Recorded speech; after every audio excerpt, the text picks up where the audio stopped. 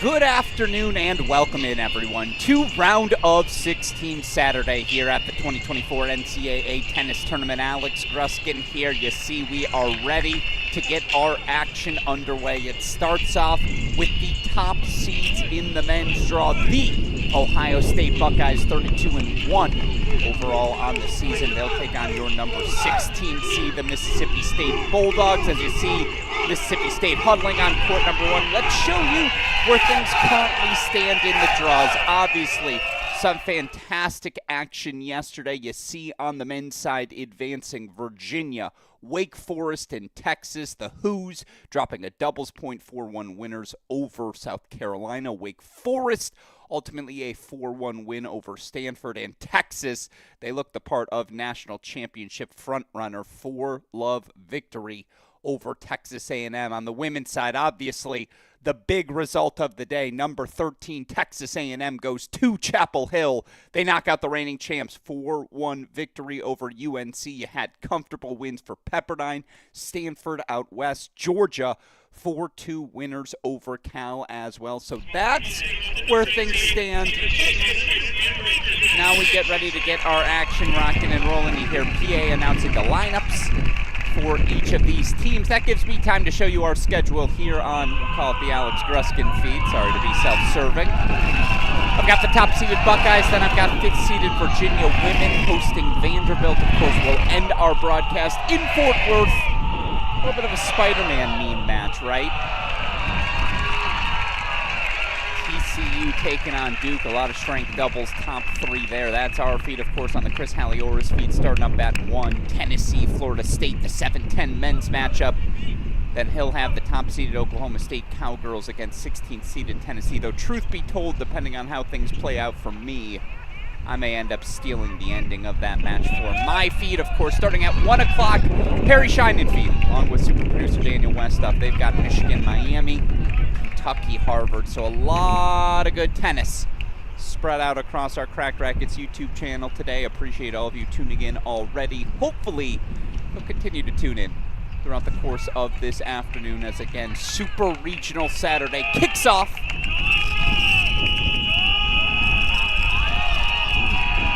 on our Cracked Racquets YouTube channel. Of course, as always, we kick things off with the double point. A rowdy, rambunctious crowd in Columbus, ready to cheer on the top-seeded Bucks. Obviously, one of the most successful senior classes in Ohio State history, playing their final match in Columbus. Kingsley, Boulay, Tracy, Cash, Sheinin. Names that'll live in Buckeye history forever. Mississippi State again, 19-7 overall entering today's match.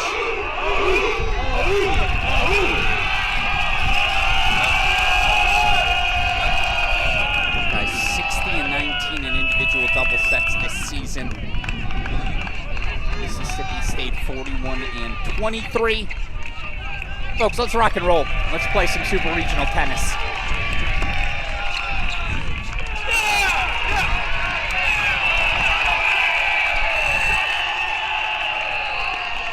Top spot for the Bucks. One of the top-ranked teams in the country. It's seniors Robert Cash, JJ Tracy. Only 7 dual matches played together, but of course All-American champions. They're 13-2 overall in the year, and again, right now the ITA rankings, they're number 3 in the country.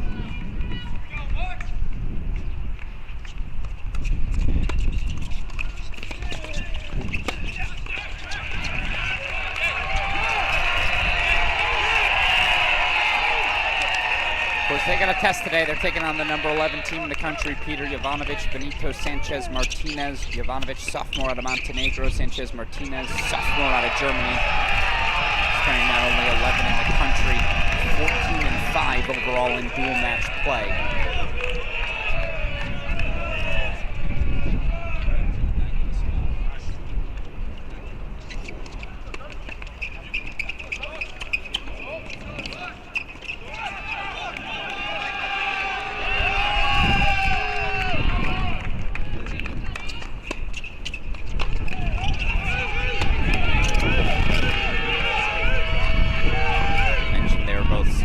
Tracy, senior out of Hilton Head, South Carolina. Cash, 5th year out of New Albany, Ohio. Robert Cash, one of the most decorated doubles players we've had in recent college tennis memory. The only thing missing from his mantle, an NCAA doubles championship. Him and Tracy will have an opportunity to capture one in Stillwater in a couple of weeks.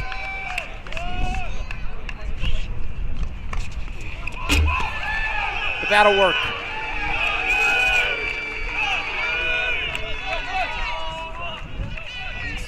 From Jovanovic, serving on the far side. Love 30 becomes 30 all.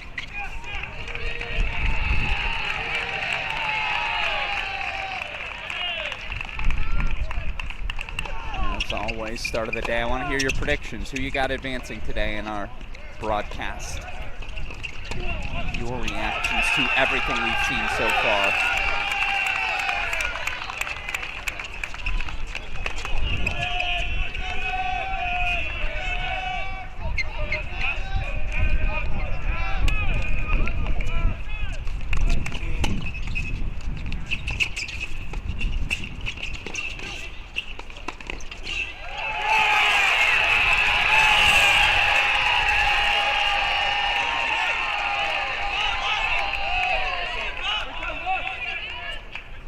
Buckeyes do 30-40.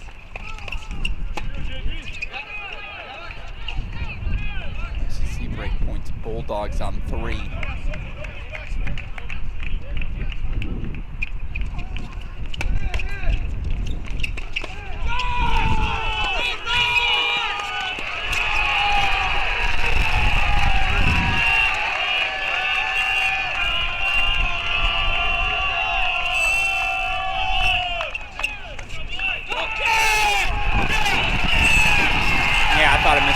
As well. Double fault hands for Buckeyes. The breaks on 1, so let's go over to 2 again. I want to introduce everything, then we can start scoreboard launching.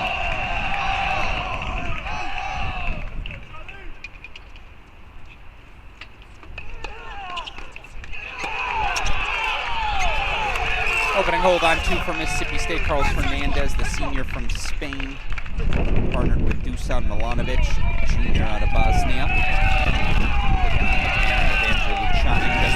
A couple of seniors. Luciano, of course, reigning NCAA doubles champion, 5th year out of Richboro, Pennsylvania.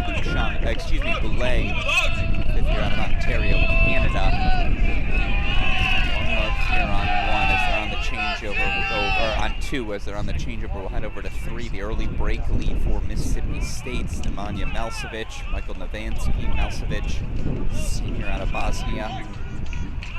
Navansky, sophomore out of Slovakia.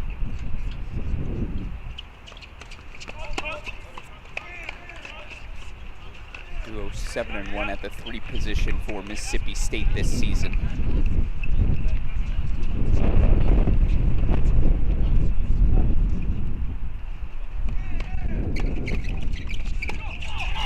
Of course, they're taking on the pairing of senior Cannon Kingsley, sophomore Jack Anthrop out of Orlando, Florida, Kingsley, Northport, New York. Again, Buckeyes have played around with their doubles pairings. 10 different 3 doubles combinations throughout the year. This iteration, Anthrop Kingsley 3-0 as a pairing.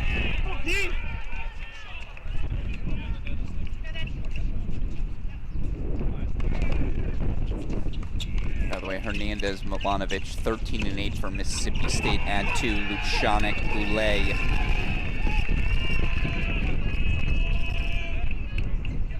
(15-8) on the year, as you see.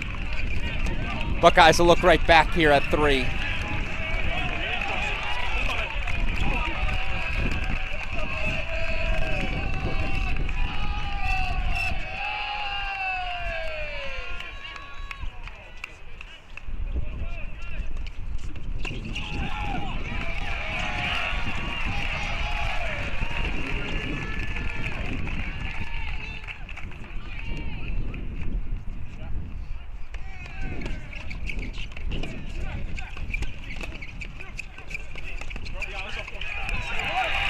I'd play by the same principle. If Jack Anthrop has a look at a forehand, let him take it. Break point chances right back for the Bucks.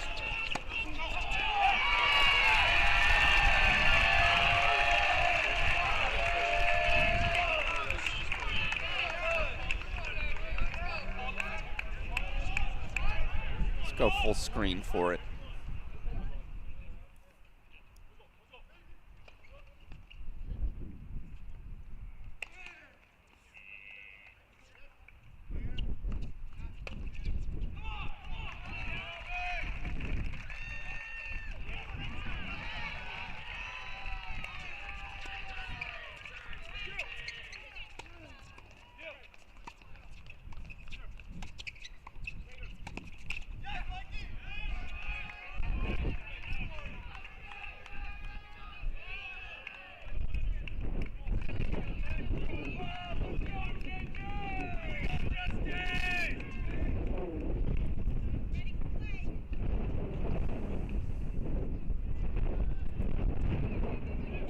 Mississippi State a break point chance on 2, so we're going to go split screen for it.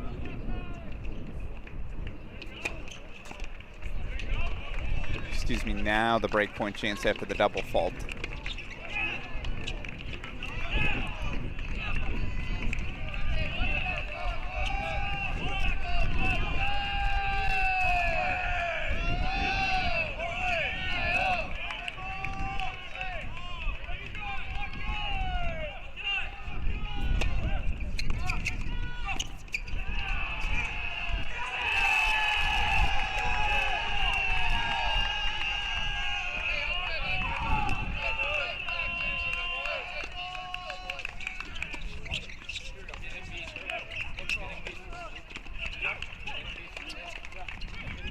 It's a seamless switch. Well covered by Mississippi State as they get the break on 2. We'll go full screen. 3 break points fought off here on 3. Takes us to a deciding point. You can go to the senior Kingsley, right? Yeah. As the Buckeyes did hold the consolidate for 2 love on 1.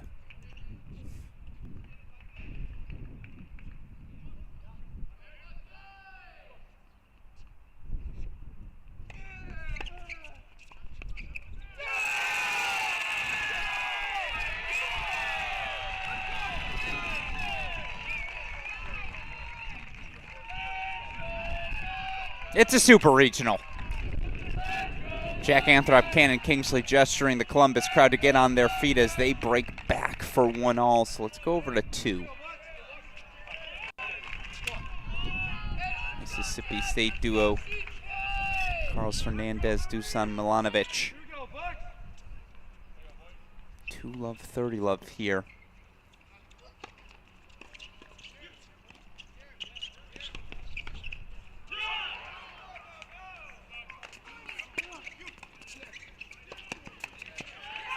That's brilliantly covered.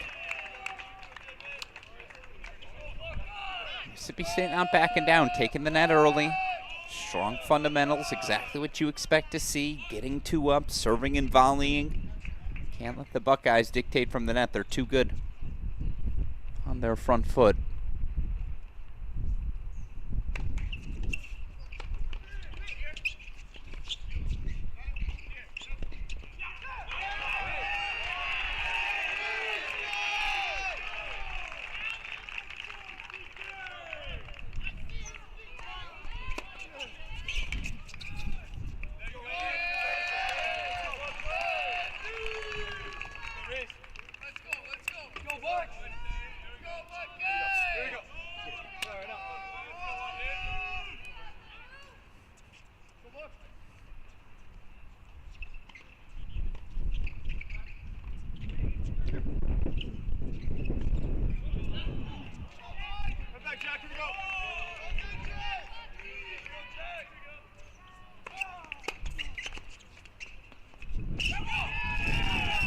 It's a Mississippi State hold for 3 love. So break for the Bucks at 1, break for the Bulldogs at 2. Back over to 3 we go, where they've traded breaks. This is redshirt sophomore Jack Anthrop, serving here, 30-15.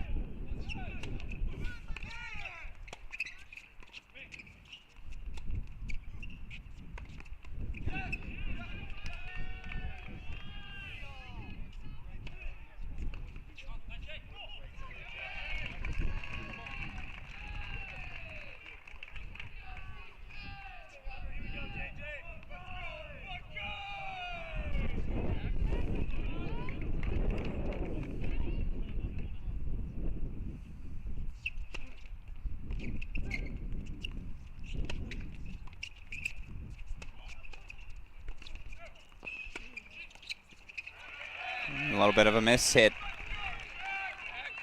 Anthrop getting away with hanging a forehand there. Again, that's a high forehand volley that has to be finished, especially on the road.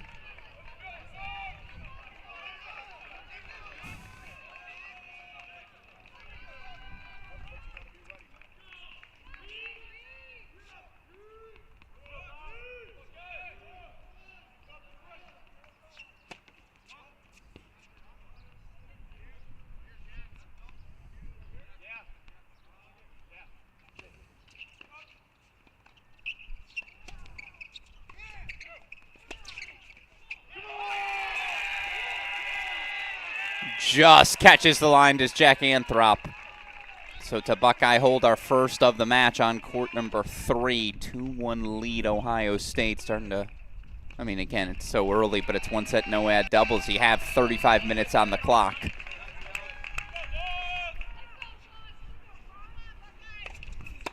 So you know what, let's hang out with both of our break leads. Split screen courts 1 and 2. Alex Gruskin here.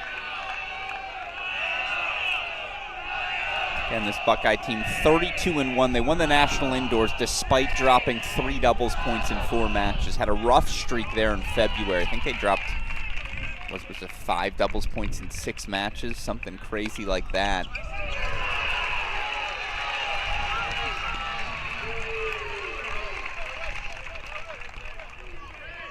Obviously, though, you bring the experience, the talent they have in singles. You almost have to take the doubles point, and even then, you got a 1 in 33 shot, according to the stats this year, of beating the Bucks.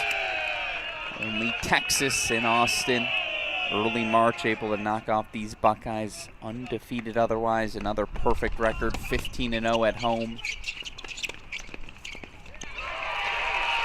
And that's how Lucianic won the doubles title last year. Buckeyes on the board at 2. Let's go full screen to 1. J.J. Tracy in a little bit of trouble. Not a lot.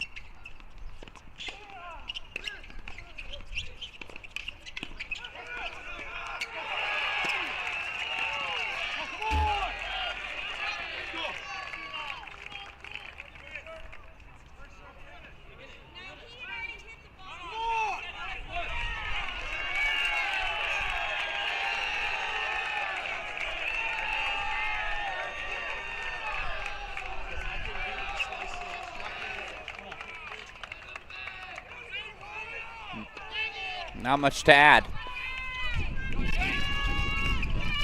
This is when college tennis gets real fun, right?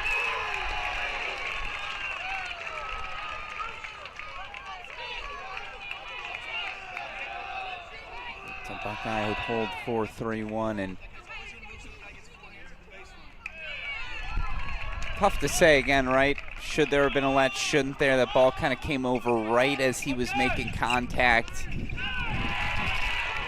I probably would have leaned with the let, give Tracy a first serve, but again, 3-1 Bucks the lead here. Let's go back to the triple box, check in on everything.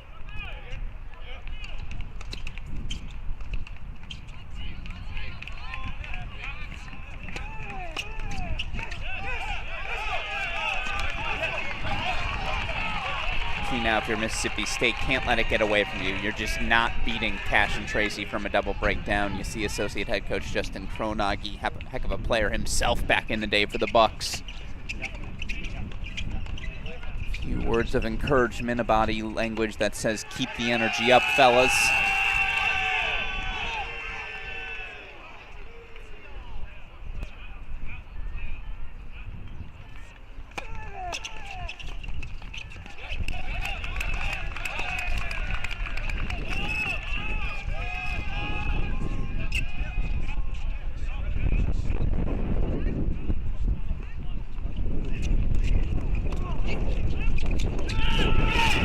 Love 30. Let's pop over to 3 here quickly.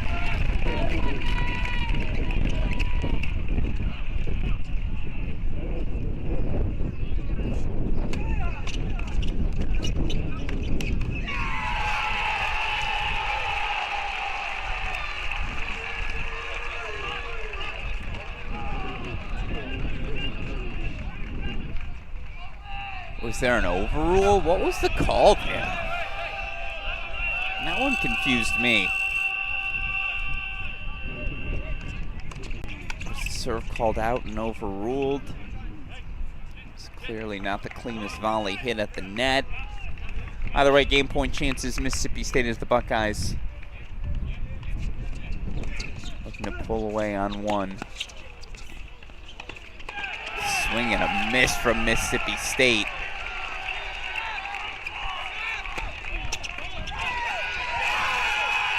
There's the hold for 2-all. So let's pop back over to court number 1.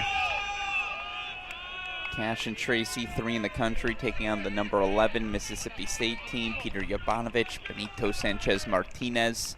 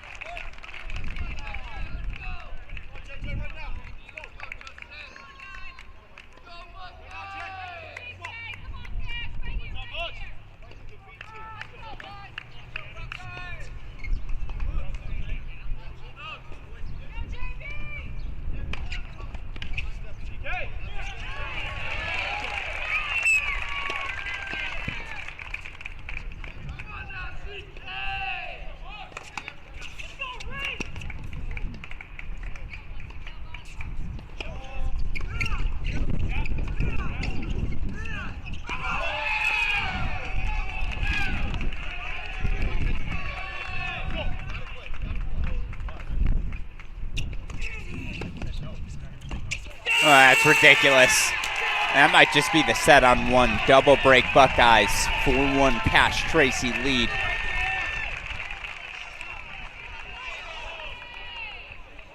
So Mississippi State a 4-1 lead. Just a single break on court 2. Only set on serve this matchup on court number 3. Kingsley Anthrop. 2-all 40-15 as they take on Malsevich and Navansky. Little conversation there on 2. As Kingsley Anthrop do hold on 3.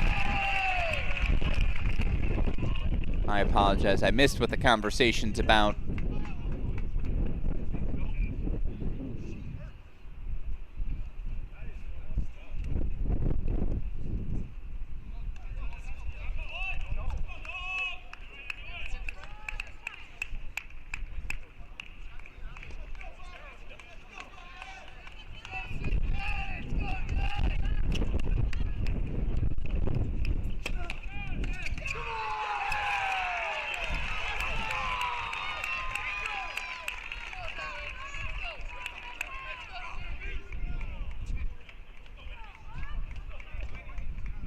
Now it's getting a little choppy. I think the discussion there is that Lucianic roar was it not directed at Mississippi State? His argument was it was more towards the fans.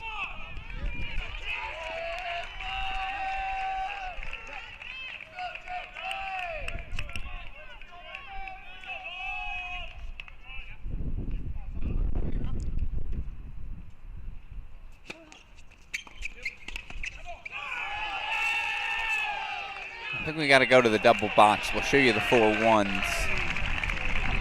Robert Cash serving on the far side, 4-1 Bucks.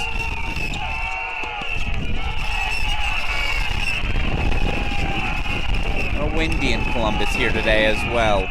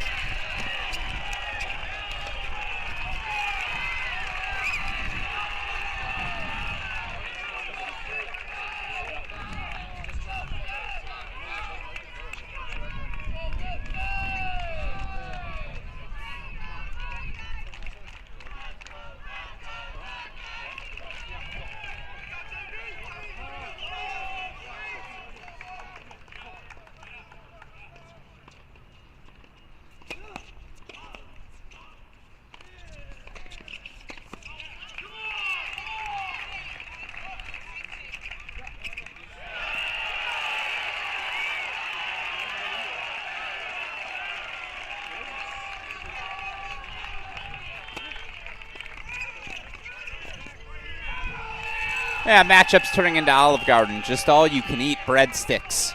5-1 lead on 1, 5-1 lead on 2. Buckeyes, though, break point chances on 3.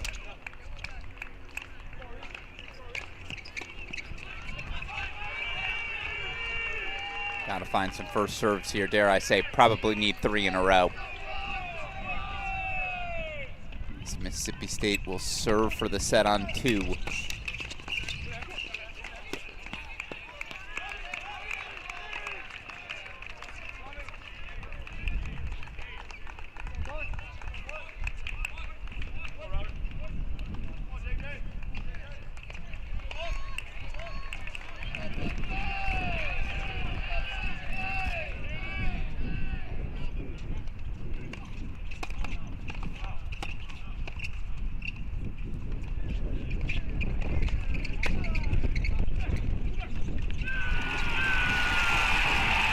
To Buckeye break.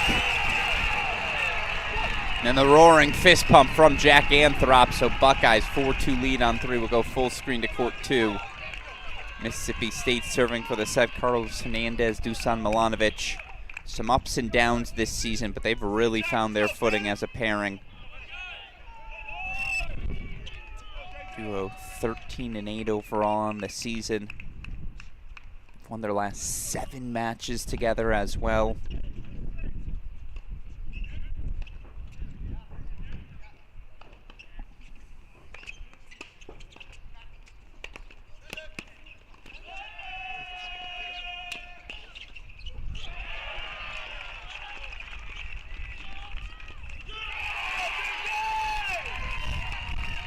keep my eye on that scoreboard at 1, just in case we need to pop back over to it. 5-1 Ohio State lead.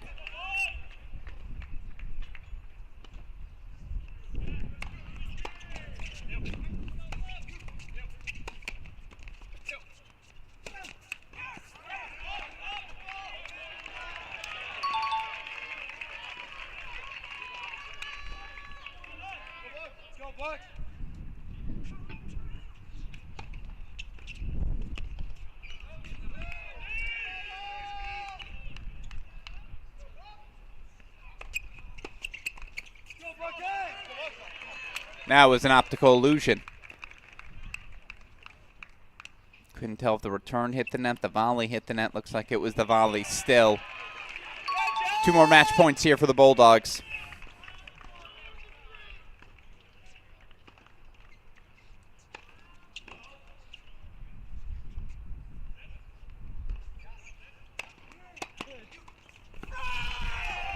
Mississippi State strikes first. How's that? An 8th straight victory for the duo. Carlos Hernandez, Dusan Milanovic, 6-1 on court number 2. You want any shot of winning in Columbus, you gotta take the doubles point. Mississippi State may have struck first, but you see the Buckeyes knocking on the door in 2 places. 5-2 lead on 1, 5-2 lead on 3.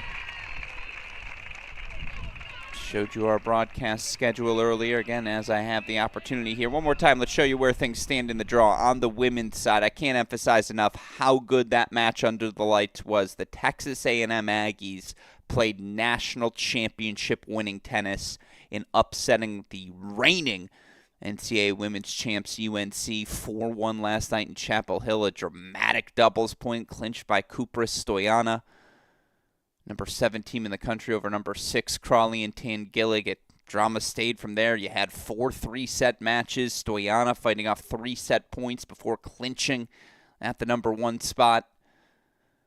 Stanford and Pepperdine looked real good yesterday as well. Georgia impressive in a 4-2 victory over Cal. Another match had a deciding tiebreaker in doubles. Take us back to the action here in Columbus. As you see, they're out of the chair. Tracy serving for the set on 1. Yeah, if those matches set a tone for what we might see moving forward, it is going to be a spectacular home stretch.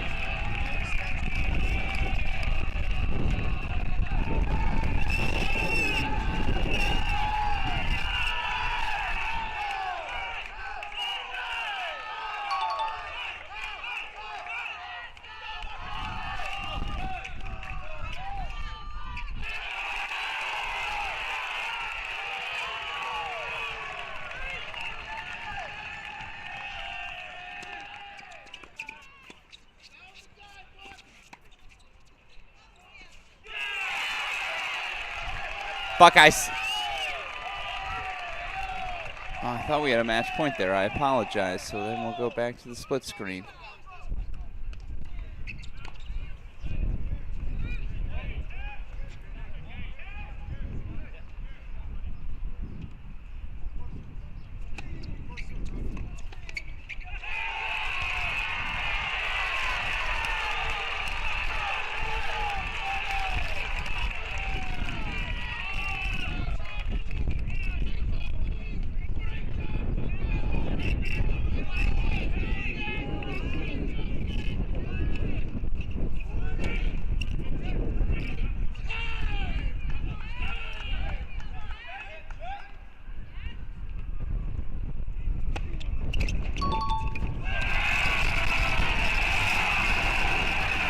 Buckeyes take the set on 3. Kingsley, Anthrop, 6-2 at the number 3 position.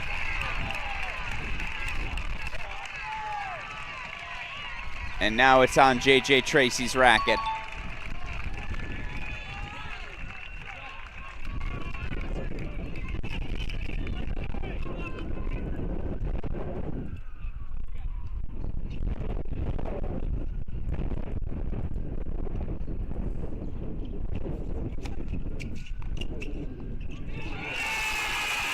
Doubles point to the Bucks. Robert Cash, J.J. Tracy, 6-2 at the top spot. It's a 1-love Ohio State lead as the Buckeyes make the first move in Columbus. So now over to Charlottesville we go.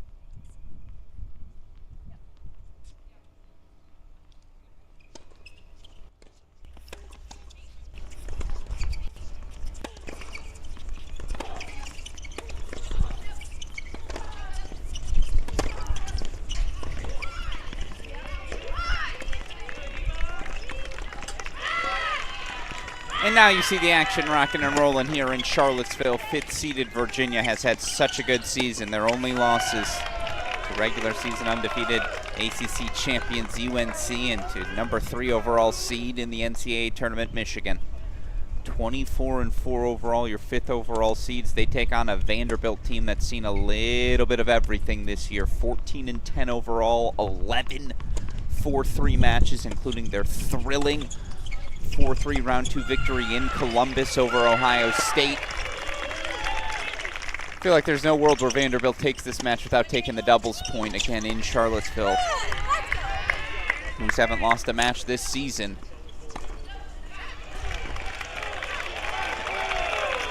Run us through all the matchups here before we go back to Columbus. Get us set for the start of singles, of course. Here on court number 1, this is going to be a fun one. Holly Staff, Celia Belmore. Holly Staff, the senior out of Manchester, England. Celia Belmore, junior out of France. Pairing 4-0 overall at the top spot.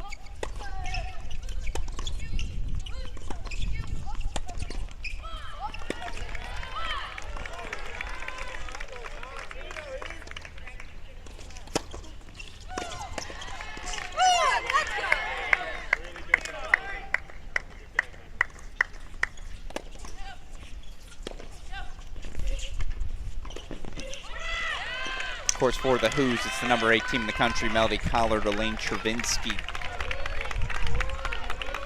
Sensational season for the juniors, 14-8 at the top spot. Another cloudy day in Charlottesville. We dealt with rain on and off in yesterday's round of 16 match for the men. Hopefully today progresses a little bit more smoothly.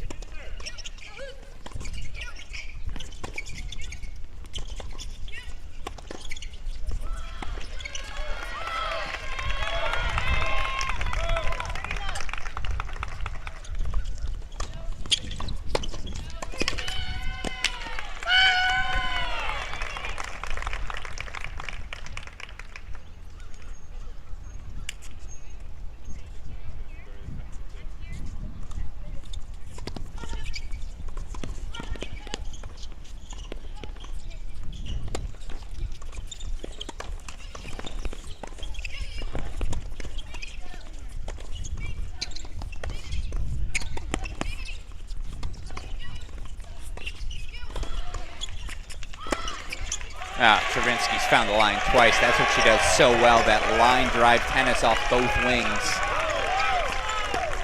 And chances for Virginia on one.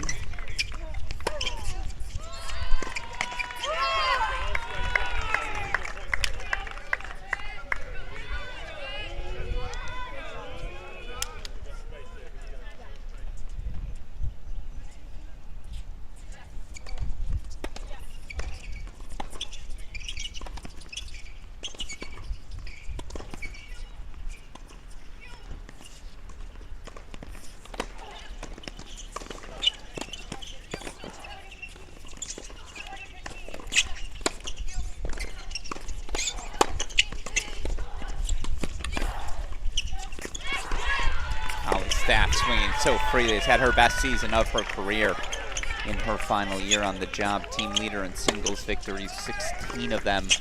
Of course, both she and Celia Bell winners in singles against Ohio State. They also helped clinch what was a tightly contested and ultimately, dare I say, consequential doubles point.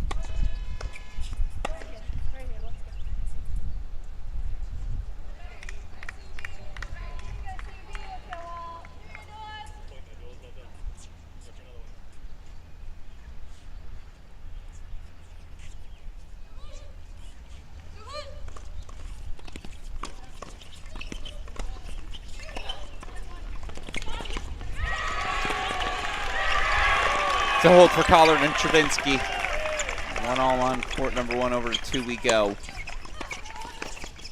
Again, singles action now getting underway at Ohio State.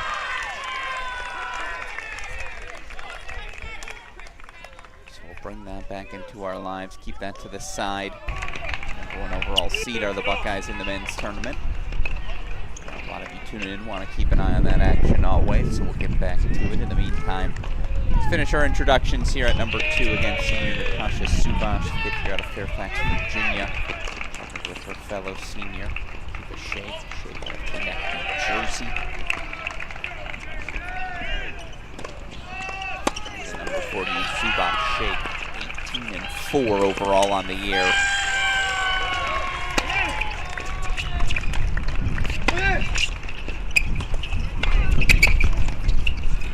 To hold for 2-1 as they take on the talented duo of sophomore Bridget Stammel, freshman Valeria Ray, the duo 9-3 overall. Stammel, a sophomore from Dallas, Texas. Ray, freshman from Miami, Florida. So we're going to keep Virginia Vanderbilt in the big box. Early singles action in Columbus. Keep it to our side. 1-love lead again as the Buckeyes get wins at the number 1 and 3 spots.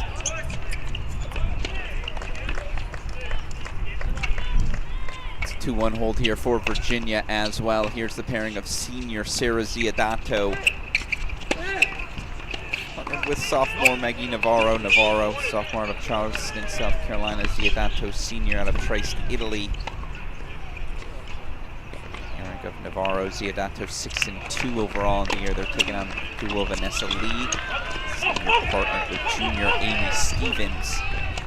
A senior out of San Marino, California. Stevens, junior out of Victoria, Australia.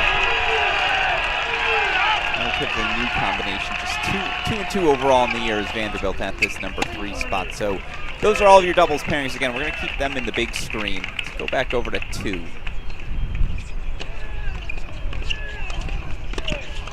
Dusan Milanovic, early break point chance on 1 for the Bucks.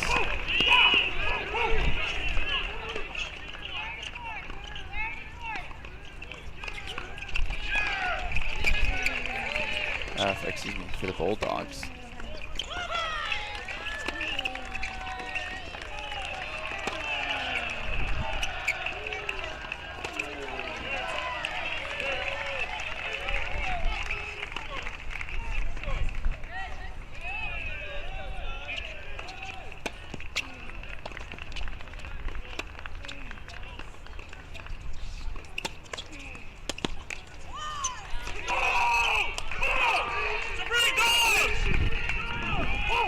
Peter Jovanovic breaks Cannon Kingsley at the number 2 spot. It is a deuce point for Memo at 1.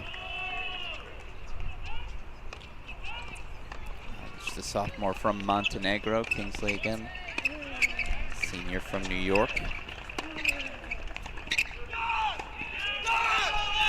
Bulldog breaks at 1 and 2 to start singles. That's the sort of energy they need to come out with from the start, especially because the Buckeyes have a combined 3 losses. Let me say that again. A combined 3 total losses at the 3 through 6 spots this season. That's how good they've been.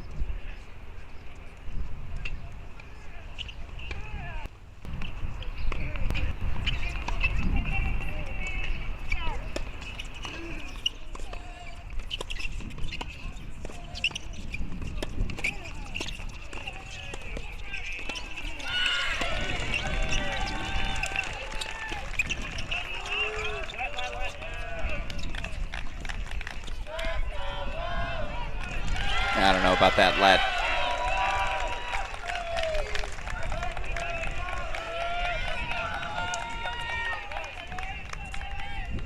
Meanwhile, court number 3, senior J.J. Tracy taking on senior Carlos Hernandez. Hernandez, team leader in wins for Mississippi State.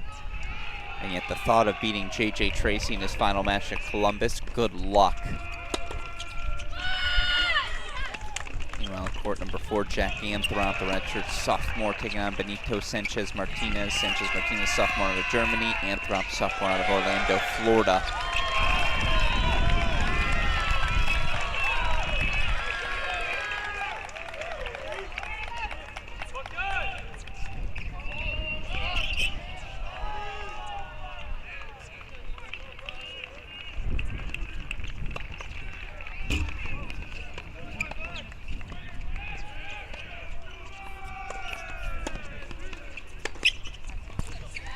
Nice response.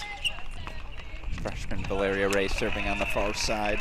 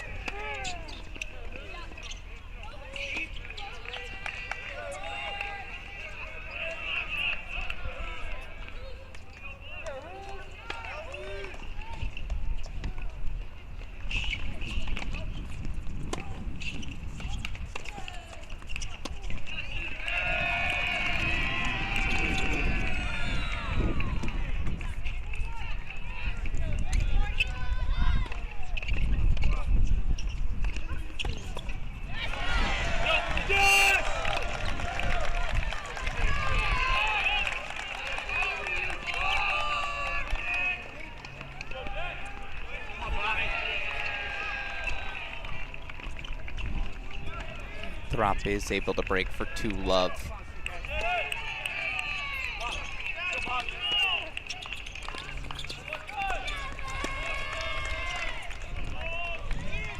So that's a nice way to fight off a break point. Again, first serve into that Subash forehand. She will float that return. That's the one you got to be ready to poach on.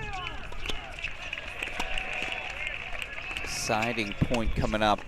I imagine they're going to say, let's go to shake. Yeah.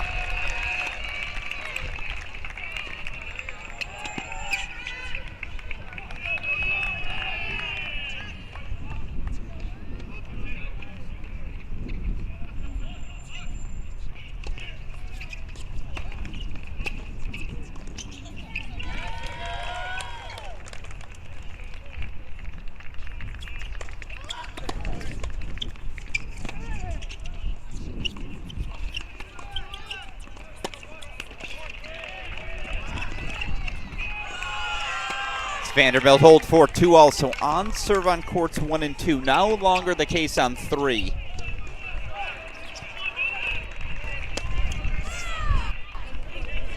Saracena, Danto, Maggie Navarro. 3-1, now 30 love, I believe.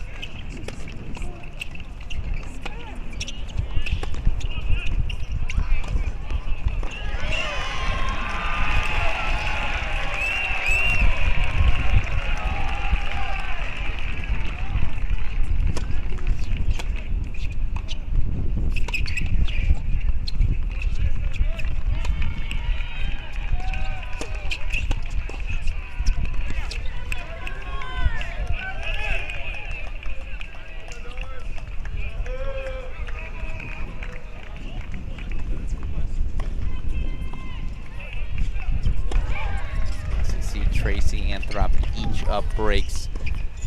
That's what the Buckeyes do at those 3 through 6 spots. They just suffocate you. Take us over to 5.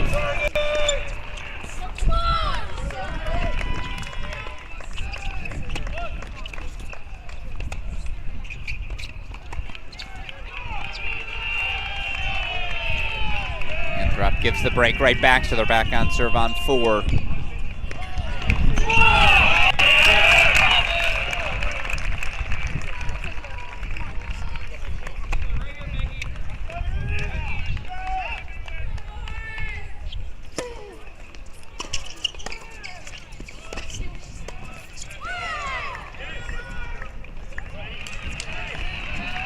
Deciding point coming up here on 3. You go Lee or Stevens.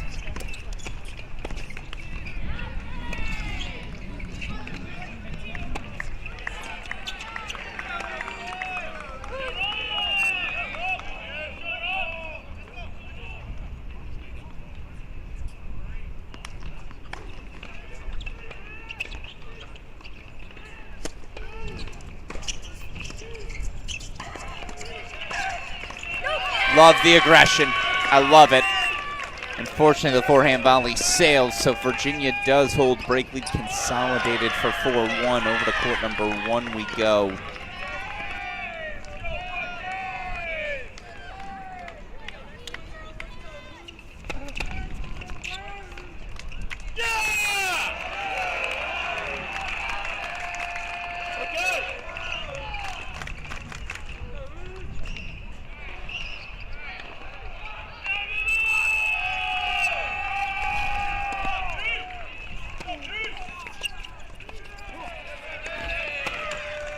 Vanderbilt hold 4-3-2, so they stay on serve on 1. Game point chances on 2 for 2, believe 40-30 is where we jump into things. By the way, matchup on court number 5. Alex Bernard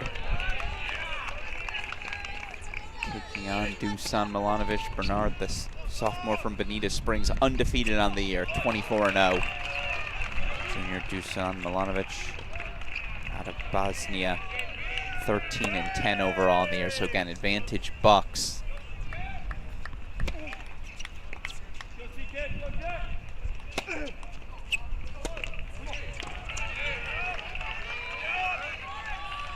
Yeah, they're 94-3 this season at 3 through 6 spots. That's just about mathematically impossible. As you see, Bernard holds for 2-all. By the way, that number 6 spot, senior Robert Cash, 20-1 on the year. Taking Roberto Ferrer y Morales, 6 overall on the year, is the freshman from Tennessee.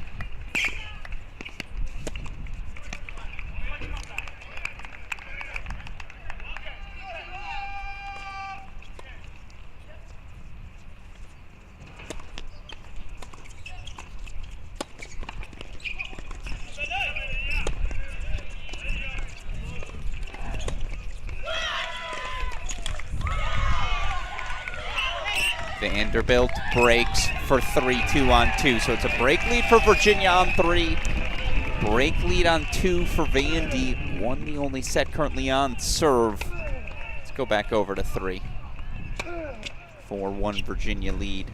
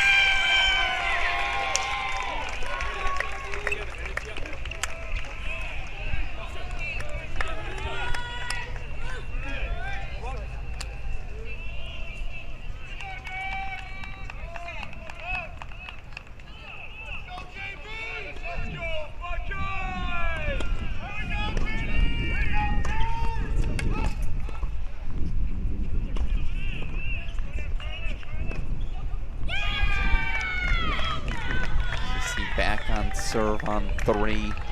Dusan Milanovic, the 3-2 lead on 5.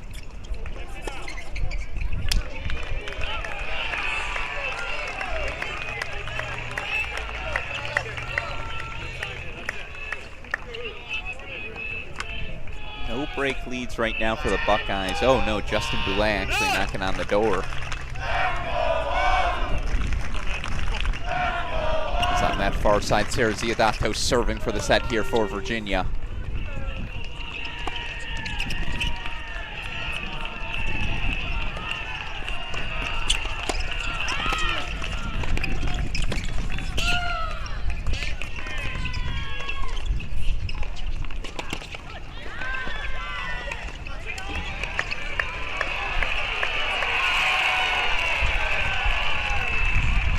Great points, Boulay, bottom left.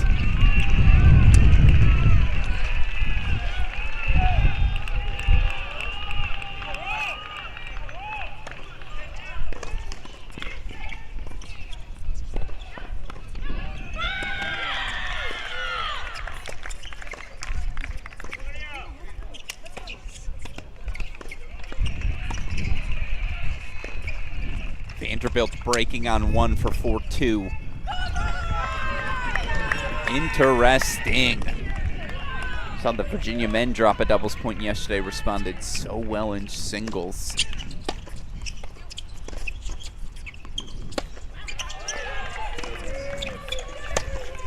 Now it's break point chances to at least extend the set here on 3 as Celia Belmore, Holly Staff gain point chances to extend their lead to 5-2. We might have to commandeer a second screen here for Virginia in a moment.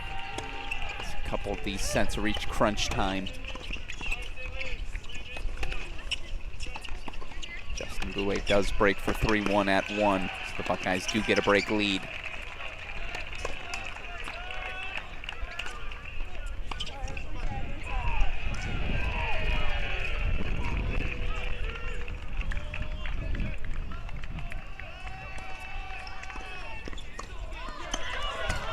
Oh, I don't know about that. Yeah, that one clearly landed good. So deciding point, match point coming for Virginia.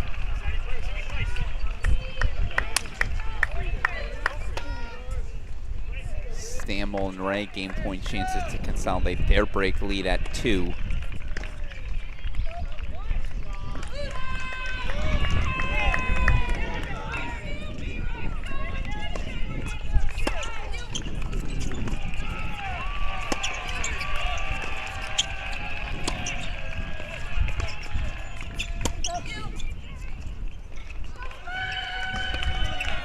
It's a 6-1 set for Virginia. Another breadstick served up on the day. This time it's senior Sarah Ziodato, sophomore Megan Navarro, 6-1. They take it on court number 3. So over to court number 1 we go, a 5-2 lead for Celia Belmore. Holly Staff on the number 8 team in the country of Melody Collard, Elaine Chervinsky. Meanwhile, I believe the break was consolidated. Vanderbilt a 4-2 lead on 2. So Vandy needs both remaining sets, but they're up breaks in both. Meanwhile, Cannon Kingsley under more pressure on 2.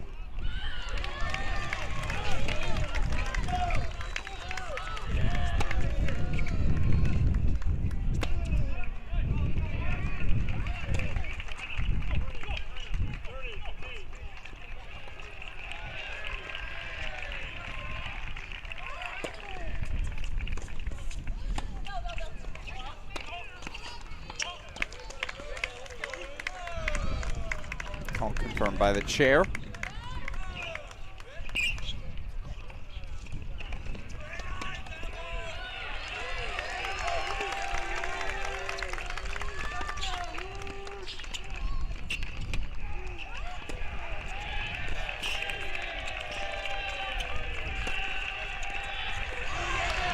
Great swinging volley. Collard might have as good hands as anyone in the country. I mean, to do it from that body position, to generate that sort of torque on the inside out, impressive stuff.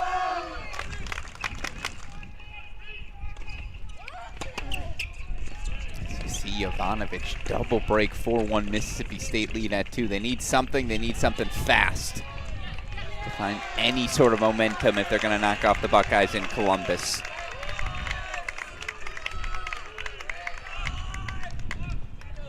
Boulay holds for 4-1 as well.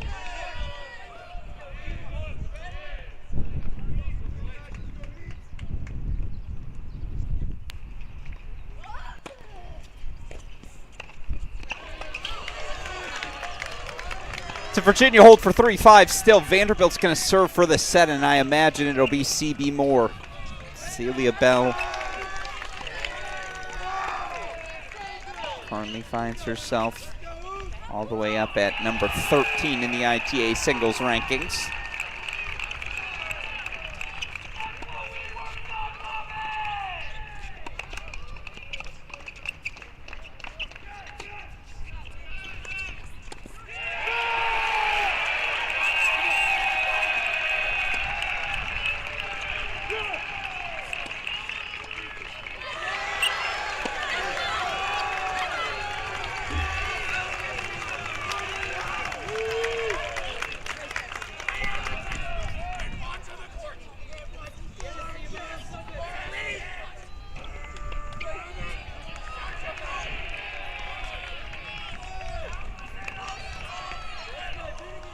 Tracy, by the way, back out by a break 3-1.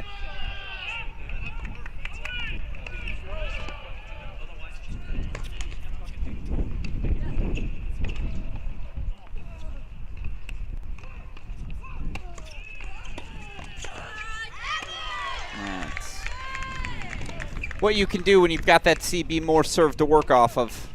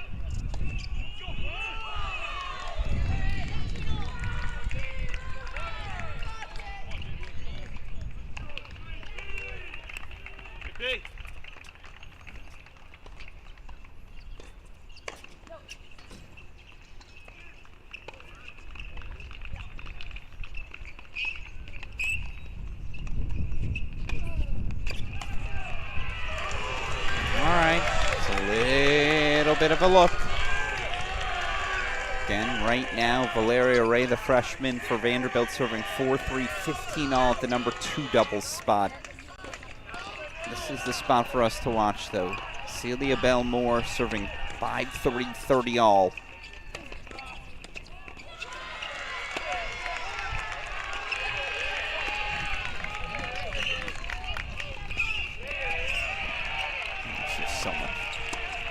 Comfortable as a volleyer now, JJ Tracy. Explosive with the close. Closing in on a break consolidated 4-1 lead.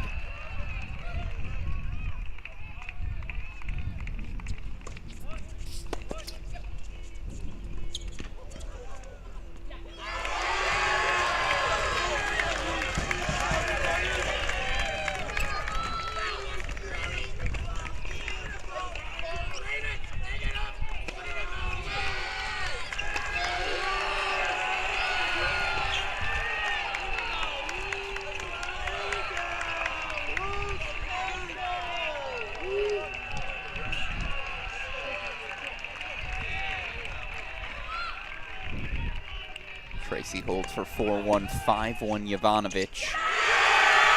Collard and Travinsky break. Back on serve, 4-5 at 1. No time to waste, over to 2 we go.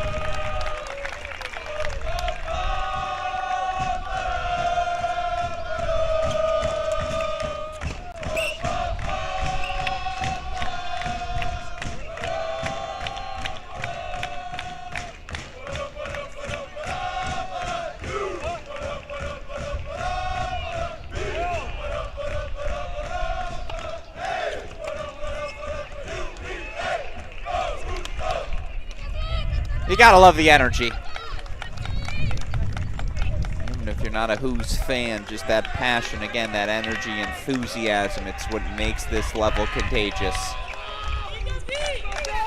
Boulay breaks for 5-1. He'll serve for the opening set.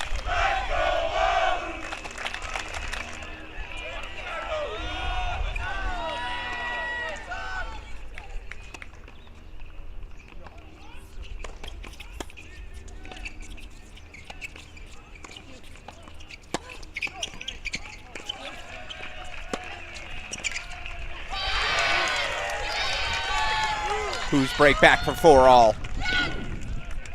Back over to 1 we go. A little bit of a Virginia push, right?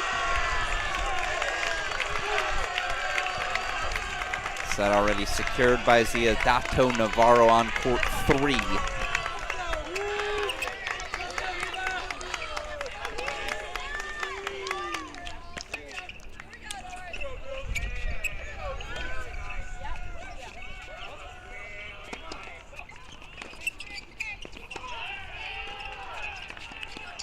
go, Buckeyes! First one, Buck.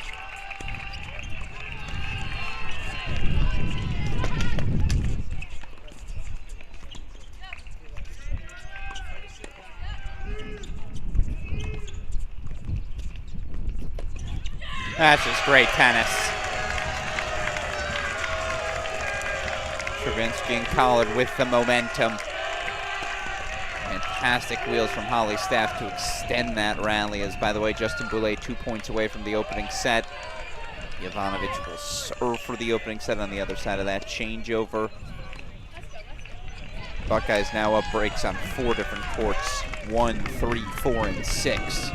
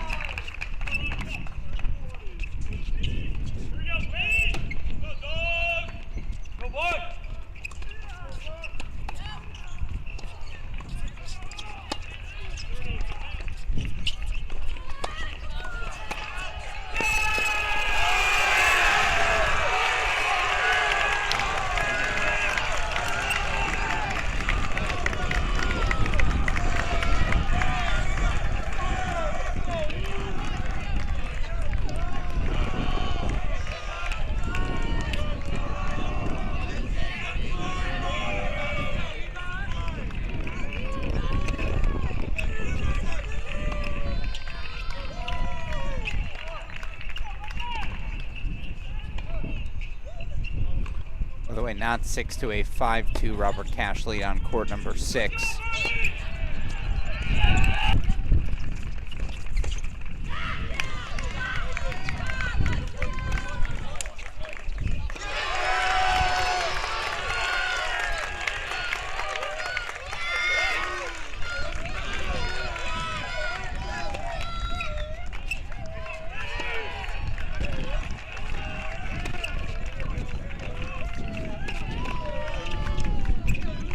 Yeah!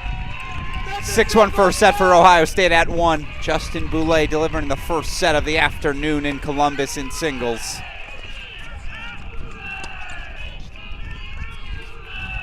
I like that.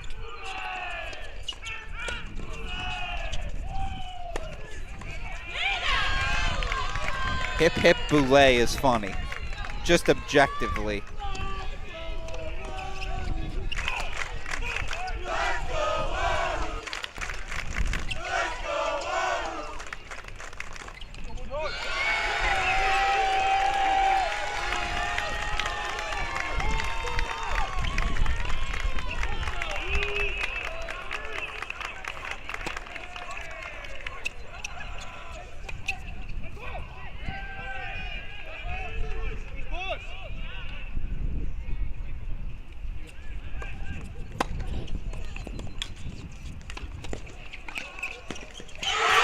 Ridiculous hands from CB Moore, even better from Melody Collard. Little flick of the wrist, it's now 5-all.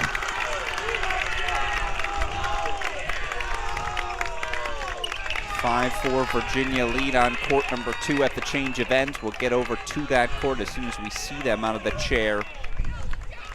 Massive deuce point on 4 as Mississippi State tries to stay alive in the set. Jovanovic set point on 2.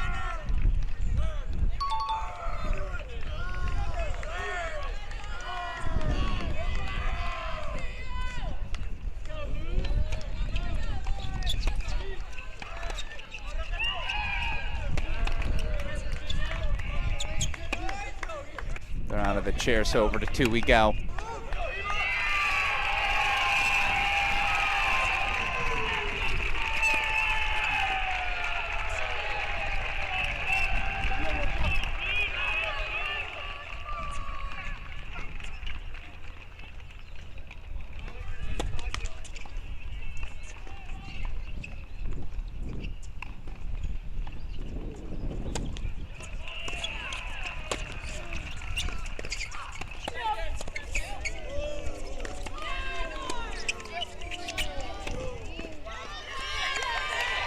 How's that for a lob off the racket of Bridget Stammel? Sophomore serving to keep Vandy alive, not just in the set, but in the doubles point. Anthrop does break and will serve for the set on 4. Kingsley breaks to extend the set on 2.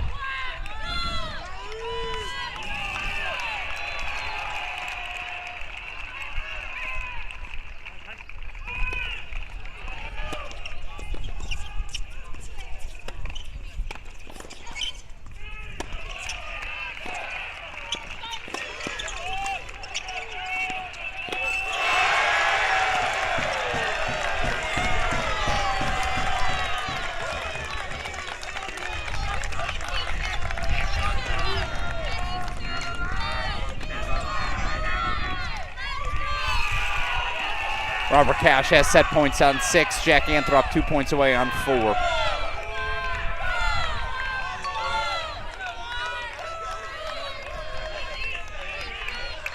Anthrop have set points on 4 as well.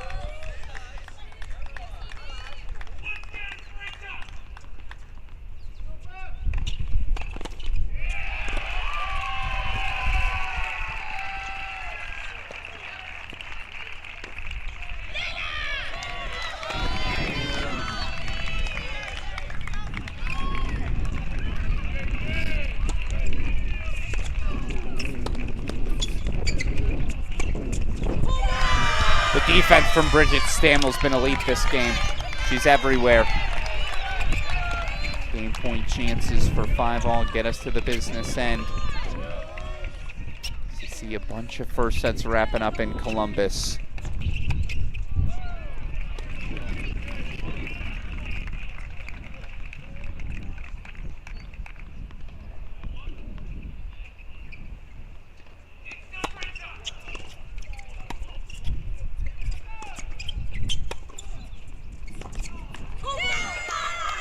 Five-all hold. Back over to 1 we go.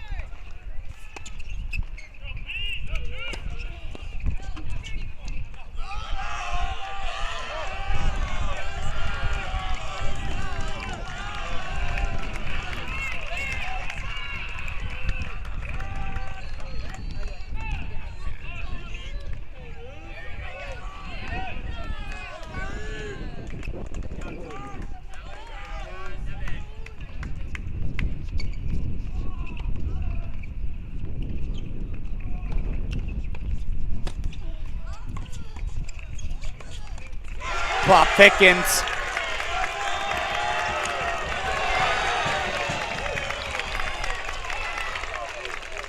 You gotta go right back to that Collard side, or do you take it, well, she double faulted on the deuce. You got 2 good choices. And the Who's have all the momentum.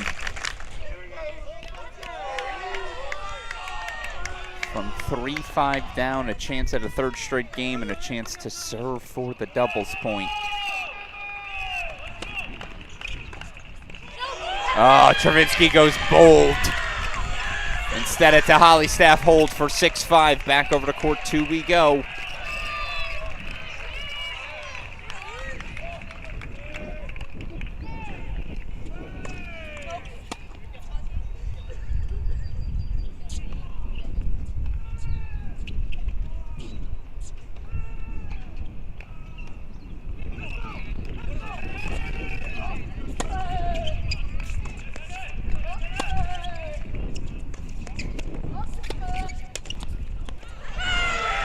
Paying more for the frame anyways.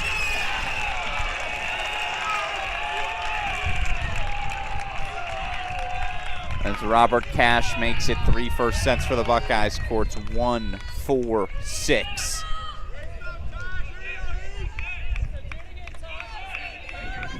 Back on serve on 3. I think we're on serve on 5.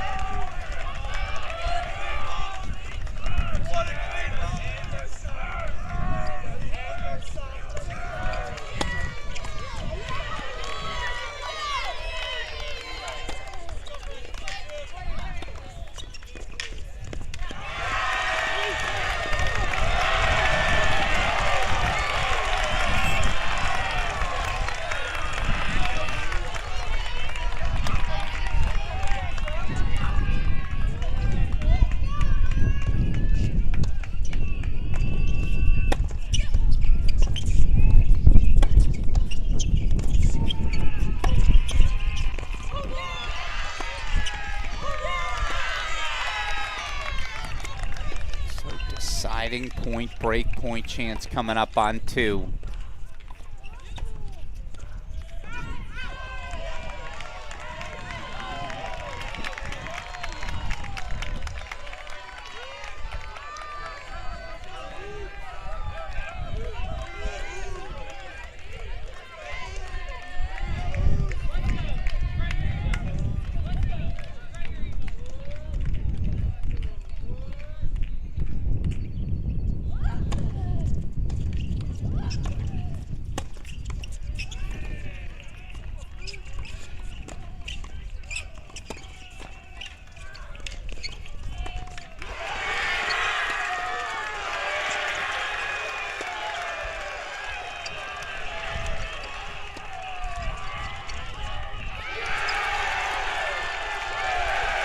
Subash and Shake hold 6-5 Virginia lead on court number 2. We go back over to court number 1.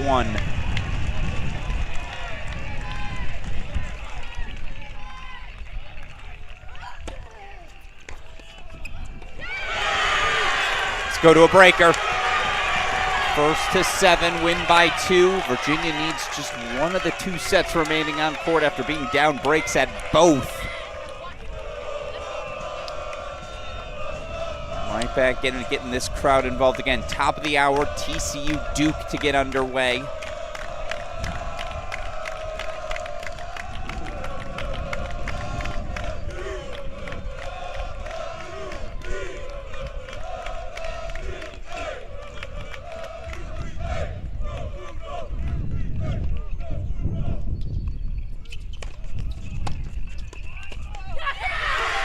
First point, who's?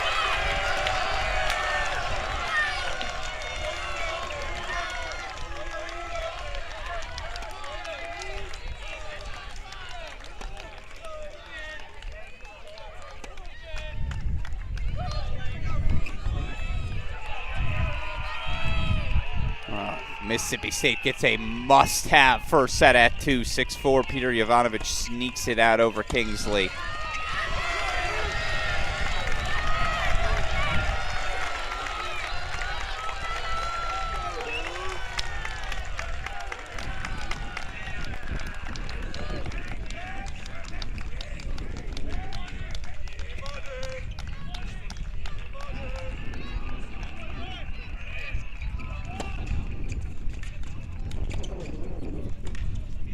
Three love who's made it look real simple.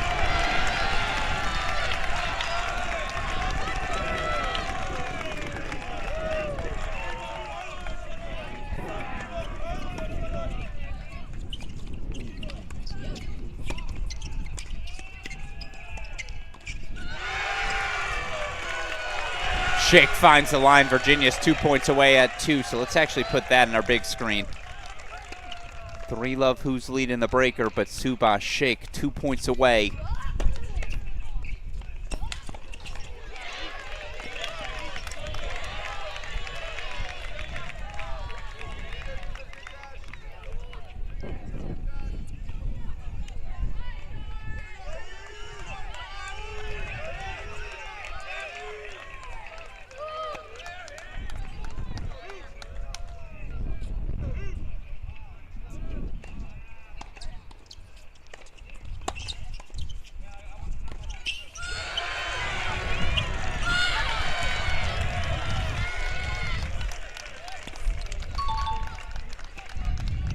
Go full screen for it. 4 match points for Virginia.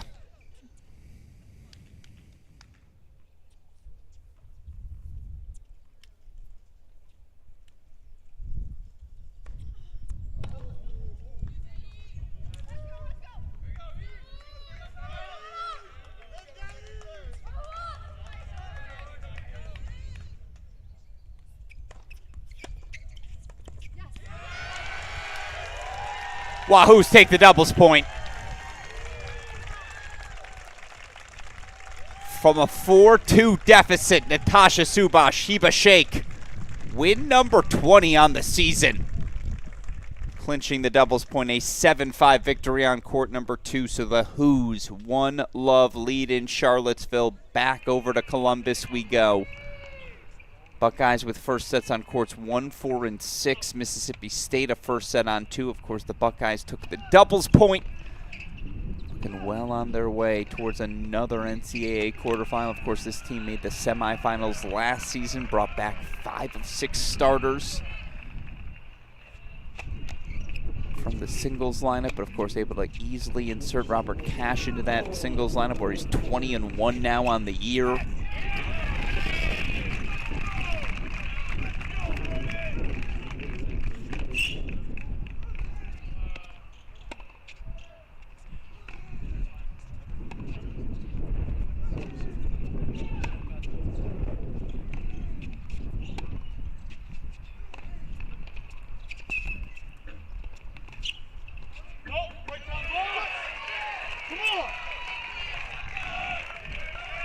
Deciding point coming up on 3, set point coming up on 5. National anthem underway right now in Fort Worth, and then we'll head over to the start of TCU Duke.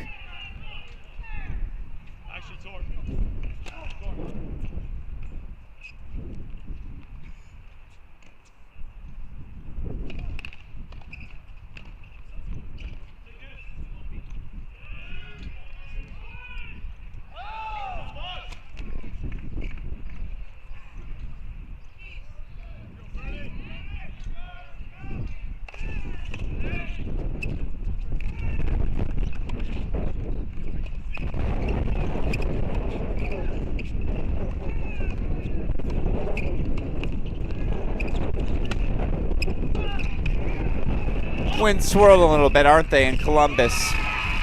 Welcome to the Midwest in May.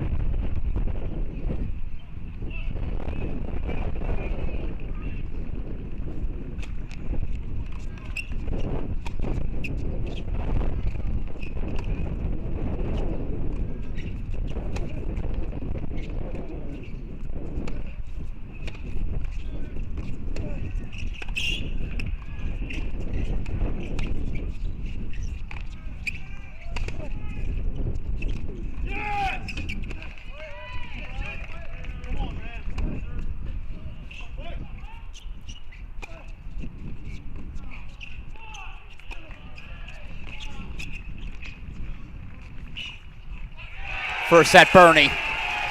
That's a 4th first set, and that might just be the exclamation point.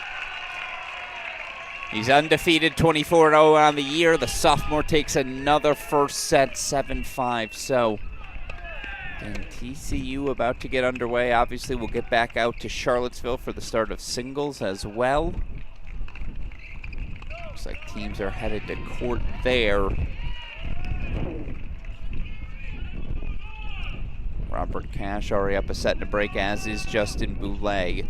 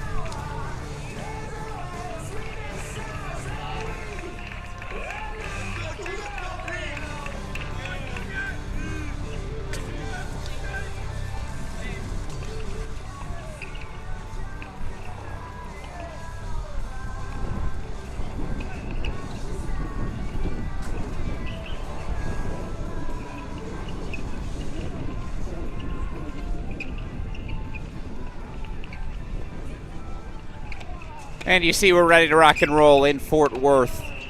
Number 4 TCU, National Indoor Champions in 2022, 2023.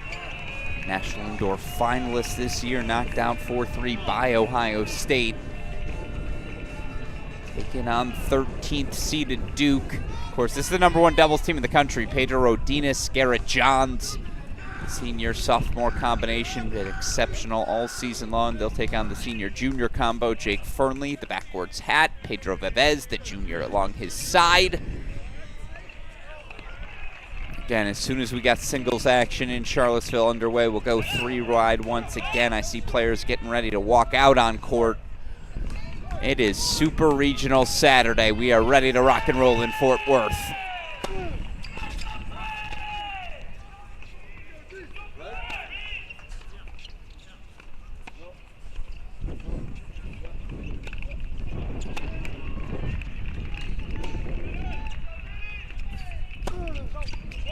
That's a fun way to start. Again, injuries have been a big part of the season for TCU, but if they're healthy, 1 through 6, this team absolutely can win a national championship. If Fernley's healthy, Gorsney's healthy, and I wonder if we'll see Seb Gorsney in singles today. We saw him in doubles last weekend. Has Robert Cash now set in double break, 6-3-3 love lead.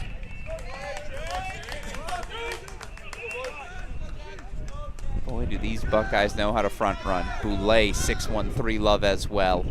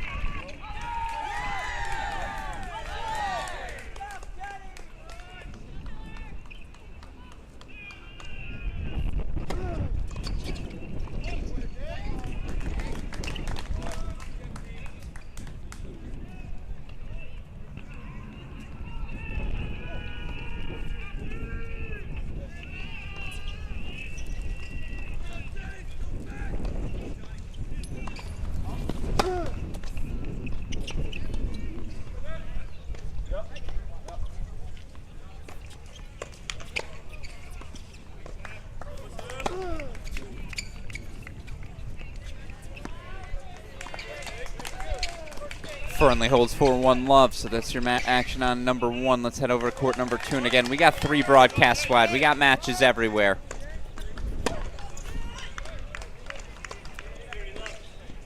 A lot of fun tennis today on Super Regional Saturday. All of it an afternoon start. This was scheduled for 4, but to avoid the rain, decided to move up this match a little bit earlier. Meanwhile, you see singles action is back underway in Charlottesville.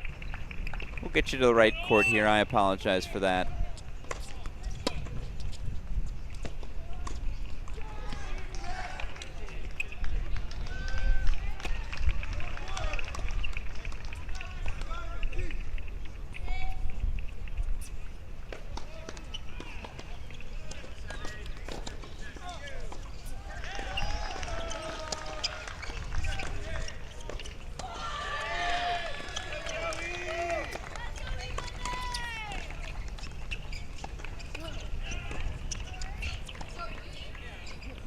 Now you see court number 2 for you.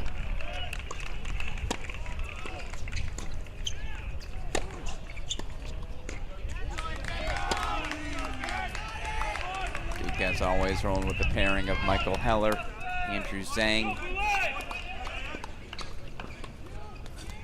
A couple of 5th years on the job here. You do see Seb Gorsny with Jack Pennington-Jones. So Gorsny healthy in action today, the sophomore.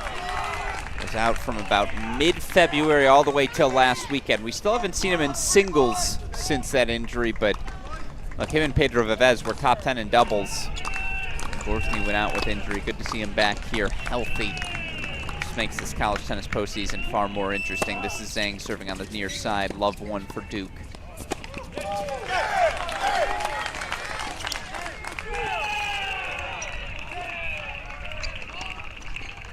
Robert Cash, 6'3", 4 love. Justin Boulay, 6'1", 4 love.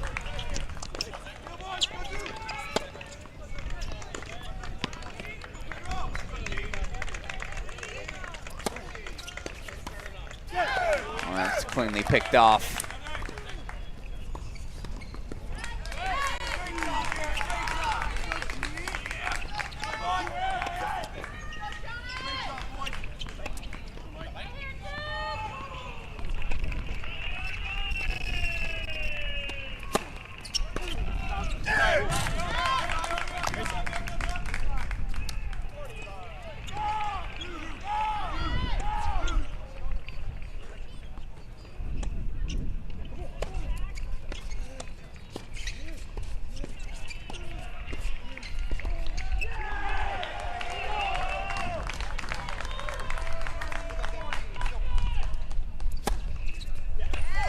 Andrew Zhang holds for 1-all.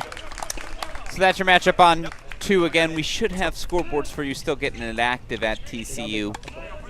Thankfully, again, spend some time with these players. We'll take us over to court number 3. Obviously, that's not correct, so we'll get that score corrected for us. This court, excuse me.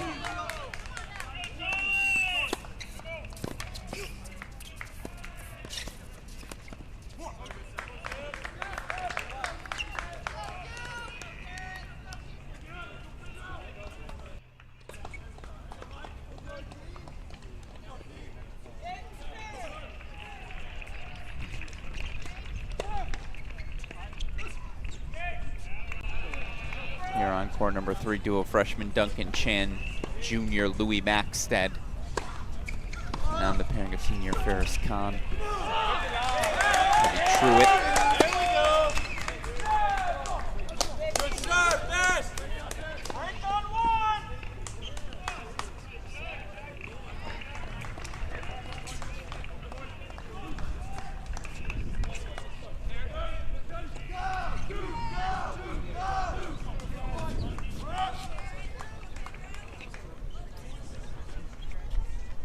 Do a quick pop over to Ohio State.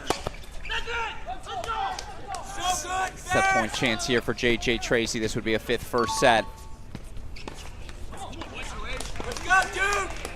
Buckeyes have Mississippi State right where they want them. Doubles point. First set's on 1, 3, 4, 5, 6. Set and break leads on 1 and 6. Ohio State can see Stillwater now.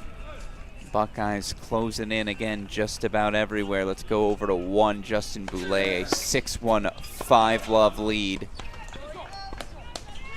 Looks like we caught him on a changeover, so he just broke for 6-1 5-love. Cash 6-3 4-1. Here's something to note as we keep the Buckeyes in the big screen here. Peter Jovanovic setting a break lead over 5th-year Cannon Kingsley. Believe we'll see both these guys in the NCAA singles tournament. Certainly see Kingsley there.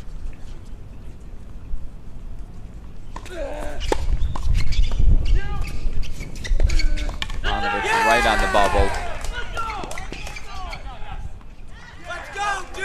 Duke pulls for 1-all on 3.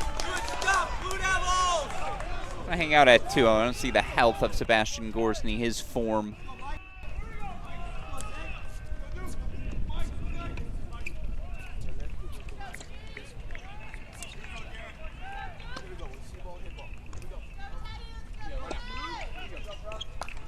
Let's go back over to 1 again. Justin Boulay serving for the match.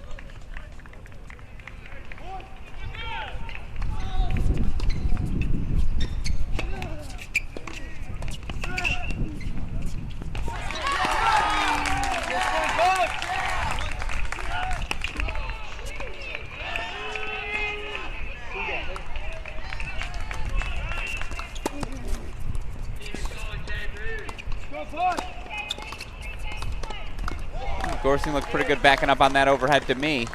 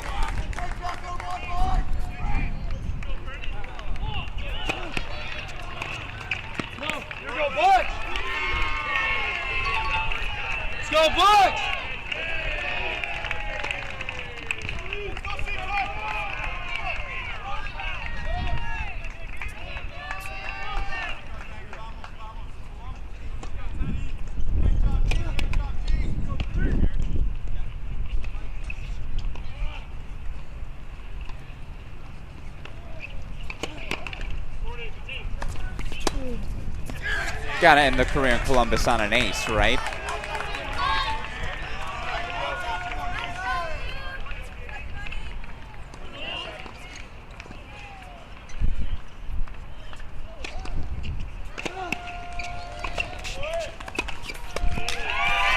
And for the final time, Justin Boulay, a winner in Columbus. 6-1, 6-love. If this is who Ohio State gets this postseason stretch, this version of Boulay, they're going to walk out of Stillwater with a national championship trophy. 6-1, 6-love win at the top spot. Over to 6 we go. Robert Cash, 6-3, 4-1 lead again. Early doubles action, early singles in Charlottesville. Come on. Quite frankly, I don't know how much longer we're going to have this matchup in Columbus with us, as again, the Buckeyes 5 first sets. The big lead here for Cash. Next closest to the finish line, Jack Anthrop, 6-3, 2-3 lead. But again, we know how these Buckeyes can front run.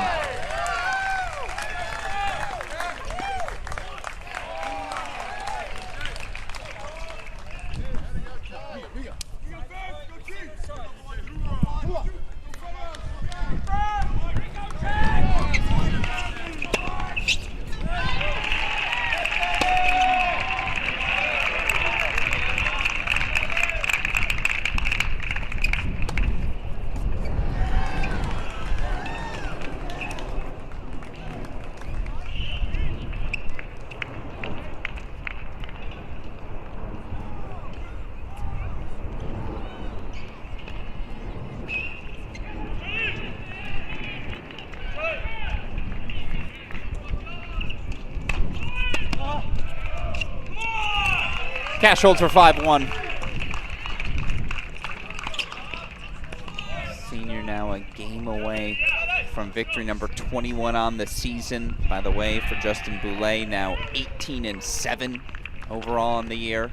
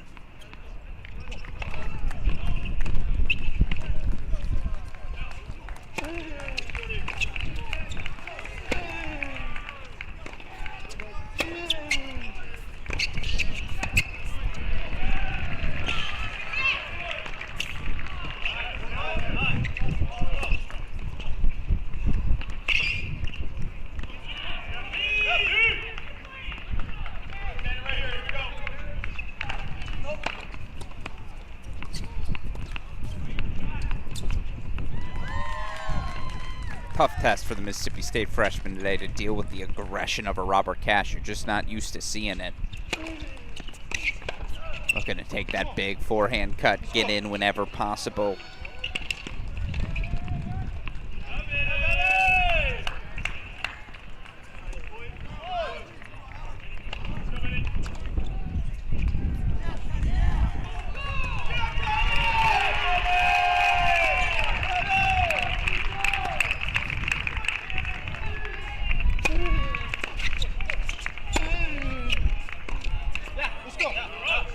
Hold for Guimaraes. Still, Robert Cash will serve for a 3-love Buckeye lead on 6. Let's keep that on our screen. Let's go back to TCU here on court number 2. 2-all here. Seb Gorsny serving on the near side. Let's see how he explodes through that serve. Again, how healthy does he look? See, by the way, Melody Collard, a 3-love now 4-love Melody Collard, deficit, I believe, at 6.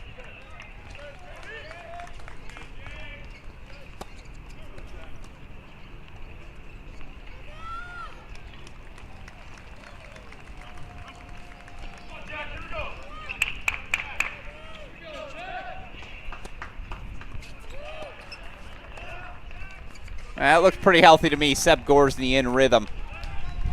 Again, TCU a different animal if that's how he plays. 3-2 on serve here on court number 2. Back over to court number 1 we go. Again, no scoreboard right now. Not sure what's up. 2-all, I believe 30-all here if you see that far scoreboard behind your screen. Meanwhile, yes, 4-love Amy Stevens. Virginia, though, up breaks early on courts 1, 2, and 3. It's well done by Vevez. Back over to 6 we go. Robert Cash serving for his match. Ugh. Well, the first volley was filthy.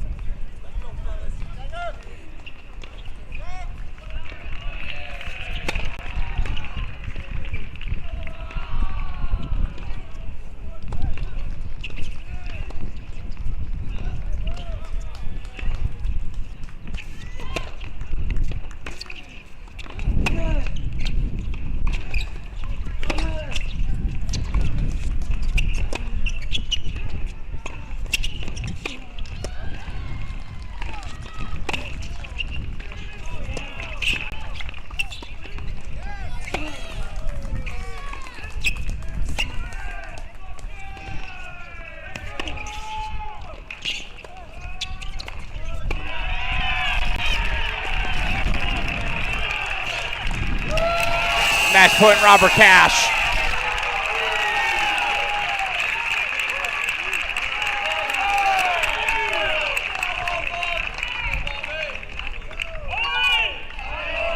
Scoreboard now up and running at TCU, so we'll get that for you here.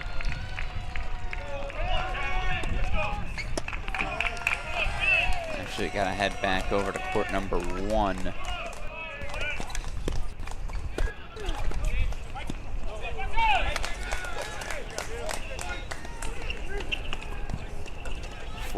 Fernley Pavez lead.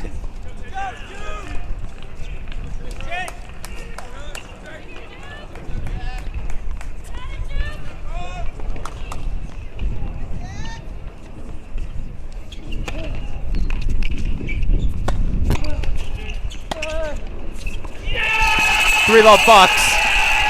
In his final day on the job, again, fitting that Robert Cash, the fifth year, delivers another point for the Bucks. 21-1 overall now on the year. Buckeyes a point away from the quarterfinals. Court number 4, where we're headed next.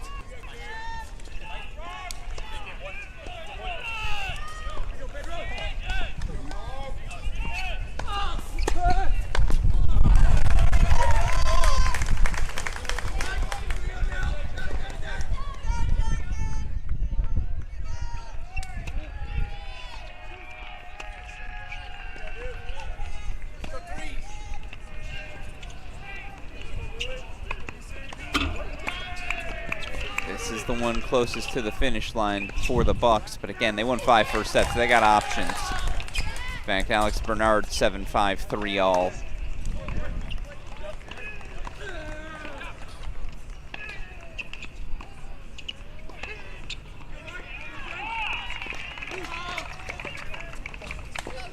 So let's do this now that we've got a little time with the Bucks.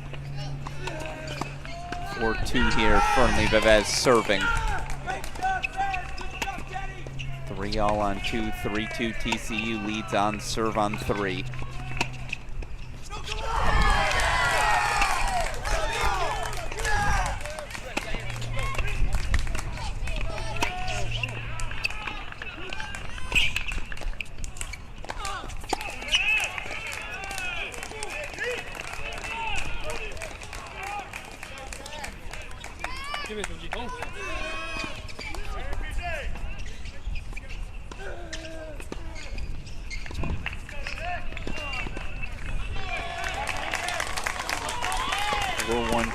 Lead, by the way, you see for Virginia on 5. 5-1 Stevens on 6. I think we got to go back to it.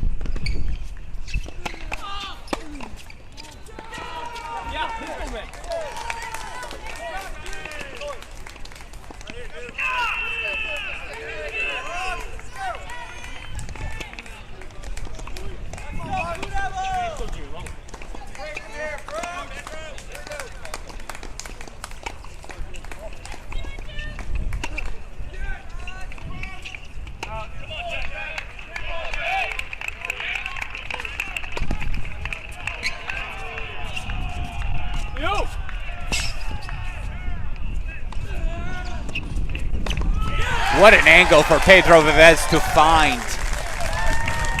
5-2 TCU lead on court number 1. 4-3 Gorsney Pennington Jones lead on 2. It's 3-2 on 3. Let's go back over to 2.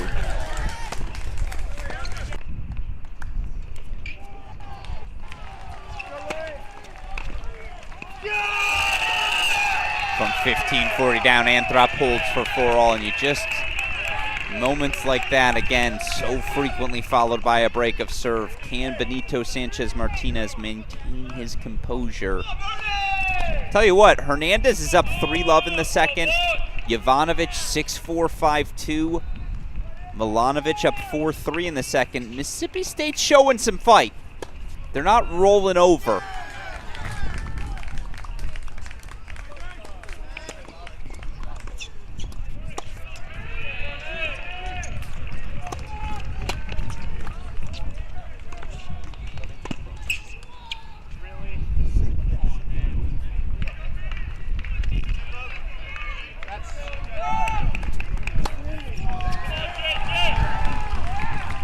Shame in their I-form game.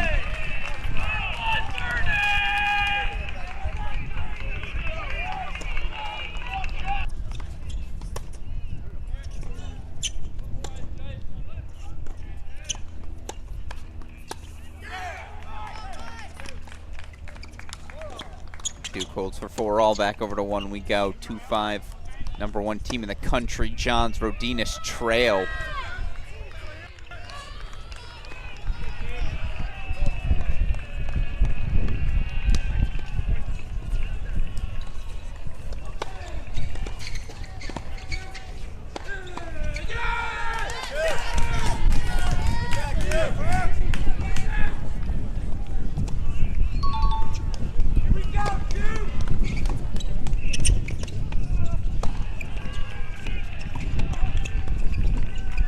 Melvie Collard's been elite at the number 6 position for Virginia this season, the junior. 20-3 overall, team leader in victories, but right now, Amy Stevens, 4-8 on the year, is the junior from Australia. Set points for 6-1 opening set, as Jovanovic serves for a Mississippi State point on 2.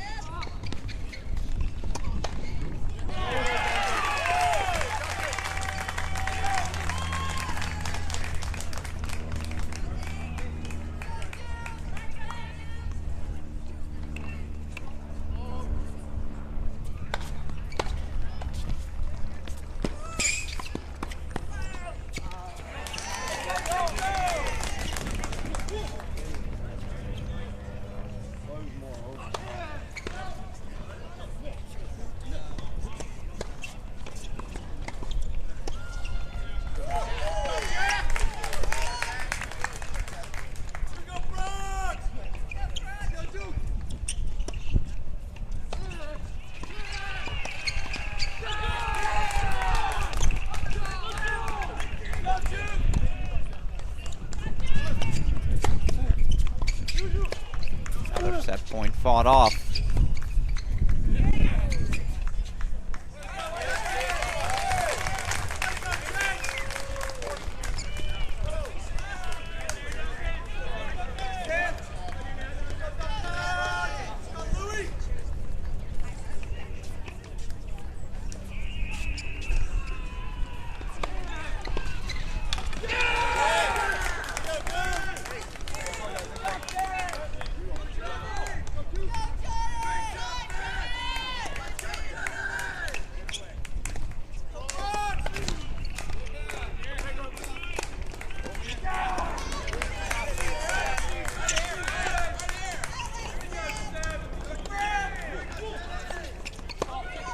The first set to Amy Stevens, the junior, 6-1 on court 6. Now Virginia's got 4-1 leads at 3 and 5.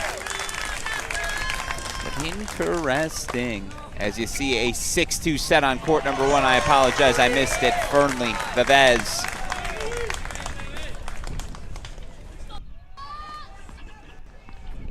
We'll go check in on court number 3 now. A 4-2 Maxted Duncan Chan lead, but a deciding point coming up.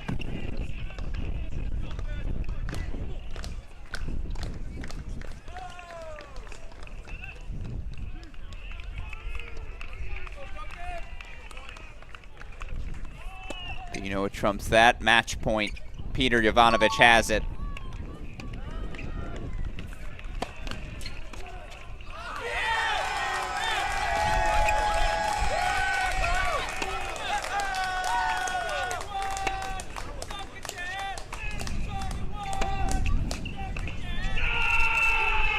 Peter Jovanovic puts the Bulldogs on the board.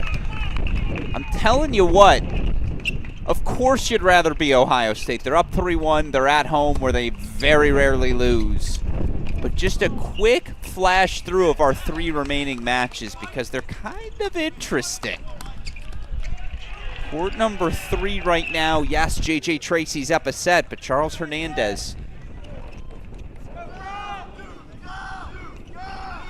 3-love break lead here in his second set. Meanwhile, court number 4.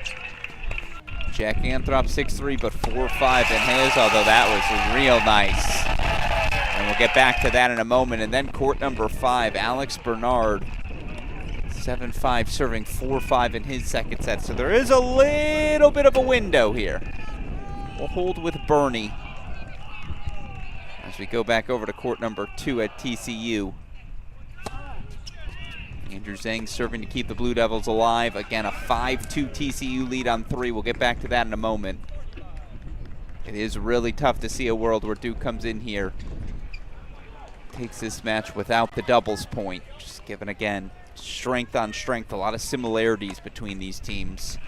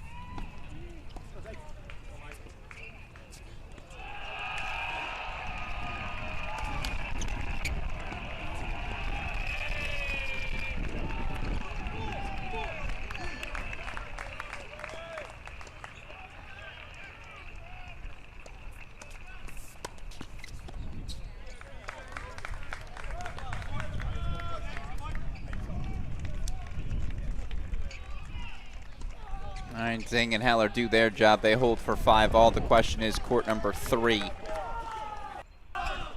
Can the Blue Devils manufacture some sort of comeback here? They hold for 3-5.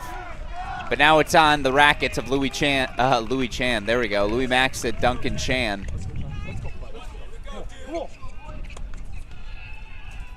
Good English for me, as you see senior Natasha Subash, her last match after 5 exceptional years in Charlottesville. 5-1 lead on court number 3. Bernie and Anthrop each held for 5 all.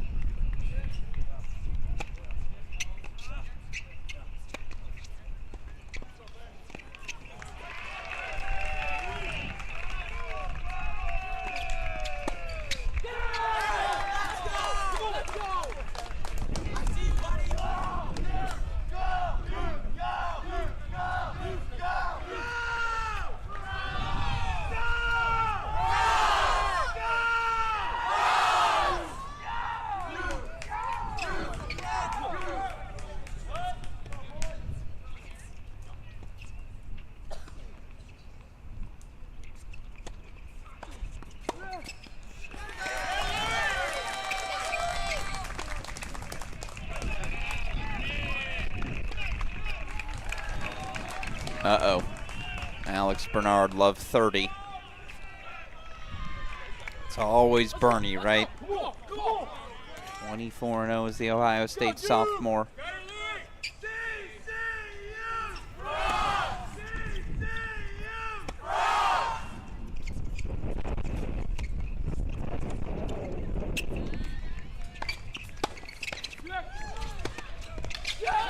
That is gripped and ripped by Ferris Khan. And I talked to Ramsey Smith this week. The Duke coach said him playing his best tennis is what gives them a shot in this match. Says the senior from Delray Beach. He's just healthy. He's fit. He's focused. Seemingly playing his best tennis down the home stretch.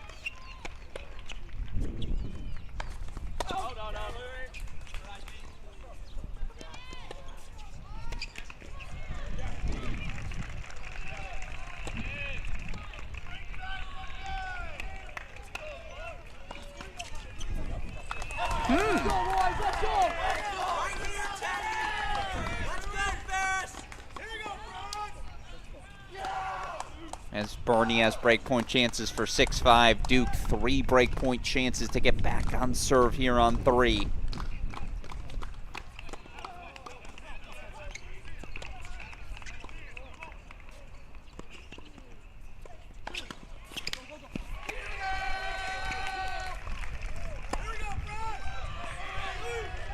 (6-1) first set for Virginia's Elaine Chervinsky at 5.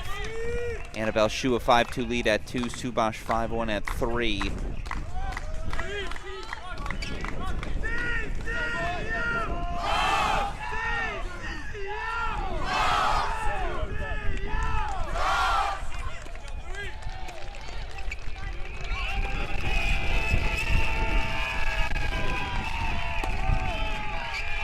Couple of breaks. Bernie breaks and will serve for an Ohio State victory. Duke breaks. They're back on serve here on 3 as we rush over to 2.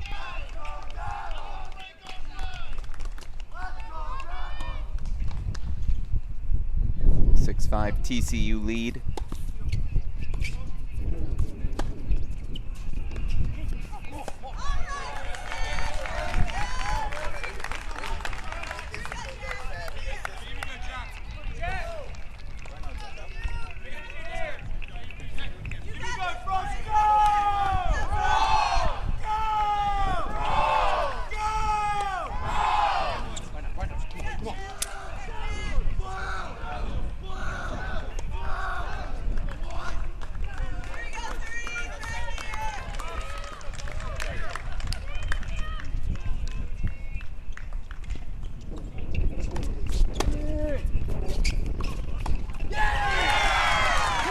Well squared off by Gorsny.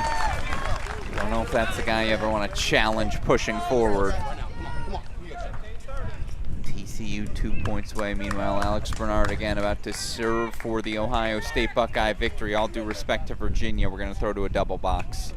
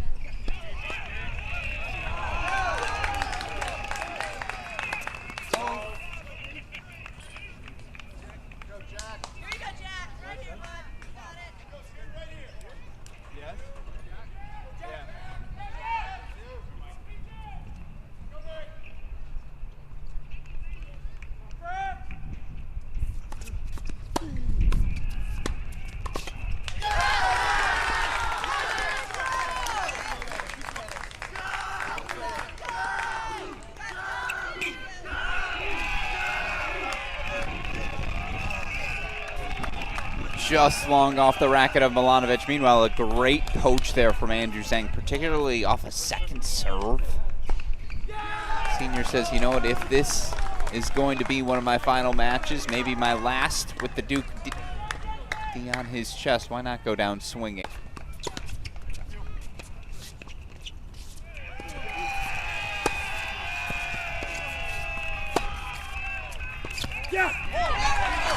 Instead, though, match points coming up for Gorsny Pennington. As Bernie's got team match points as well.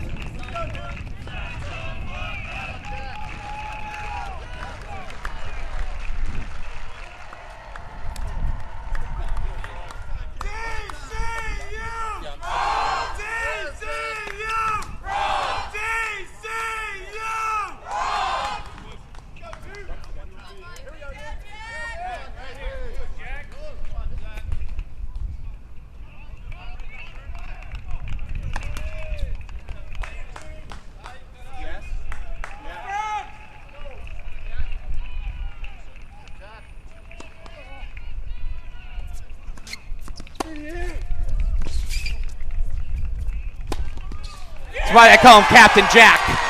Delivers the doubles point to the Horned Frogs.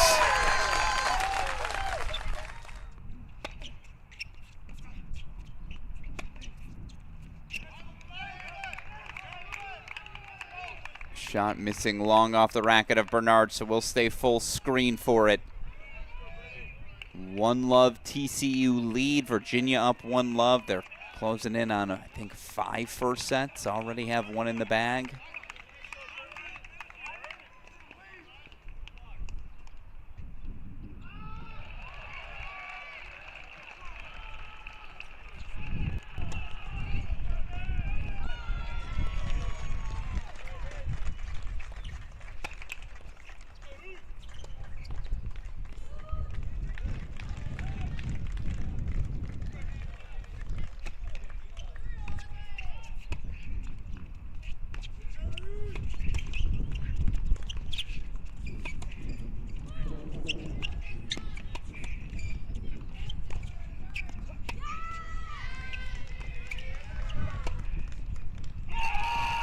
Go to a breaker.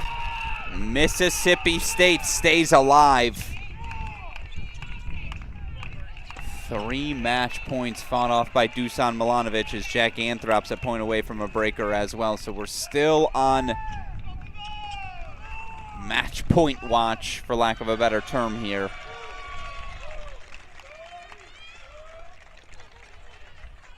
As Annabelle Shu takes a 6-2 first set for Virginia at 2. Subash a set point at 3.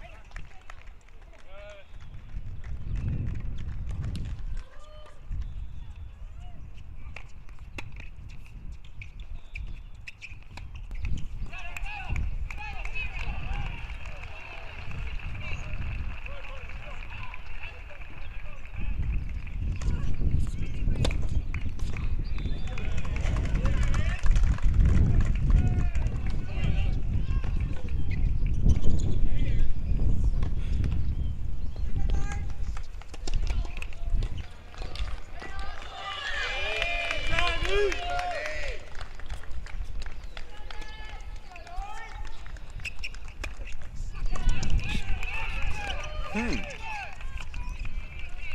little bit of a misfire now from Bernie. Anthrop does indeed force a second set breaker, so Buckeyes a couple of chances to get off court here in the next 10 minutes.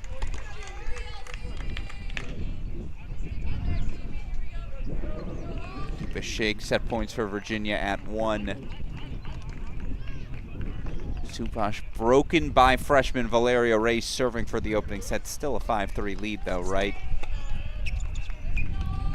You want to pop over to 4 where Sarah Ziadato 4-5.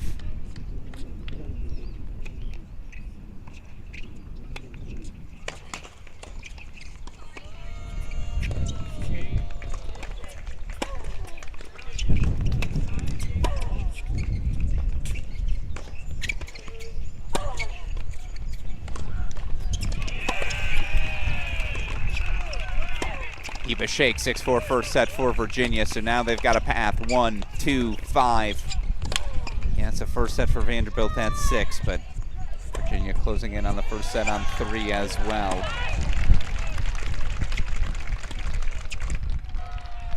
Obviously get you back out to Fort Worth for the start of singles.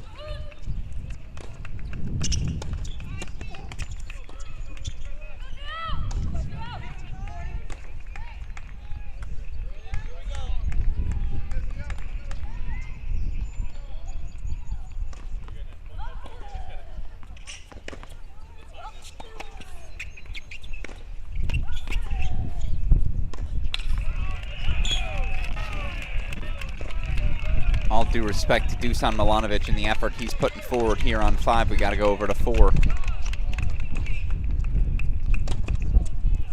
Jack Anthrop 4-2 lead at the turn of his tie break.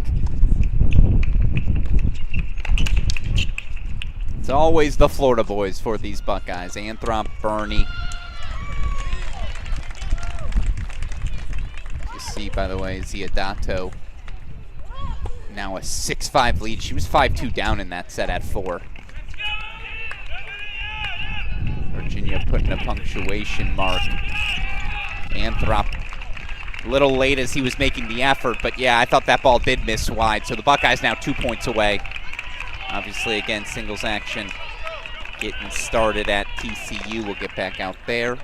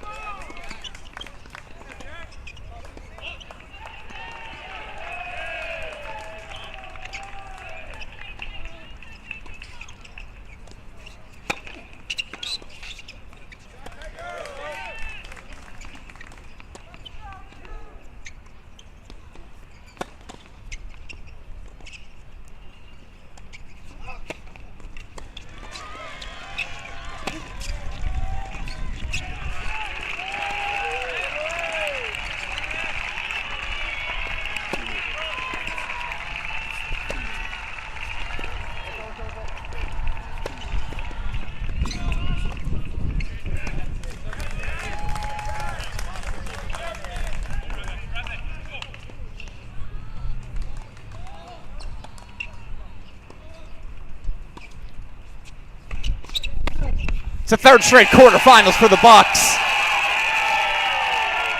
Jack Anthrop looking for a little love from his teammates. How could he not be looking for it? It's win 33 on the season for Ohio State.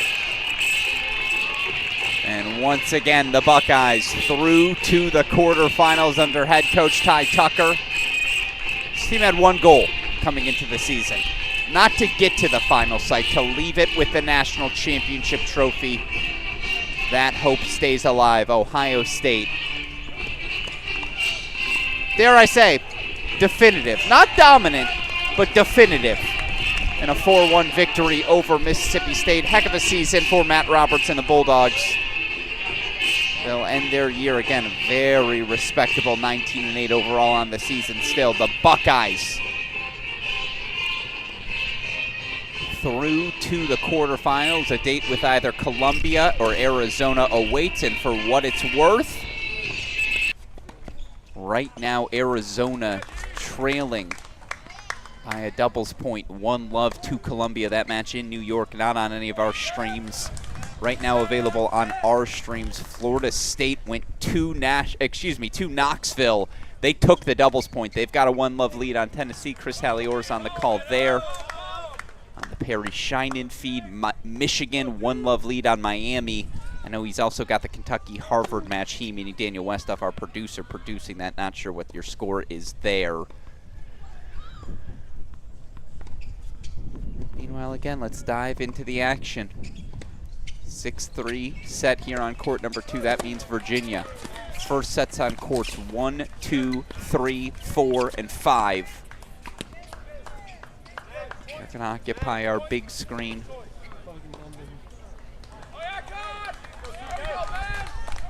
Apologies for keeping us on a changeover there. You do feel like, again, if Vanderbilt's going to come back, it'll probably go through that number 1 spot. So let's kick things off as we revamp our coverage.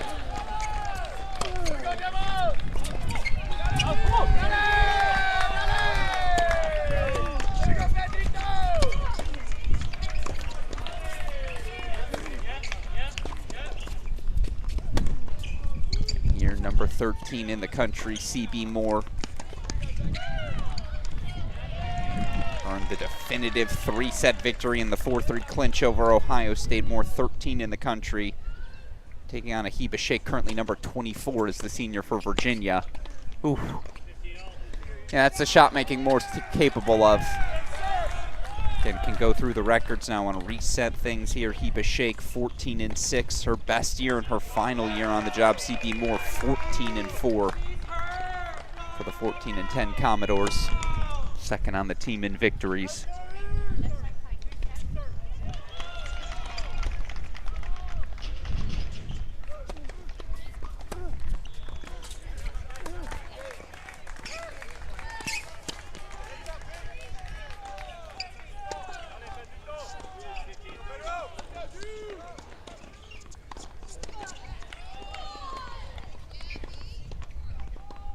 Ooh, I apologize. We actually have to pump back over to court number 4. Sarah Ziadato serving for the set. What am I thinking? The senior 18-7 overall in the year.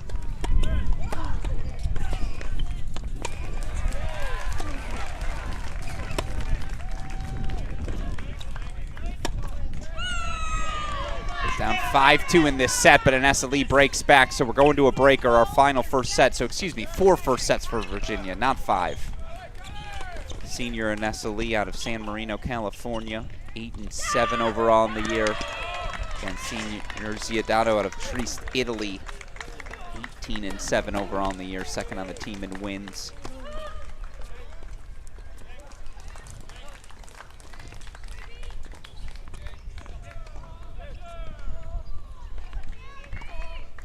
First to 7, win by 2, goes without saying. Vanderbilt's got to have it. You can always count on CB Moore to force a third, but right now Vanderbilt in a position they're going to need at least 2 3-set victories, at least. And Collard, after dropping her first set at 6, up 3-1 with game point chances for 4-1 Virginia at 6. Yeah, now 4-1 Collard at 6, so looking like a world where they might need at least 3 3-set victories. As you see, by the way, a couple of really fun top 50 battles. Sophomore Jack Pennington-Jones taking on 5th-year Garrett Johns. 5th-year Jake Fernley taking on sophomore Pedro Rodines. Oh, I said 5th-year senior Jake Fernley.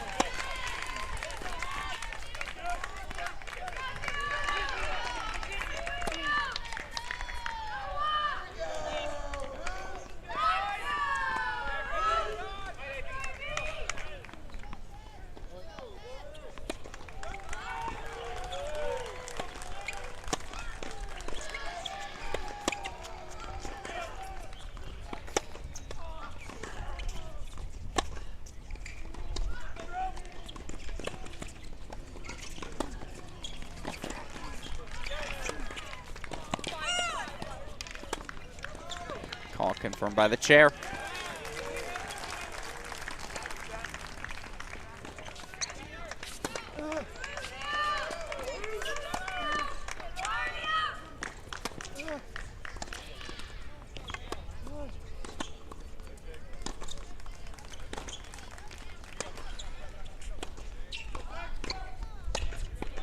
As you see, a couple of holes to kick things off at the top spots for TCU. Will take us over to courts 3 and 4. Duke gonna need to find 4 singles victories. TCU just 3. And Sebastian Gorsny is back in singles. That's your breaking news of the day. Your lead story of the day. I'll learn how to speak English eventually, but there it is. I can't find the tweet, but I swear during his freshman season, TCU alluded to him as the chosen one. And that nickname stuck in my mind ever since. Gorsny, junior Wimbledon champion in doubles back in the 2022 summer. With injury for the last 2.5 months, but if he is healthy, it's a different national championship conversation, and TCU is right back smack dab in the middle of it.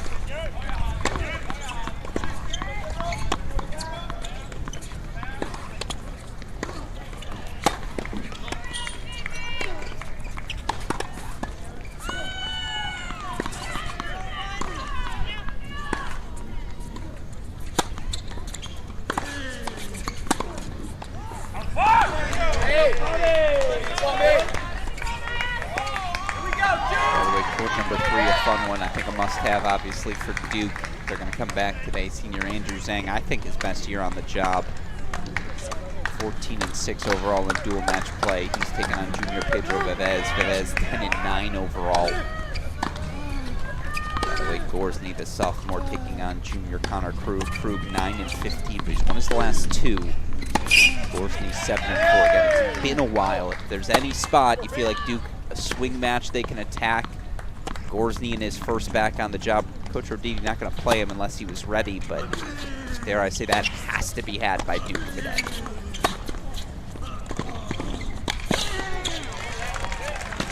Aziadato now 5-1 lead. For what it's worth, though, Vanderbilt up early, breaks in second sets on 1 and 2.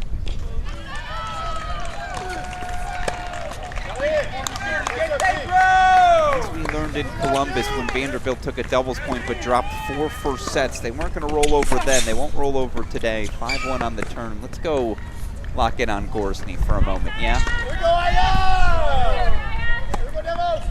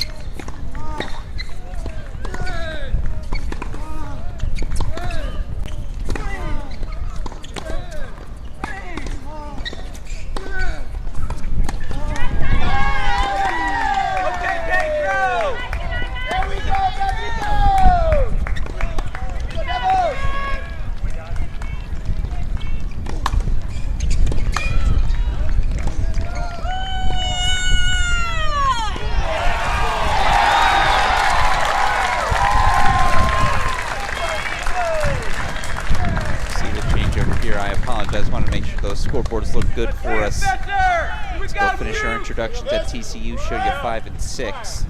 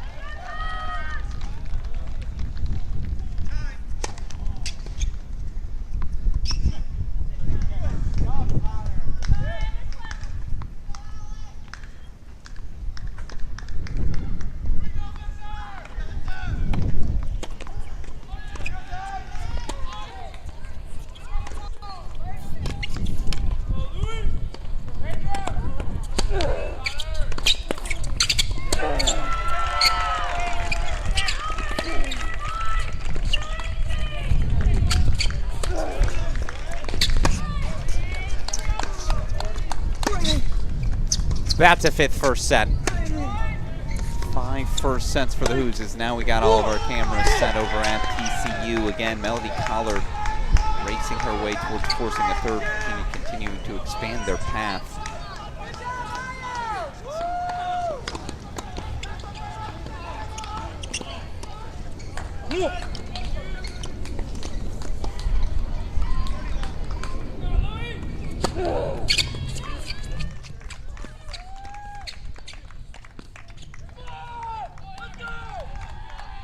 You see a strong start for Louis Maxted, and this is where, again, the return of Seb Gorsny to have Maxted 78 in the country at 5, 17-4 overall on the year is Maxted. Tied for the team lead in victories, taking on senior Ferris Khan. Khan 4-3. Finally healthy, starting to play some of his best ball to end his career.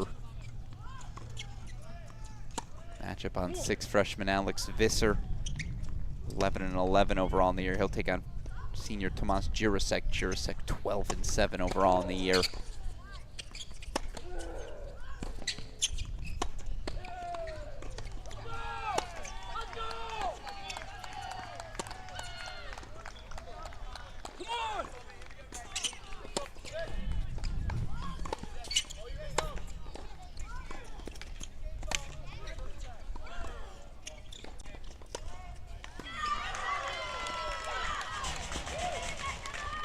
It's another set for Virginia. This one delivered by Melody Collard. So the Who's.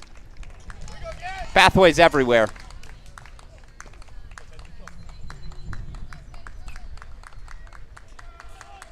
I think the spot for us to turn to now, court number, 5. Elaine Chervinsky, 6-1, 4-1 lead here. Junior, the team leader in victories for Virginia. Second on the team in victories. 18 and 4 overall in the year. It's a little bit of an upset. Senior Holly Staff, so good this season. In fact, Staff 16 and 7. She is the team leader in victories for Vanderbilt. The senior, though, struggling to deal with the power of Chervinsky, who's got a 6-1, 4-1 lead.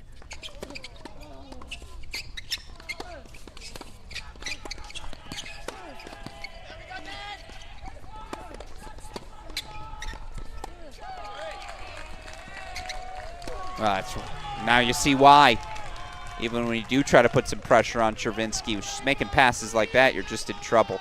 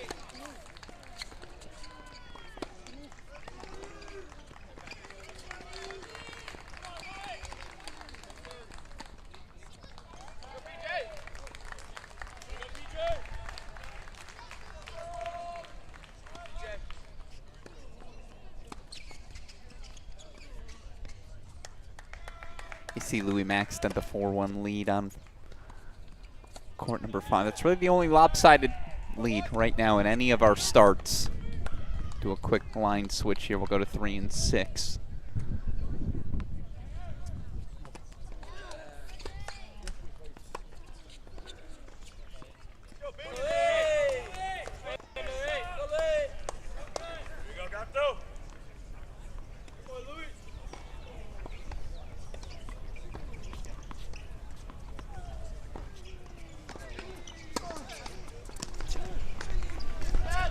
Elaine Travinsky trying to put a point on the board here for Virginia. Natasha Subash has opened up a 3-love lead in her second set, but Vanderbilt with break leads in second sets on 1, 2, and 4. We might have to commandeer those side profiles in a second. Do a little do-si-doing.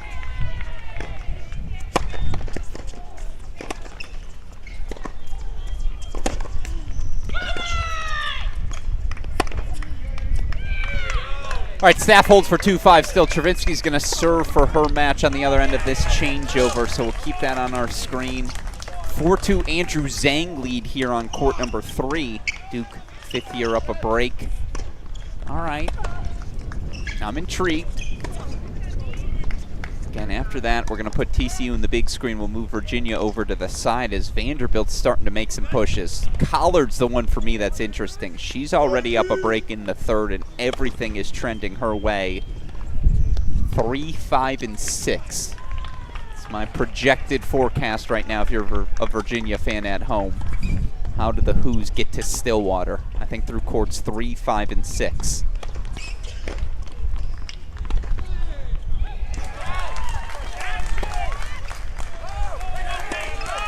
As fires the ace-T. Travinsky's out of the chair, though. Let's go to it.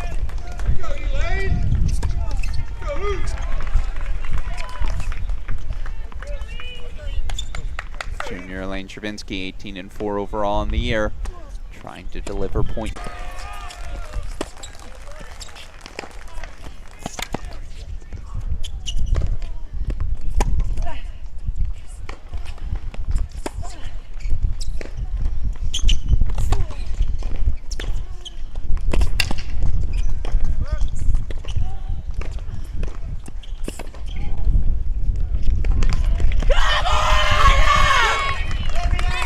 That's what every point has looked like in this match. There's no way Travinsky would be up 6-1, 5-2. Bridget Stammel now a 5-love Vanderbilt lead in the second set on 2, so it's time to make that switch.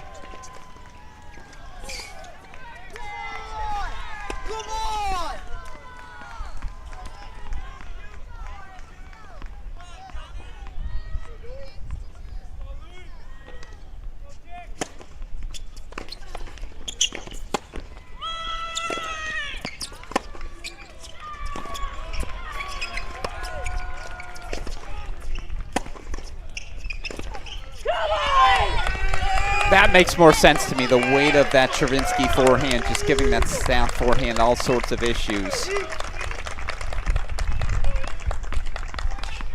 Oh no, 4-3 Vivez leads Zhang. All right, sure.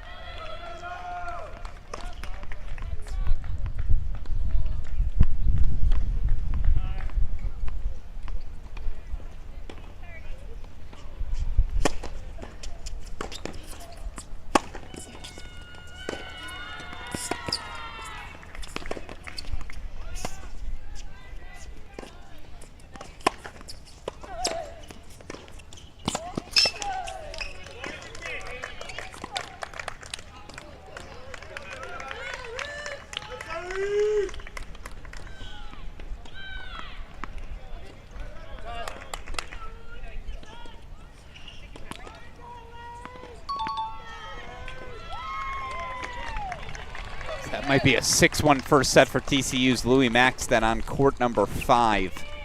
So TCU does strike first, and they're up breaks on 1 and 2. We'll go over to court number 1. JPJ 4-2 lead on Garrett Johns. And she jogs through the finish line. Elaine Chervinsky, 6-1, 6-2. It is a 2-love Who's lead as they race towards another quarterfinal under head coach Sarah O'Leary.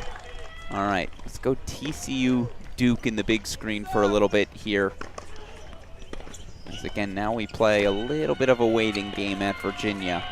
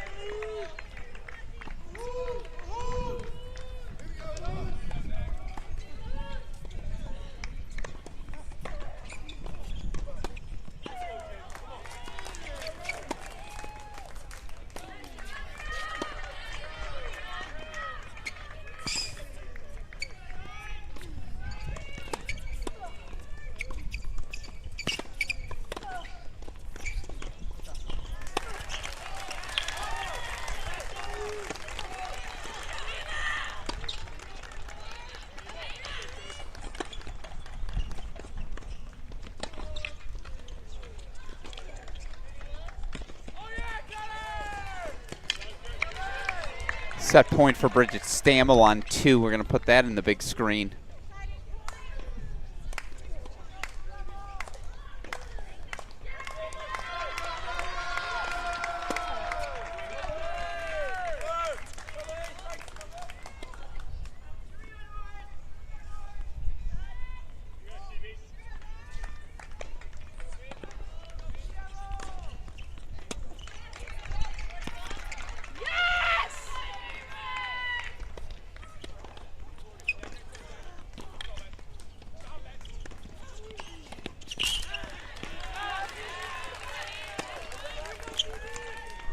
Shoe holds for 1-5. Still Bridget Stammel now to serve for the set. Meanwhile, Jack Pennington-Jones consolidates his break lead. 5-2 TCU at 1 and 2.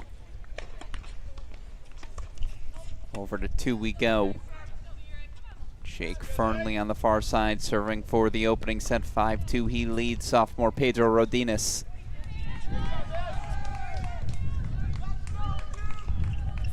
By the way, Connor Krug is up 4-2 on Seb Gorsny at 4. We'll go check back in on that in a little bit as Gorsny, the superstar sophomore, makes his return to the lineup today.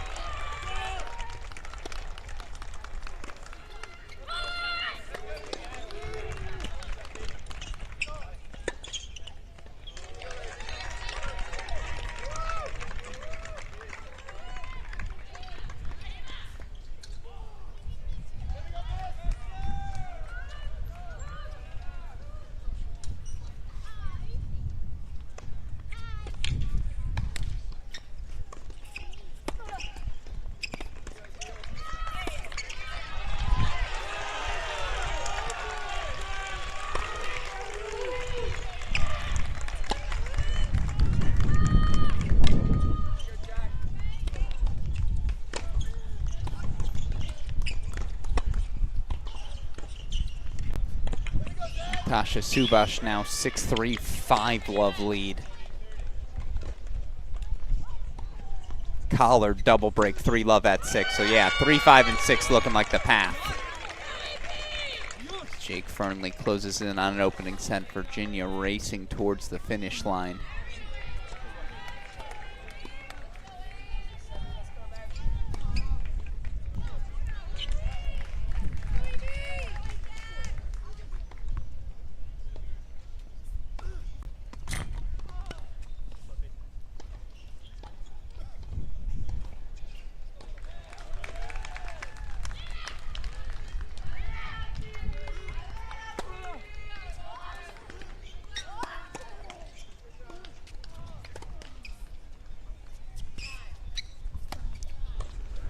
Drop shot, not the play against Fernley. searching for some answers here as the sophomore, maybe searching for some rhythm headed into set 2 as well as Jake Fernley, I believe, set point chances here.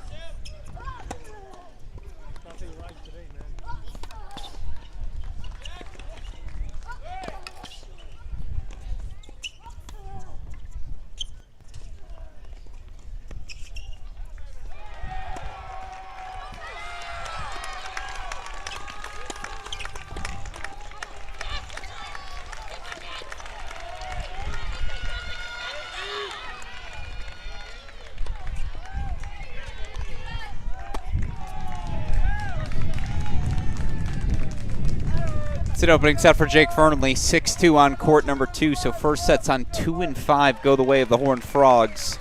Andrew Zhang does have a 5-3 lead on 3. All right, my eyes weren't lying to me.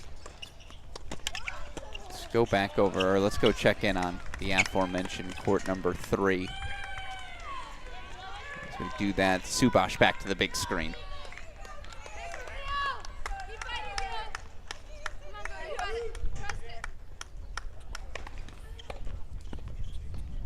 Asked head coach Sarah O'Leary what life is going to be like after 5 years with Natasha Subash. Her words, "I legitimately cannot imagine practice without Natasha around." 5 years, it's a long time to spend with someone.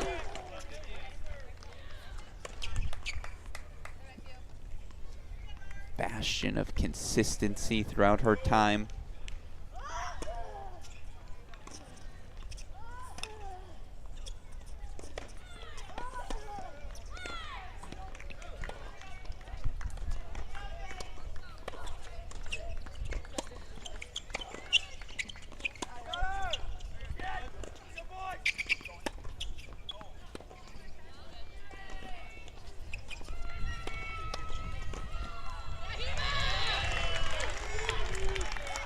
(6-2) first set, Jack Pennington-Jones. 6-2 first set, Jake Fernley. 6-2 first set, Louis Maxted.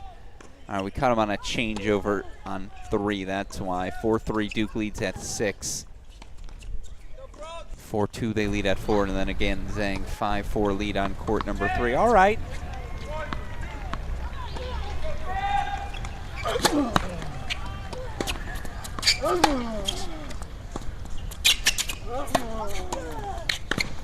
Got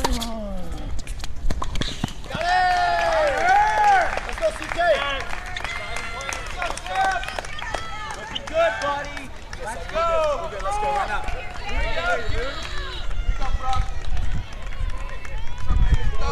Here we go! Here we go! Go, Peri!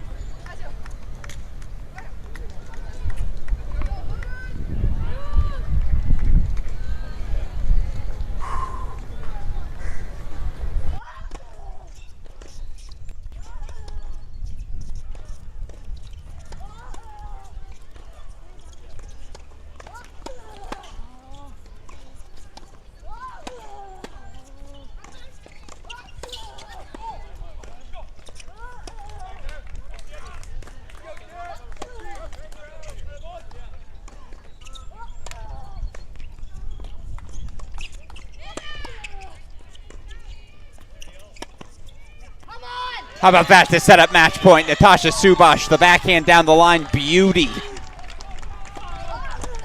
As Vanderbilt does have 5-1 lead in the second set at 1, 5-2 lead in the second set at 2, but just built themselves too big of a deficit, it looks like, to dig out of. Well, that's something. Amy Stevens forcing a deciding point on 6.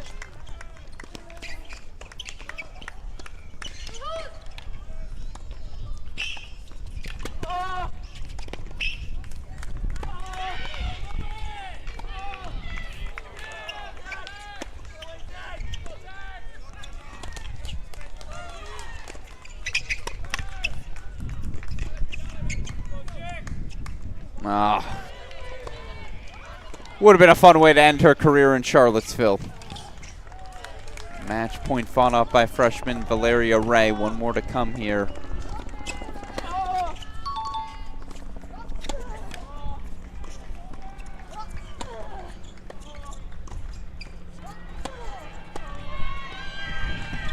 Stevens breaks for 1-3.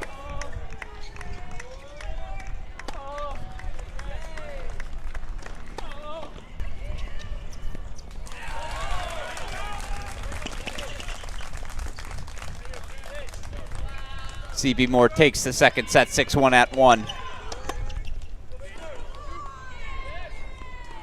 Valeria Ray holds for 1-5, so Subash will serve for the match. Pop quickly over here to Zhang. I believe he's facing 3 break points.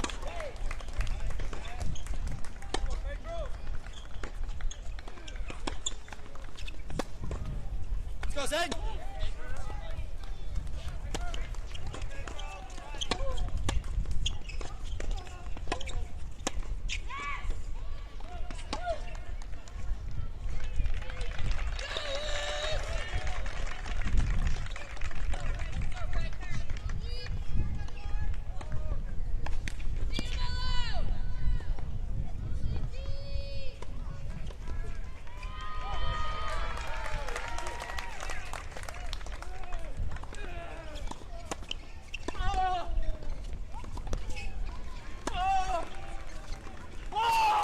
Vivez breaks back for 5-all.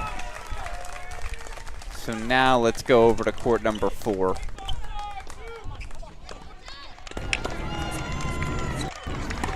(5-3) Connor Krug lead.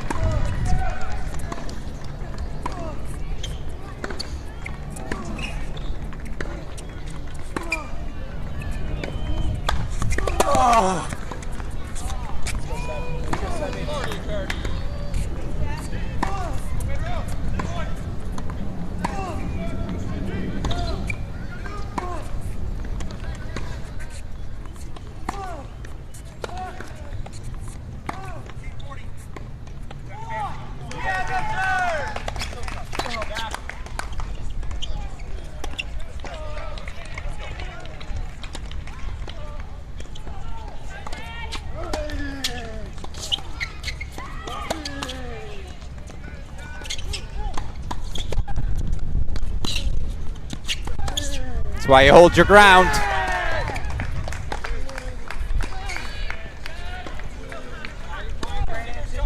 Let's go. Outside, please.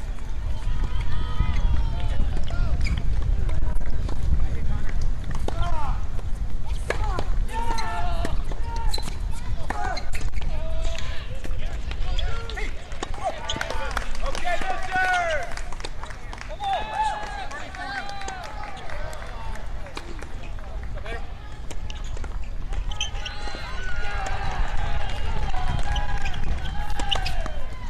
Well, that'll work. Gorsny holds for 4-5. Connor Krug will serve for the set on the other side of the changeover. We'll be sure to show that to you. Let's go pop in on court number 6.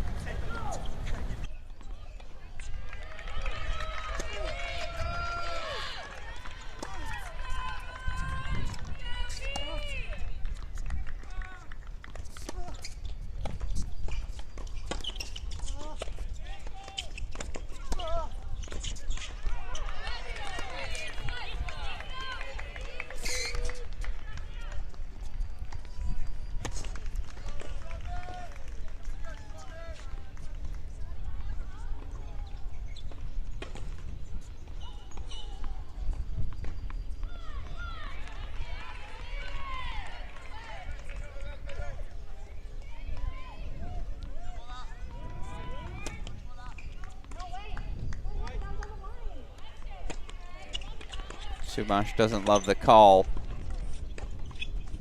As the debate ensues there, this is a set point for Stammel.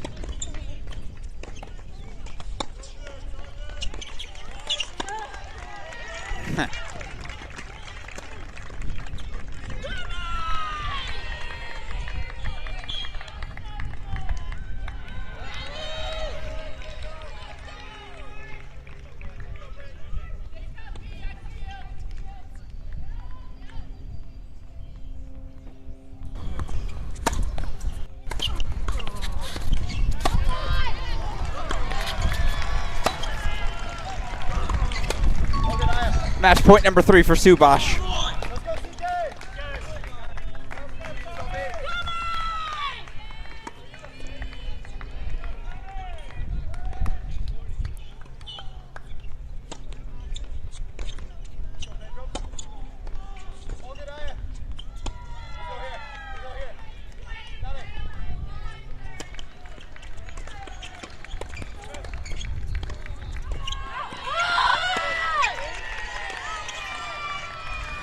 Call confirmed by the chair, so 5-love becomes 5-2.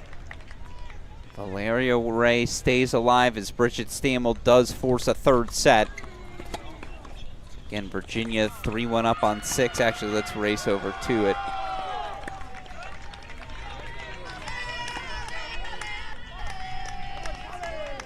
So Vanderbilt, by the way, did force third sets at the top 2 spots.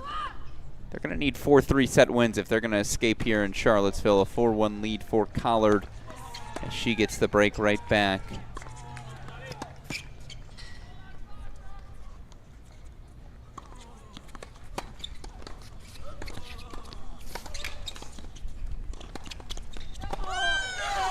Oh, Connor Krug. Death touch. Again, Coach Ramsey Smith was quick to emphasize, yeah, there have been some ups and downs for Krug this year, but these last 2 weeks in practice, a little different. Has won his last 2 decisions as well. Obviously today, things going pretty well here on court as he's serving for the opening set.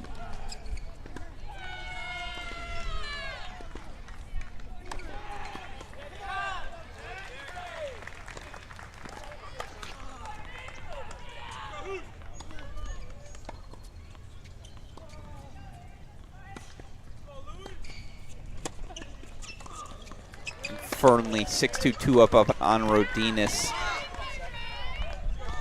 Pennington Jones 6-2 love up on Johns. Wow. Big dogs in postseason form.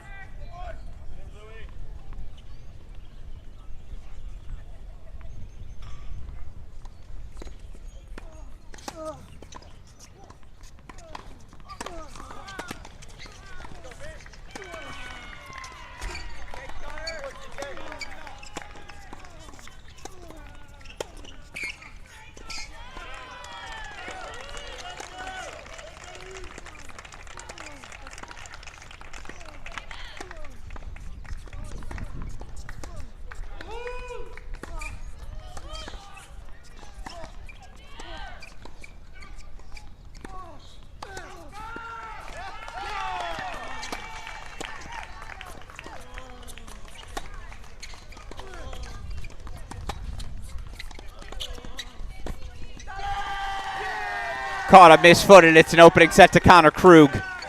6-4 he takes it. Duke's first set of the match. They're on the board.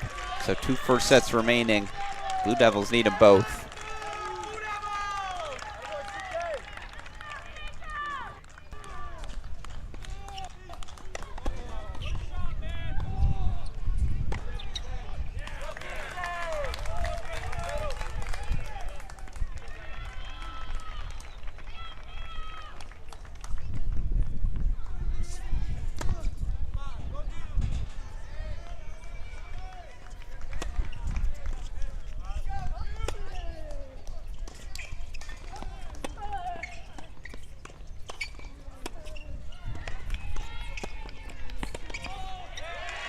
You know what everyone always says, 4th time's the charm.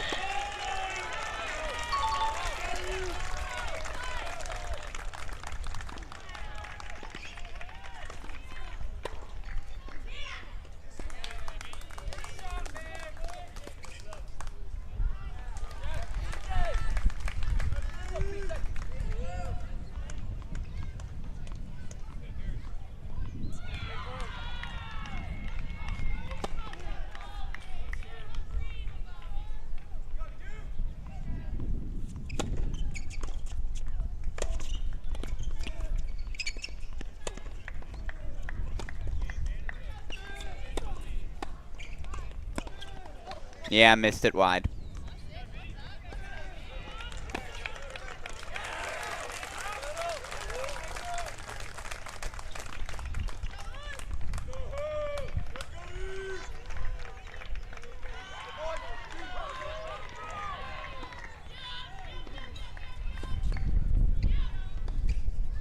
No. Here we go. That's what we were looking for.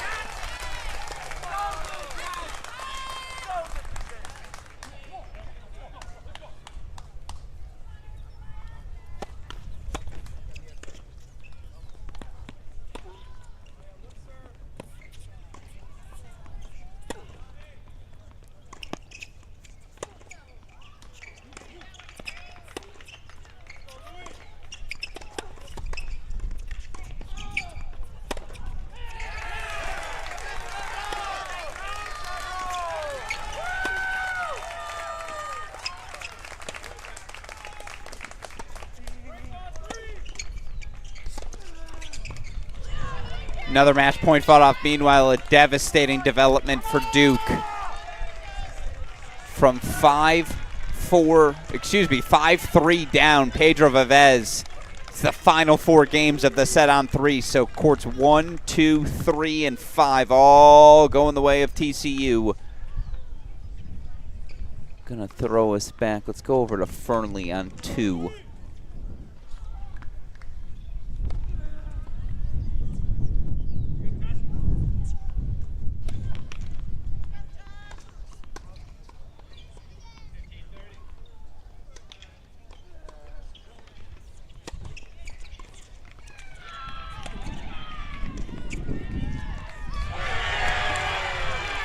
Little drama at the end, but Natasha Subash ends her career in Charlottesville with a W. The Virginia fifth year, 6'3", 6'2" at the number 3 spot. Who's are a point away? Let's go over to court number 6.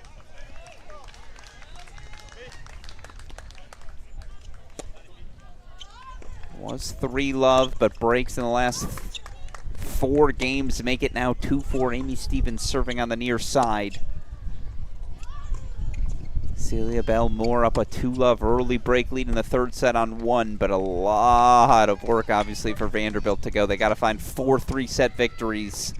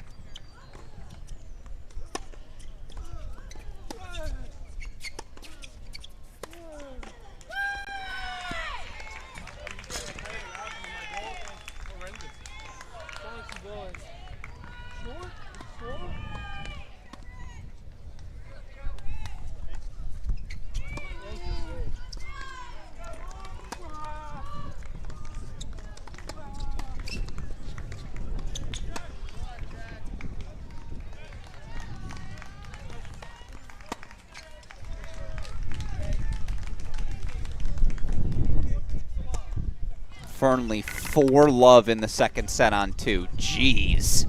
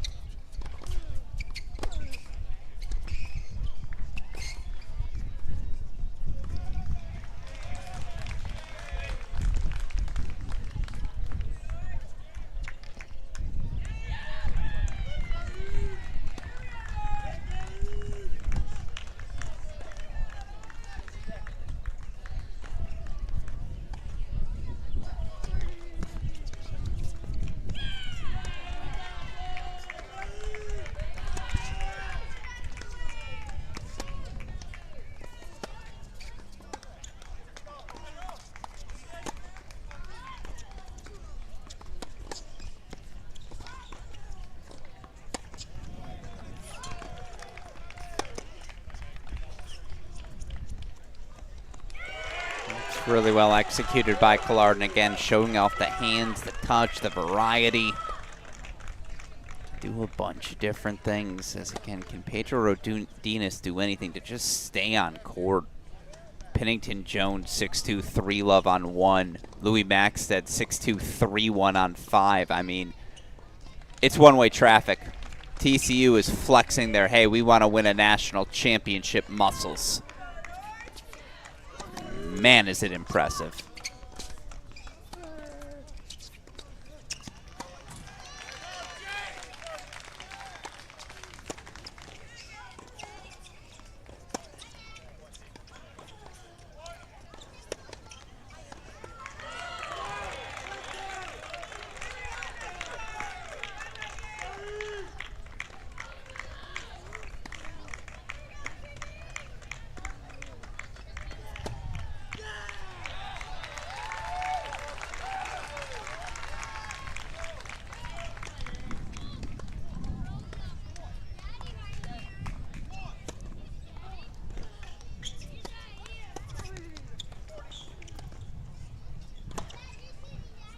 That's better.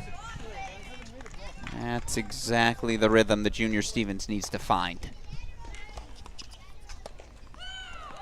By the way, all due respect to that first set on 6, we got to show you other things at TCU.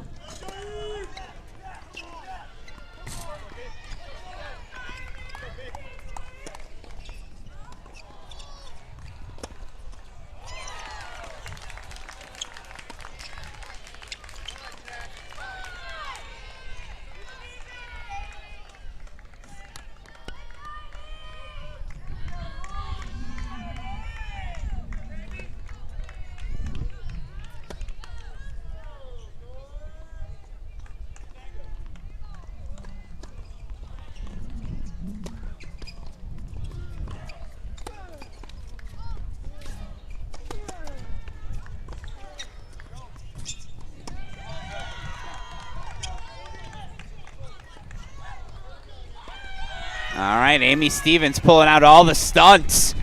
Holds for 3-4. If you remember last week against Audrey Spencer, things got weird in that second set. Spencer was up 5-love. All of a sudden, Stevens 5-4 back on serve. Now Spencer able to close things out in straights, but again, some lingering comebacks right now for Vanderbilt. C.B. Moore 3-love. Game point chances for a 4-love lead in the third at 1. It's 1-all in the third at 2. And Nessa Lee, 5-3 lead in her second set on 4. That match on 6 is starting to feel like a swing match. In fact, given the one-way traffic, now 6-2, 5-love Jake Fernley lead on 2. Man, we might have to go back to a double box, triple box, but Virginia taking the 2 screens as Louis Maxted.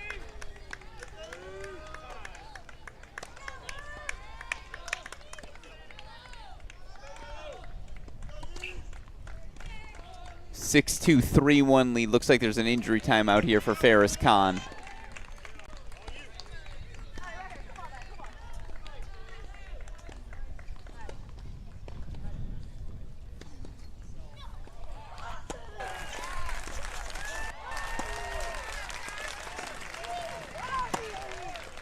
Johns and Rodinas are ridiculously good. Look what TCU is doing at the top 2 spots. This is what they did at the National Indoors as well. They were up 3-love on 3-2 on Ohio State. Doubles 1 and 2. Fernley straight sets over Kingsley. JPJ straight sets over Boulay. TCU starting to flex those sorts of muscles again as they gear up for a national championship run. Question is, can Duke find a second gear? Really a 4th gear? Really a 10th gear? All the gears.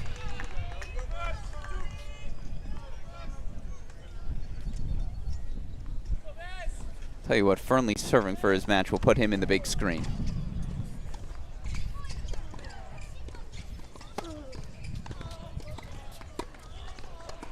Range just isn't there for Rodinas today.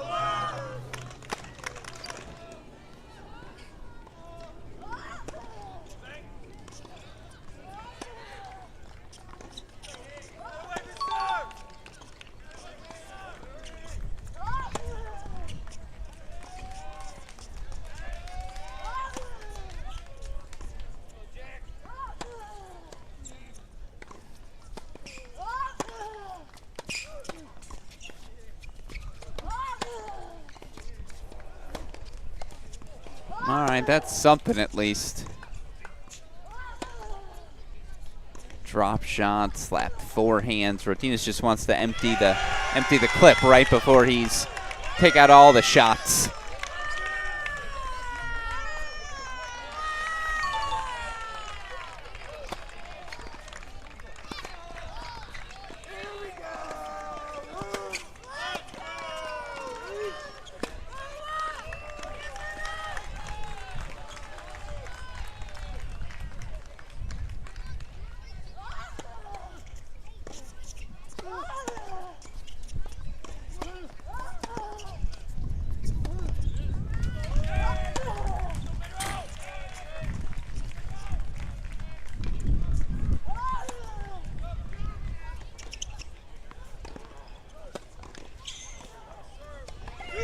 Full splits for Amy Stevens, and yet Melody Collard, 5-3 lead on 6.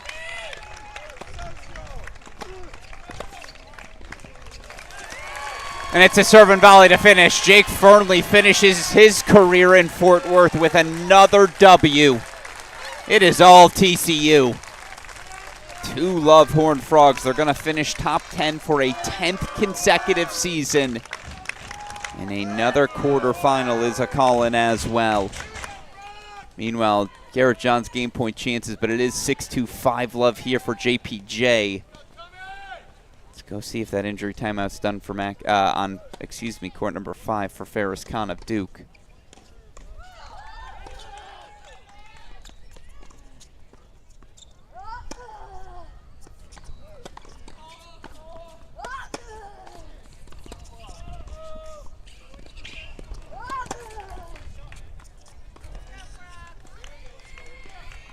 Actually got to take you to court number 1. 5 love CB Moore serving in the 3rd.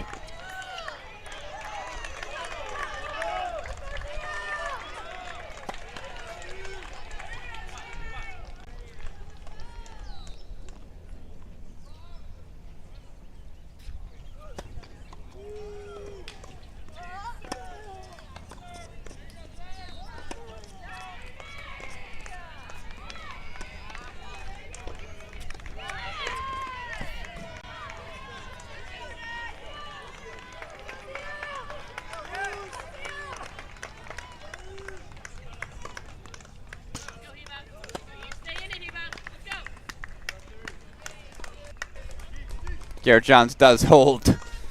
See the disgust in his own performance today. JPJ to serve for the match, 5-1 here.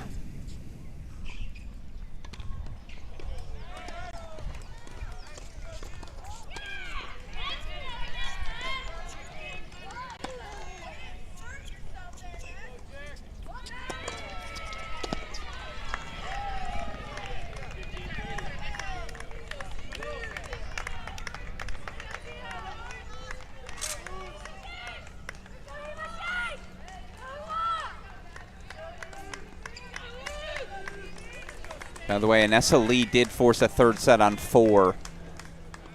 Had a 5-2 lead in that first set over Sarah Ziadato. Man, if she could have pulled that out in straight sets, maybe, just maybe, you feel a little bit differently about Vanderbilt's path.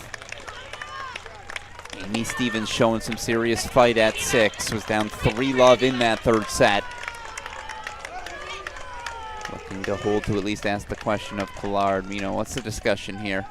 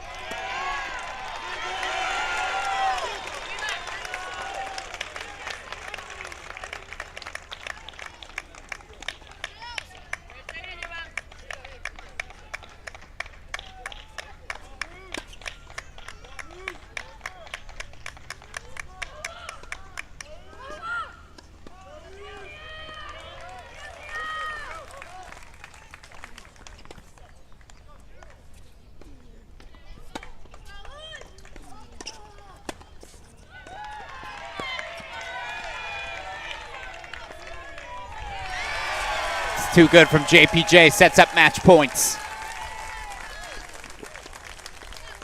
And in fact, we might have match points in 2 places. No, 40-30.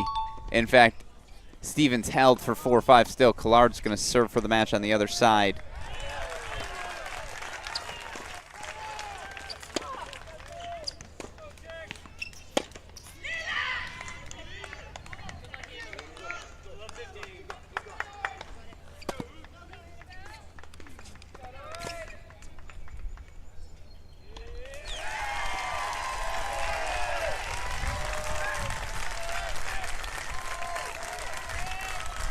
JPJ makes it 3 love TCU.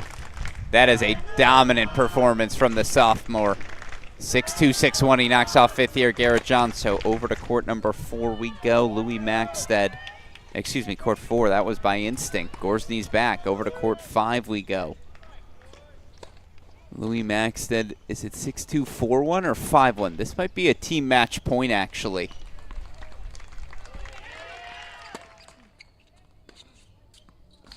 No, but that's for 5-1, so now he'll serve for it. All right, back to the triple box we go.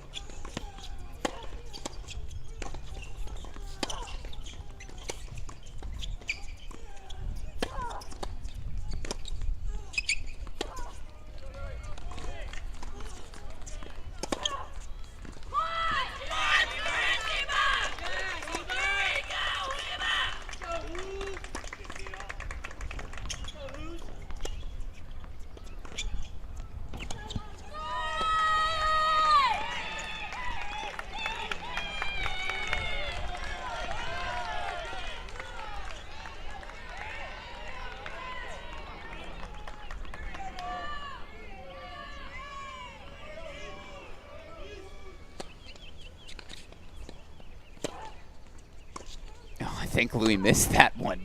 Amazing. So he's 2 points away. You know what? I'll keep my game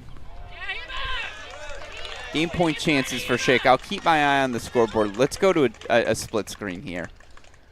Melody Collard serving for the match for Virginia. By the way, we made a little schedule change. I'm going to have Oklahoma State, Tennessee on this feed. So one more match to go. Little bonus tennis for you. Let Chris Halioris focus on what is an electric Florida State-Tennessee match.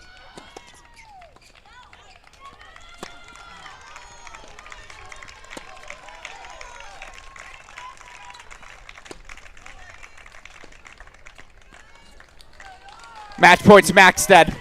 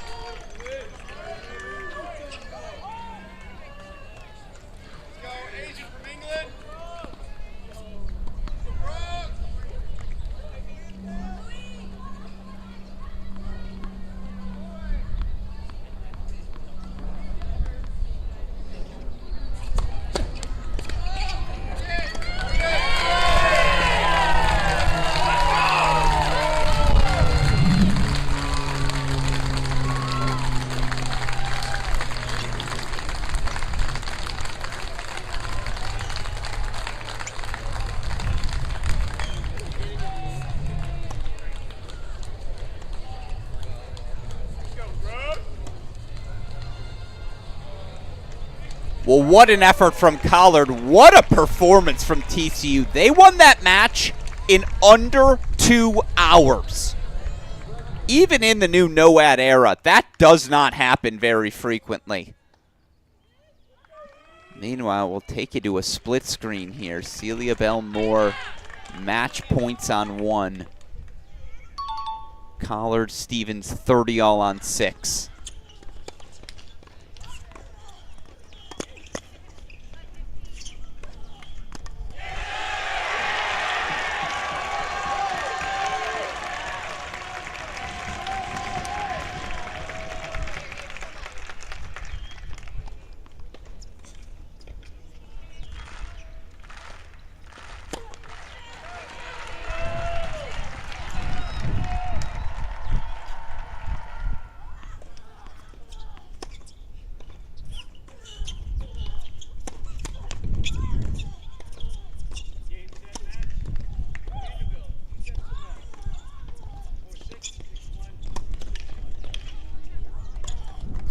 Pollard sends Virginia through to the quarterfinals. Win number 21 on the year for the junior from Canada. C.B. Moore did close out a 3-set victory at once, but in the end, Virginia is through. 25-4 overall on the year. Quarterfinals for the second time in the last 3 seasons. What head coach Sarah O'Leary has turned this program into is a powerhouse. Emma Navarro now off into the top 30 of the WTA rankings. Again, this team round of 16 the last 4 years. Quarterfinals 2 out of the last 3. Virginia is through to Stillwater. We got 1 match to go. It's going to be a fun one. I'll get us sent over to it in a moment as we watch them celebrate. So we got the top seeds for the men's side earlier.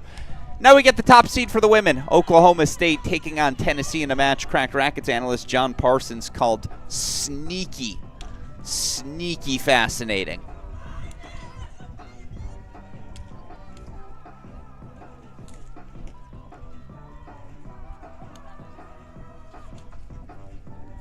Virginia Cavaliers through 4, and I see they're waiting to get started.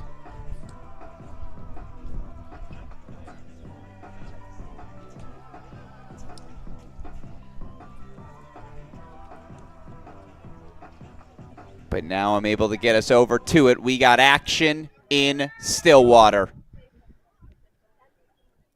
Top seeds Oklahoma State, again, number 1 in the country, 29-0 on the year, taking on Tennessee. Tennessee, your number 16 seed, so impressive in their 4-0 win over Duke last weekend in Knoxville.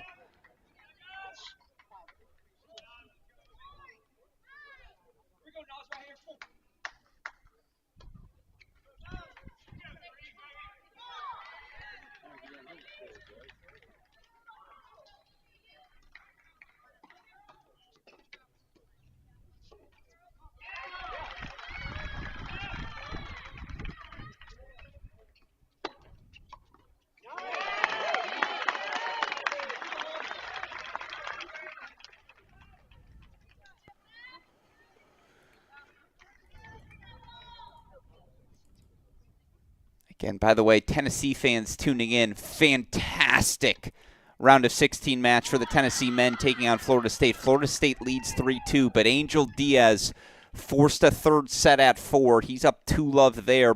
Philippi Jonka, the freshman, up 4-2 in the 3rd at 3, so Tennessee has a path back.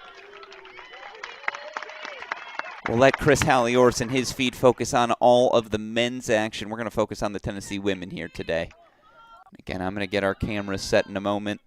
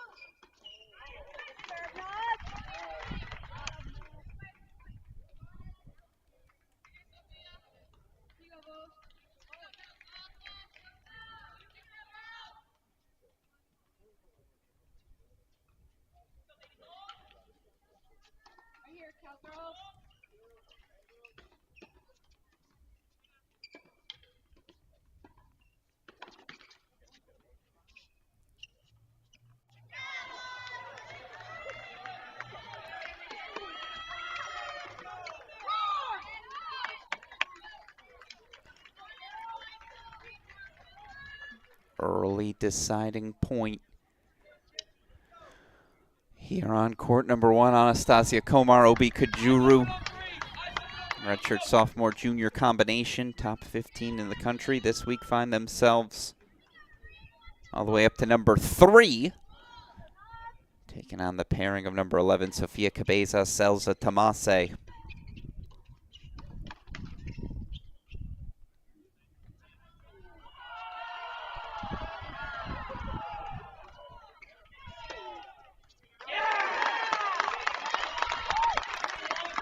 And there's an opening hold. One Love Cowgirls. Take you over to court number 2. Sophomore Raquel Gonzalez serving on the near side. Gonzalez partnered with 5th-year Ayumi Miyamoto.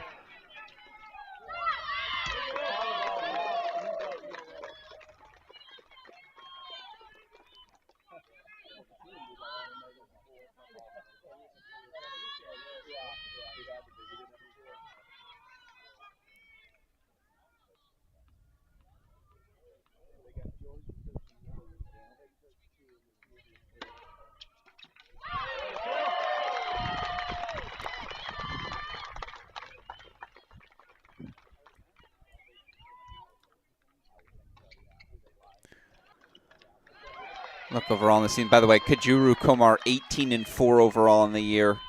Cabezas Tomase 14-4 overall in the year. Here on court number 2, Miyamoto Gonzalez 15-6 overall on the year.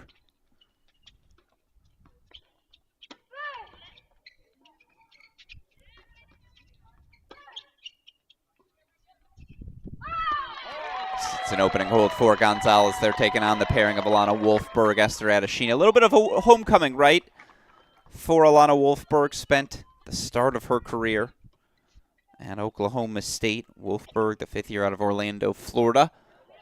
Coming over for her final season to Tennessee. Of course, Esther Adeshina, senior out of Great Britain.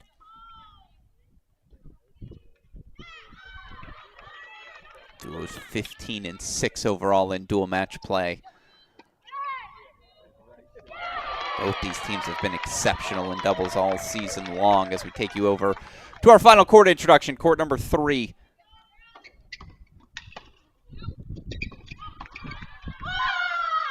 Early break lead for Oklahoma State, but break point chances right back for Tennessee. It's the all 5th-year pairing, Sophia Carrington, Christina Novak. They're 14-6 on the year. Taking on the pairing of Catherine Aaliyah, Lauren Enzalota. This duo 16-5 overall on the year. Enzalota, the senior out of Puerto Rico. Aaliyah, sophomore out of Rosebery, Australia.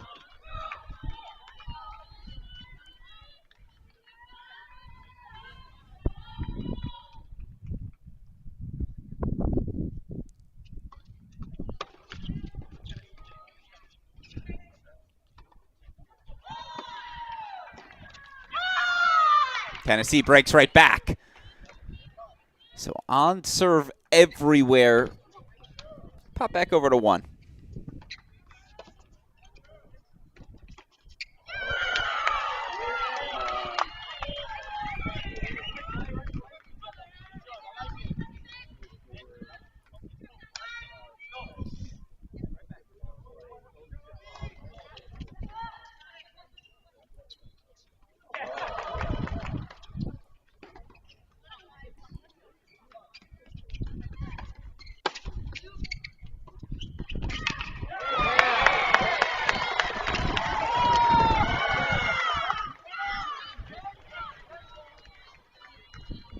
So Tennessee does hold for 1-all. All right, on serve everywhere.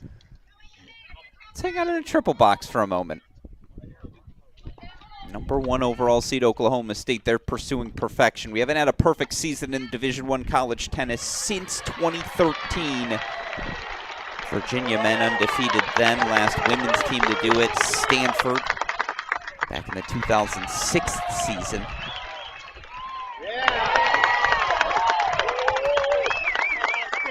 29-0 is quite the feat.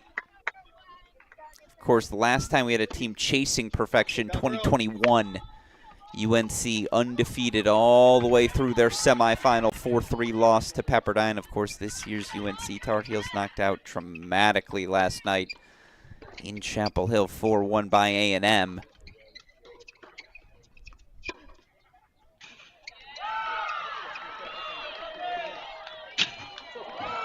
Sure. I can't believe that worked.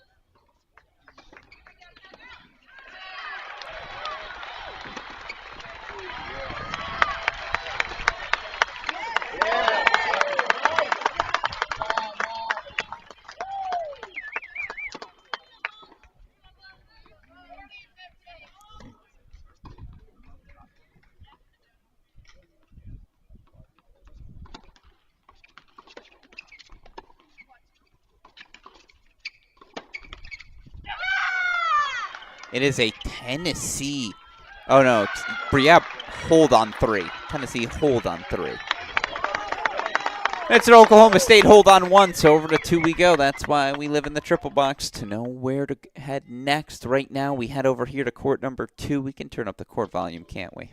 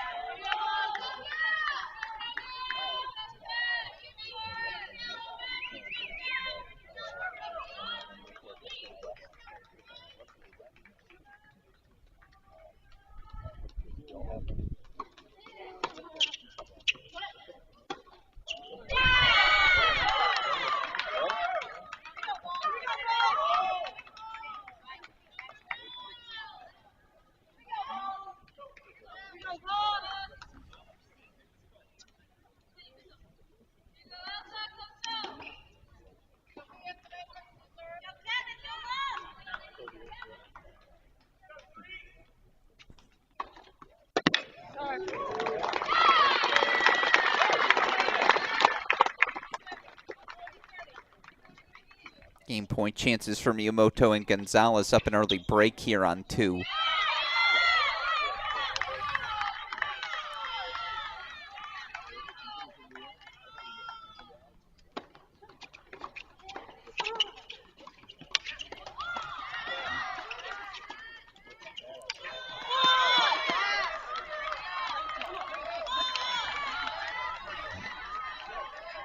And now we're still in the early process, right, of the energy stage. Each of these teams kind of feeling each other out.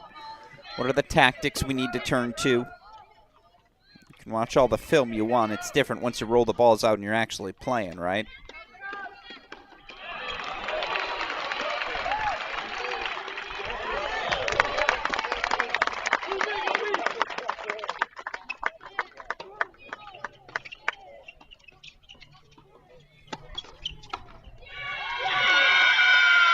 Tennessee breaks back for 2-all, and there's your first real roar.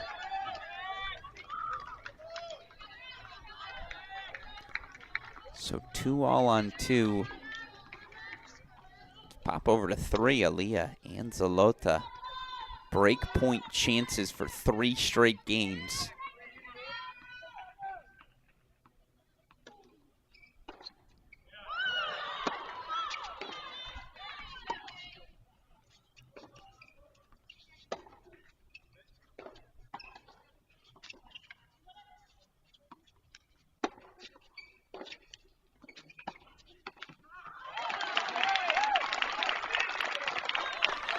They'll take the freebie.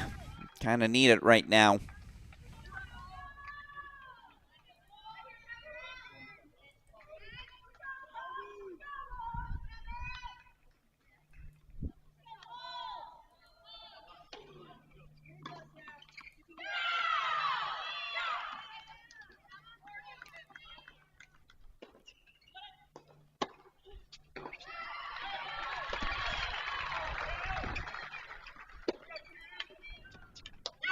It's a break for Olian Enzalota. 3-1 Vols lead here on 3, huh? You see Chris Young perplexed.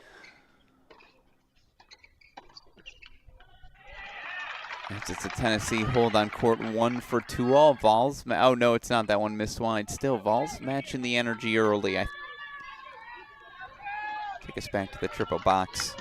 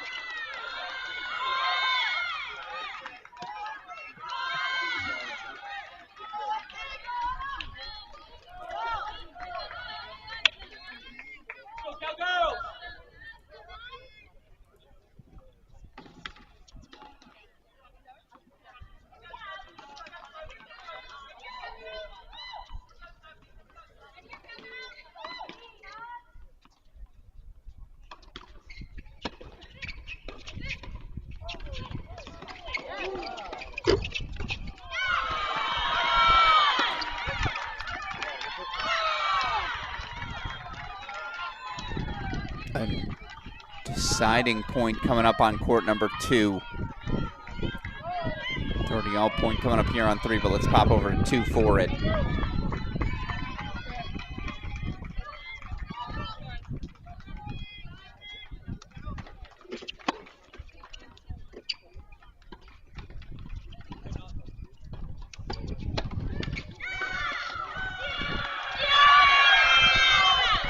Another deciding point goes the way of Tennessee. You need those sorts of breaks. You're going to knock off an undefeated #1 team in the country. To a split screen we go, because look at this. Love 30 look for Tomase and Cabezas. Break point chances, Tennessee.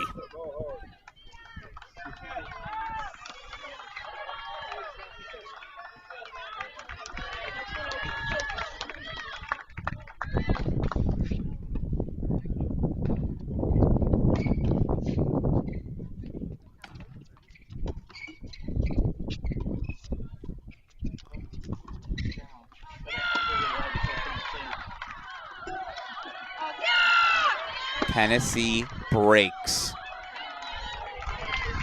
A pivotal deciding point coming up here on 3. Dare I say, Tennessee's got momentum.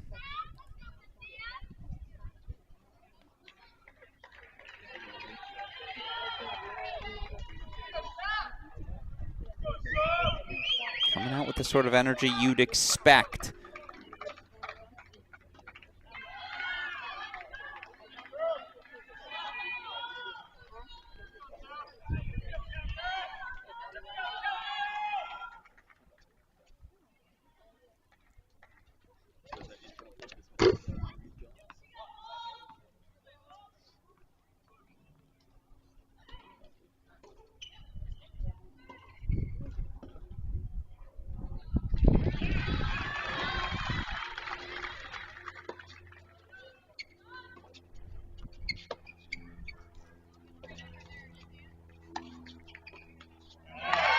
Had to have it, they get it back.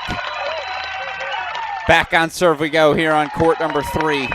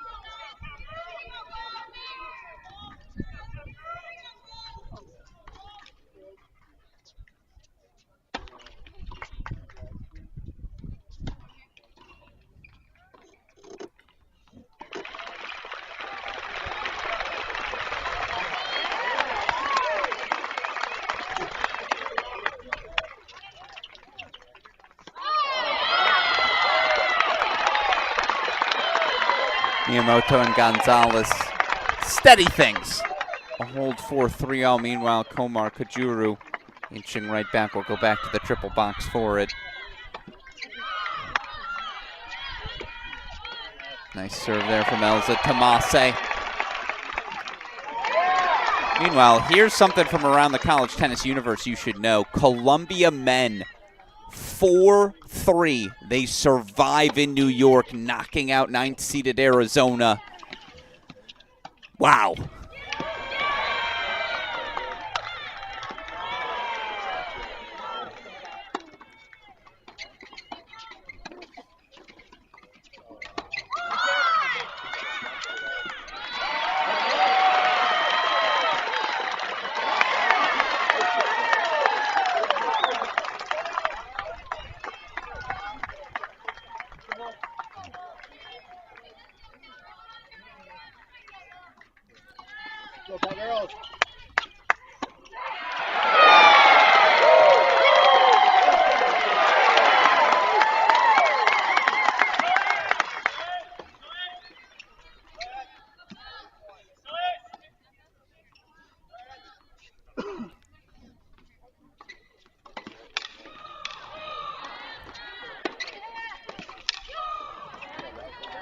First break point fought off.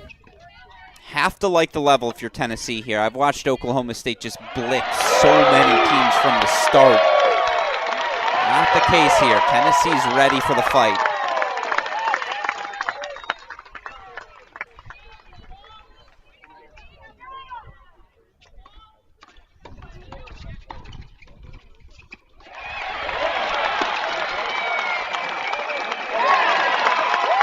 Komar Kajuru break right back, 3-all on 1. Let's go pop back in on court number 3. Can Carrington and Komar put a hold on the board? 30-all. Christina Novak, the senior, serving on the far side.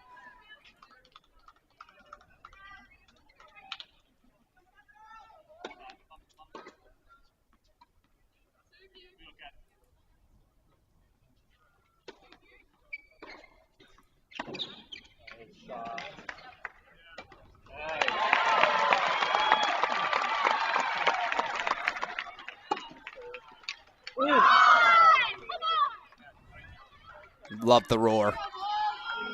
This Tennessee team plays with such great energy. It's a reflection of the passion, the enthusiasm, the encouragement offered from their head coach, Allison Ojeda. Tennessee 20-7 overall on the year, into the Sweet 16 for a second straight season. First time they've done that since 2004.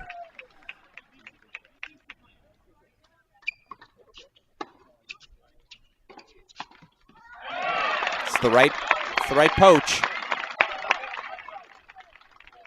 It's the right poach. It's the right cut. Unfortunately, poorly executed.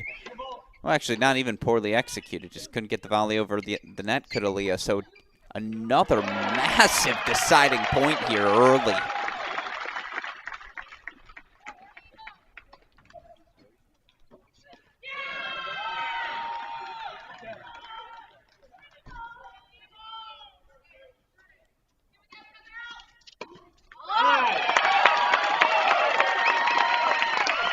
Three all everywhere.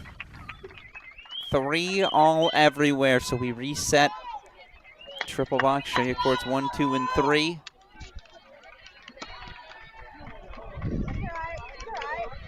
Well, double fault there from Kajuru. I lied. 4-3 lead on court number 2. Anna Sheinin Wolfberg. Is that I think that's on serve, though. I don't think. I know that's on serve.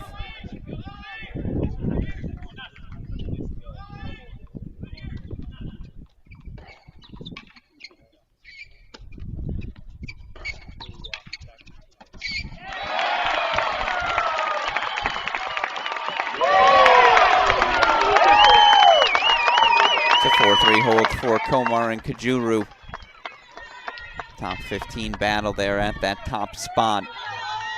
They're out of the chair on court number 2, so we'll take you to a double box.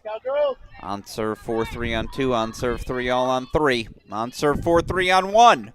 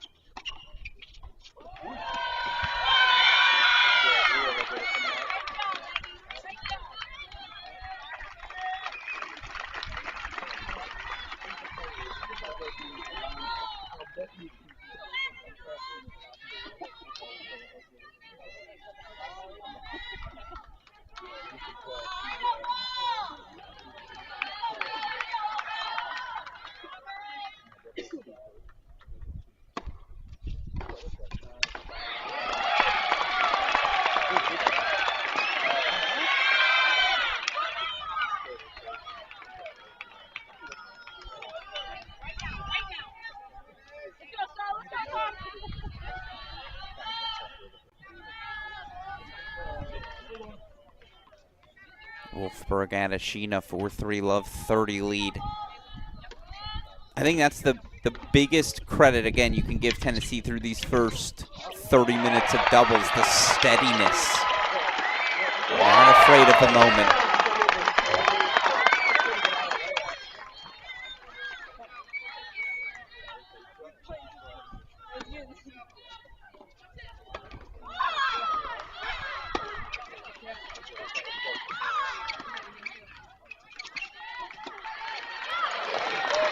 Yeah, it's easy to say at home. That's when Esther Adeshina has to finish. Ball's coming in hot, though. Not much you can do but kind of pronate downwards on it. Again, Alana Wolfberg here on court, the lefty in the orange cap.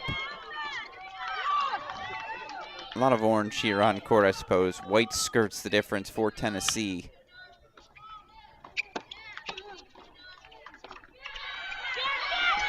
Breakpoint chances for the Vols.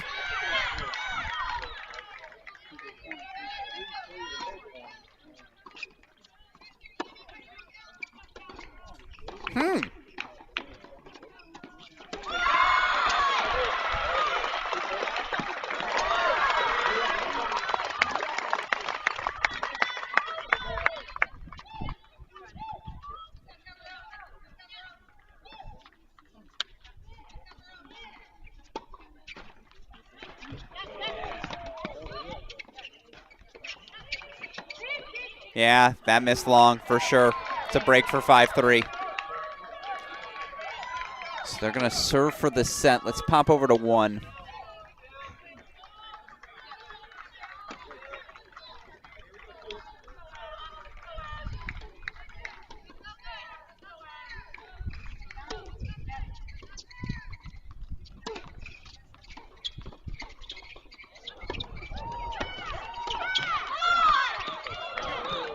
Interesting play by Cabezas. Takes it as a swinging volley. As they hit the turn on 3. Alana Wolfberg serving for the set against the team she has spent so many days competing for. A little extra gusto behind that roar.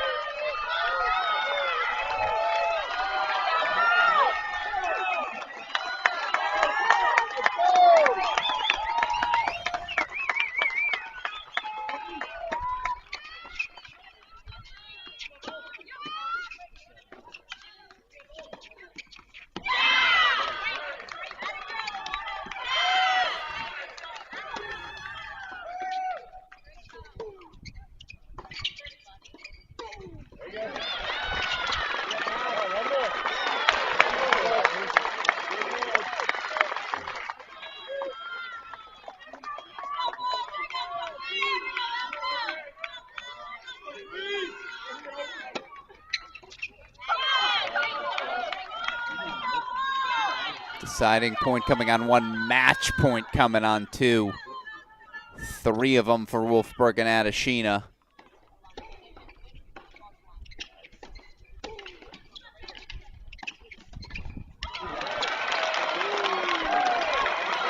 Cowgirls get the break. Nope. Number 3 pairing, Komar, Kajuru. They're going to serve for their set as well. Go full screen to 2 for the match point.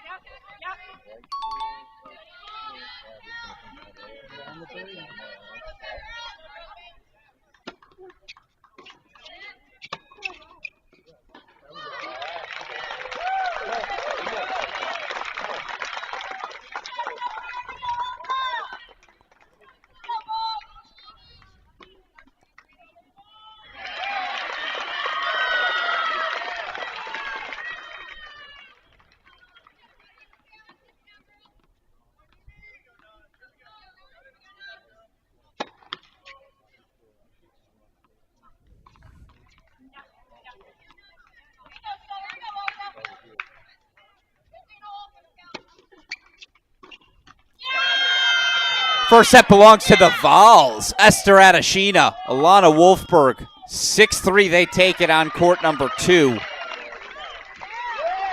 Win number 16 on the year, now 16-6 overall. Just the 7th loss of the season in 30 matches for Gonzalez and Miyamoto. So Carrington has game point chances for 4-all. Comar serving for the set on 1. Oklahoma State needs them both. Said it all day. If you're going to come on the road, try to earn the upset victory, you need the doubles point.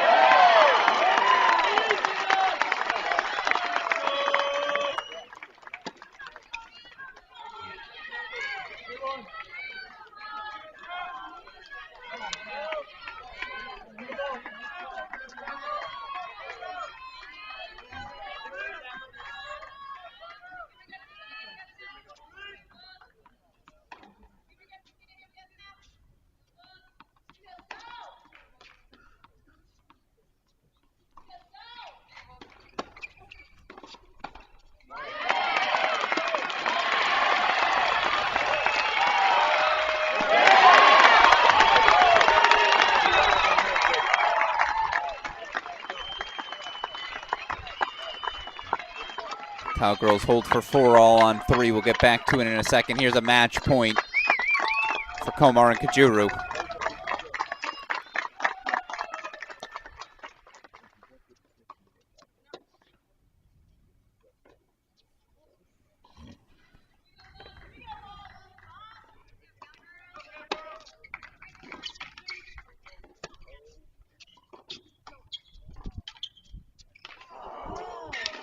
That's crafty. Sofia Cabezas. Little flick of the wrist there, the forehand drop volley.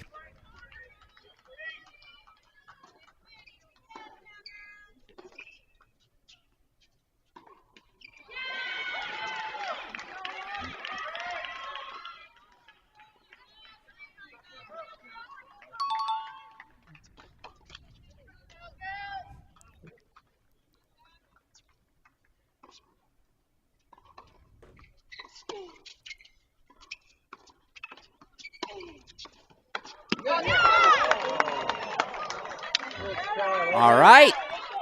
Deciding point coming up. Again, we'll get back to 3. It's 4-all there. In the meantime, do you go back to Cabezas? You have to, right? She's top 15 in the country in singles. Little conversation with coach. They say, yeah, let's go Sophia.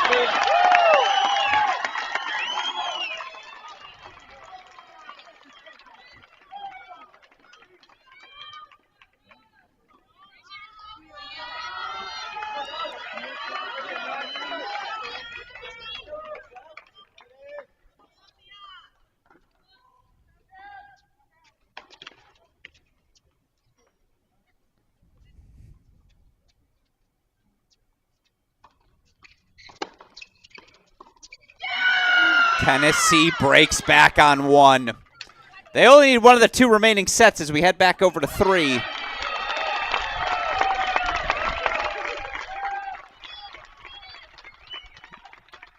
Again, a couple of 5th years, Carrington. Novak taking on senior Lauren Anzalota, sophomore Catherine Aaliyah.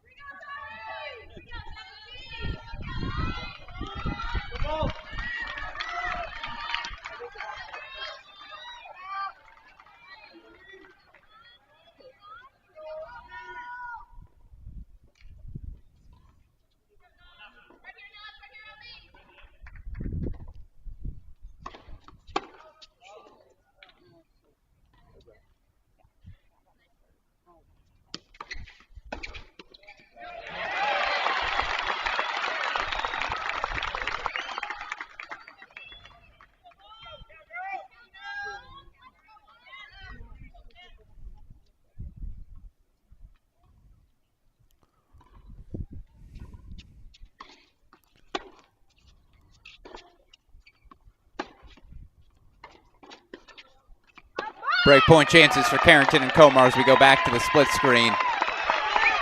First point, Komar Kajuru on 1.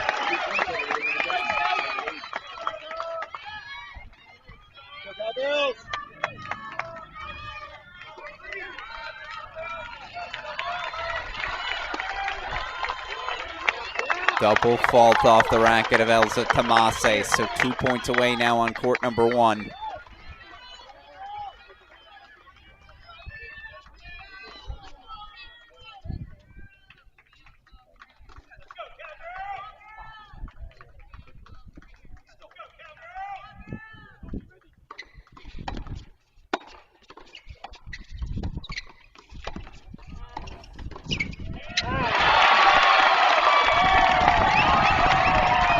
Komar Novak break for 5-4. Full screen to 1 we go. The number 3 pairing in the country. Anastasia Komar, Obi Kajuru. 2 points away again as they take on number 11, Sofia Cabezas, Elsa Tomase.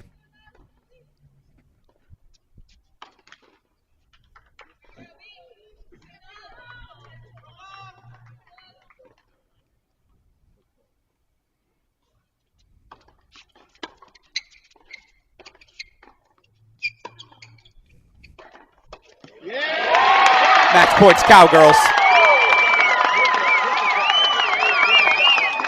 Carrington and Novak to serve for the set on 3. Always animated.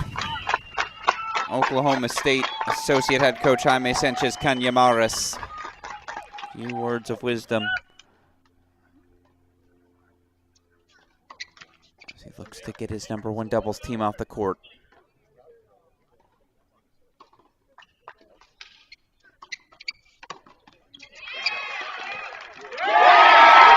Set to the Cowgirls.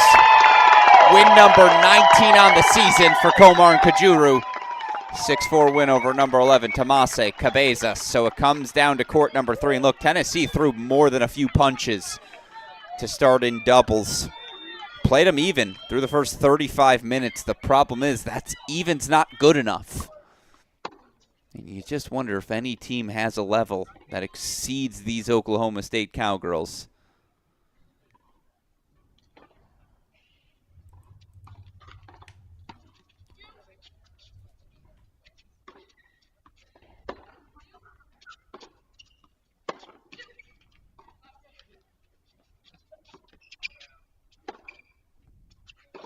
Nice.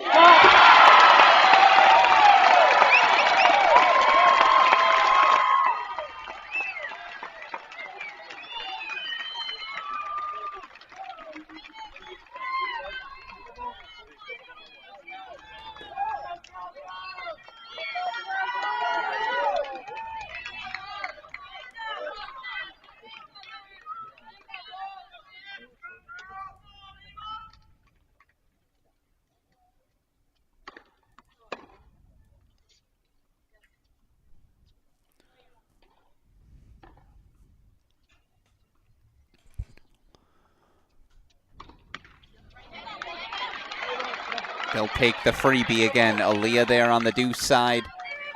Anzalota on the ad. This is Christina Novak serving on the far side for Oklahoma State.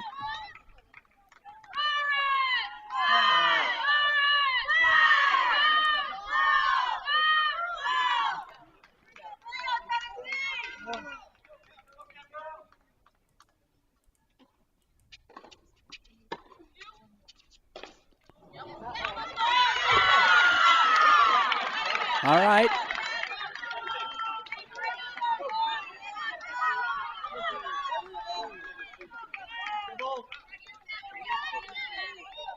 Again, Novak, Carrington, they want to be taking big cuts. The cuts from the baseline, move forward behind them. That's when they're at their best, dictating with those forehands. Tennessee, how do you take that away from them? How do you push them on the back foot?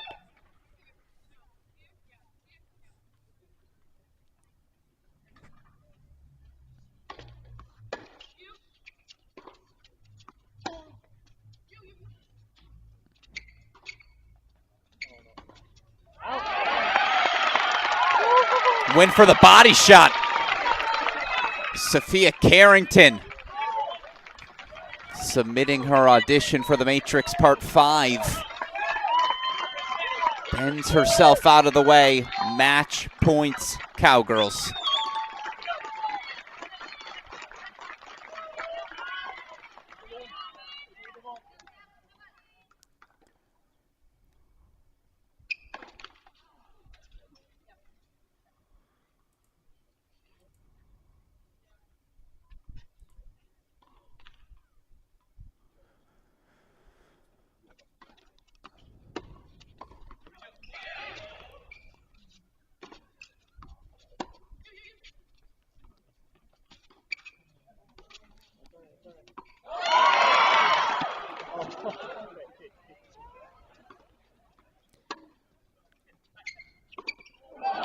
Oohs and ahs, you're getting it all. Crowd reacting like I imagine many of you at home as you saw the lob go over the head of Aaliyah. A little 360 spin, the defense to fend it off. Deciding point, match point in 3 is, by the way, we have 2 outstanding other matches going on our feed. Tennessee, Florida State, 3-all. Diaz, 6-5 in the third, he leads. Kentucky, Harvard, 3-2 Wildcats. But Harvard has a real path back in that one. A couple of third sets to decide things at 1-5. Meanwhile, match point, Cowgirls for the doubles. What a great day of college tennis.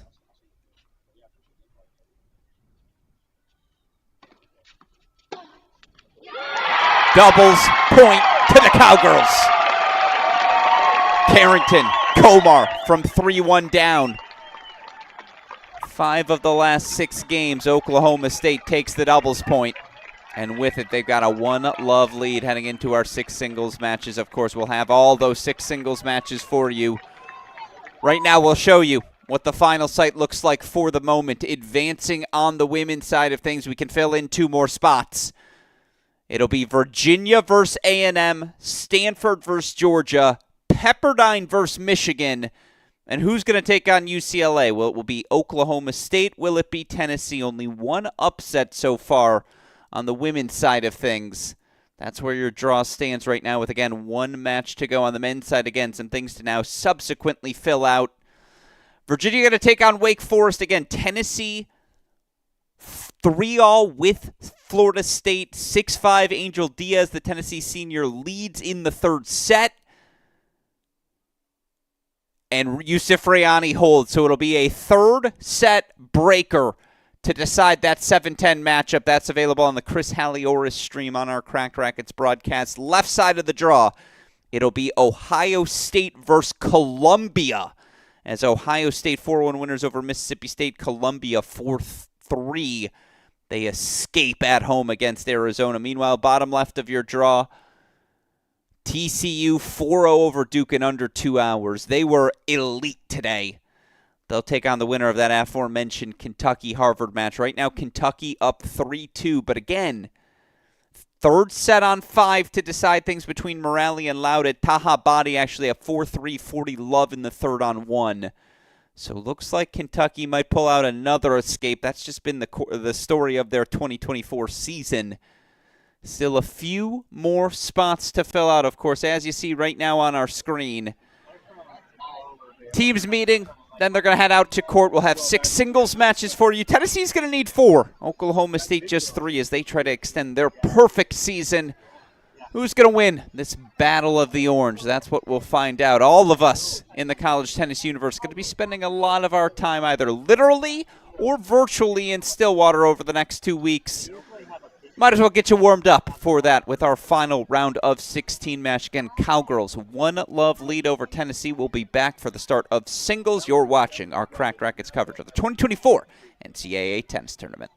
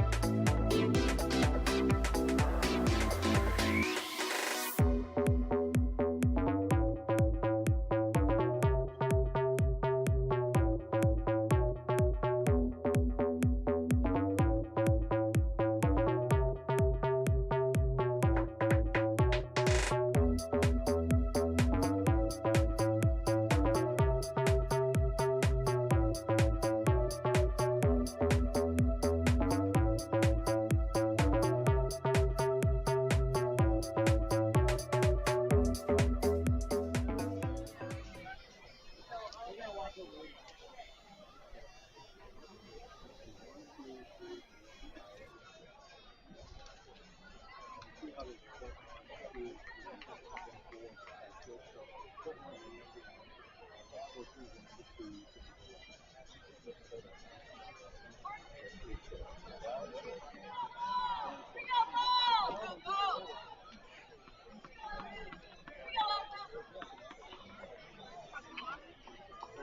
Dan was cool about the girl you were talking about. He doesn't wear tennis shirts. He only ever wears the shorts. He's right here. I have never seen him wear a tennis shirt.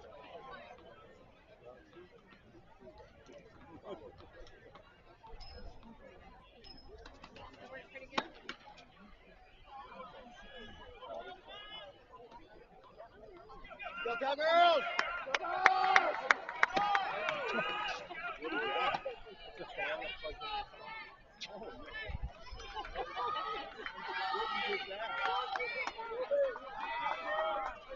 Kobe! Oh my God! Go Cowgirls!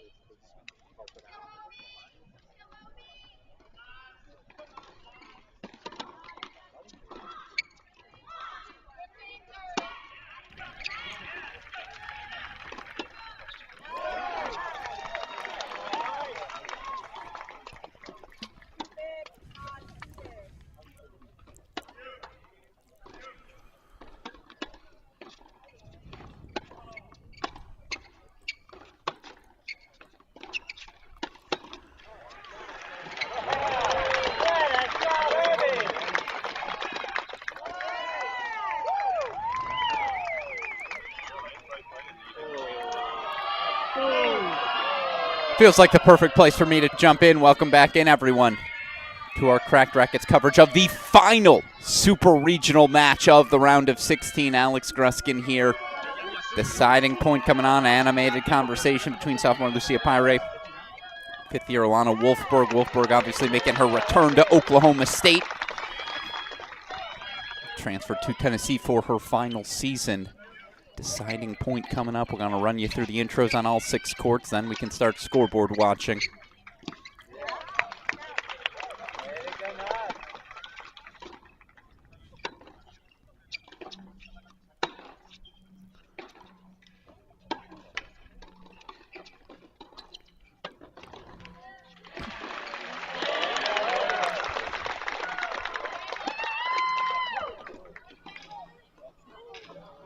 Uh-oh.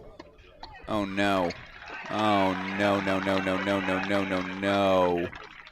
No. Oh, no. And you hear the roar from Lucia Peri, who goes down trying to get out of that corner. Oh, my goodness. And for teammate Alana Wolfberg, obviously that's her former teammate. Ugh. All right, we're going to go away from that. Anastasia Komar can't help but look over. That's the court next to her. Ay, ay, ay, ay, ay, ay, ay. Heartbroken. Heartbroken.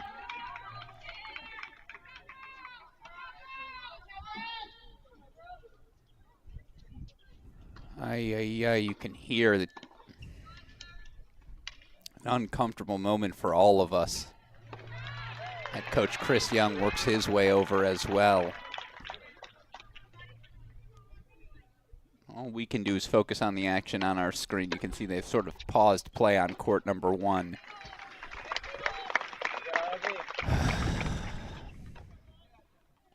You never want to see that. This point of the season. As they pause play on 1, we'll move over to 2. Can't imagine they're playing on 5 either. All right, you hear the applause. Lucia Peri hopefully up. Now whether she can continue to play a completely different story. Ay, ay, ay.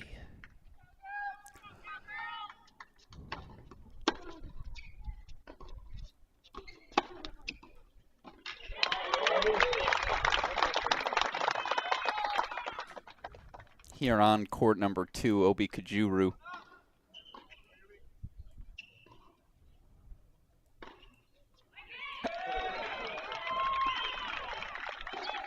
Junior from Japan, number 3 in the country, has had an outstanding season once again, 19-3. I apologize, trying to regain my composure. Elza Tomase, her opponent, 11-9, is Tomase, the junior from Latvia.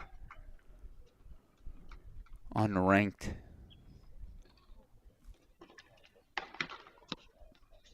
But again, this Tennessee team, their biggest strength may be that ability to find 3 points in so many different ways. We'll show you again injury timeout, obviously right now on court number 3.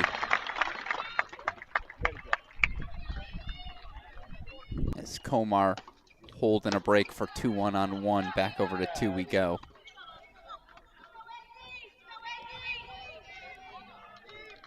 By the way, that court number 1 matchup, Anastasia Komar, the redshirt junior, 13-6 overall in the year, but with her massive fall as well. Komar currently sitting at 18 in the rankings. She'll take on number 14, Sofia Cabezas. 10-6 at the top spot, but outstanding fall as well. And again, you play 1 at the SEC, you're only playing top-ranked opponents. 10-6, so impressive.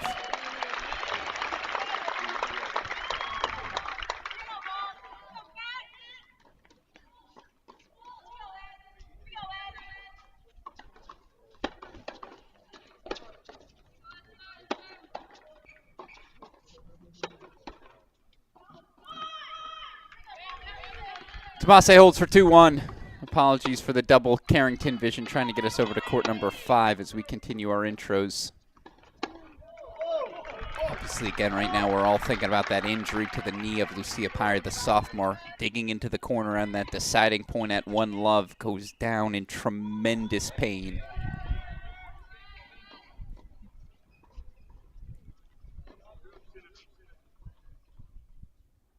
Take us full screen right now to 4.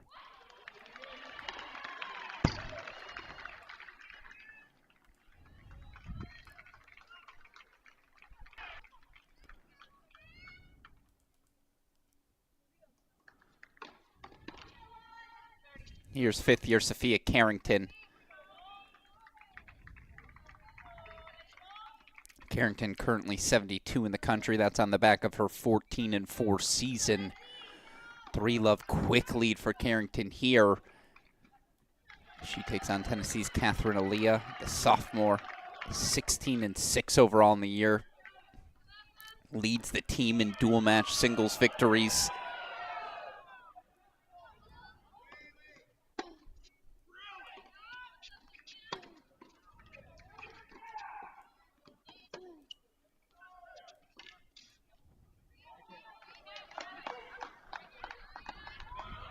All right, back to the triple box we go. Should have 4, 5, and 6 loaded for you now.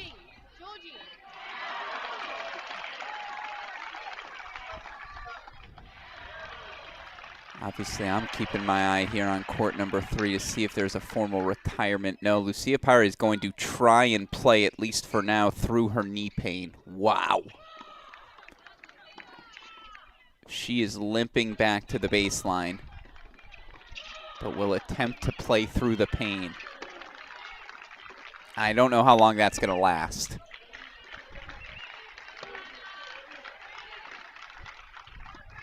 Bring it back to in our lives, of course, in case there is a retirement.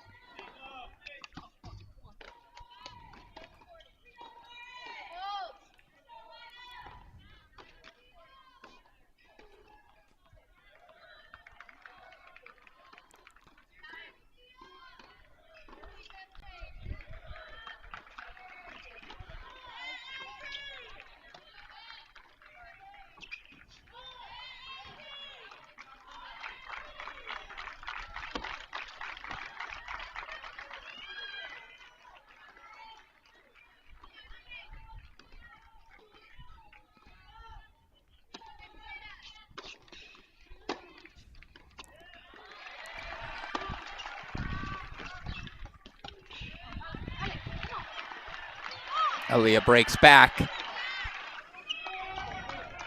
Still trails 3-1, but gets one of those breaks back to get a little something going. So back over to court 5 we go. I am going to bring back court 3. You see Lucia Peri, the limp a little less pronounced than it was at first walking back, but again, side-to-side movement. Ugh, you cringe at the thought of it. Meanwhile, here on 5, 5th year Ayumi Miyamoto, 16-5 overall in the year. The 5th year taking on 15-4 senior Lauren Anzalota.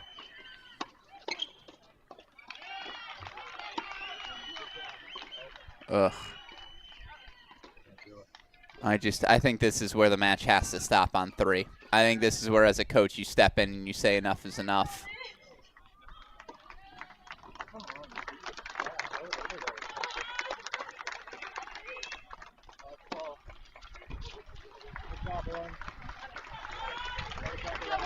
Coach carries her off the court. That has to be it. Ugh. Just so devastating to see. The sophomore has been playing the best tennis of her life for 9 months consecutively. Started in the summer, fall, with all of her pro success. And again, teammate Alana Wolfberg, former teammate, excuse me, she's going to be gutted as well. Wait till I see it formally on the scoreboard, but eventually you're just going to have to chart up a point there for Tennessee. Continue our introductions. How does Oklahoma State respond to that? Big picture, Raquel Gonzalez, the sophomore. Yeah, it's an option. She's 7-1 on the year. at that 6 spot. Novak more than capable of stepping up to number 5. Carrington more than capable of stepping up to number 3. Miyamoto more than capable of stepping up to 4, but gutting.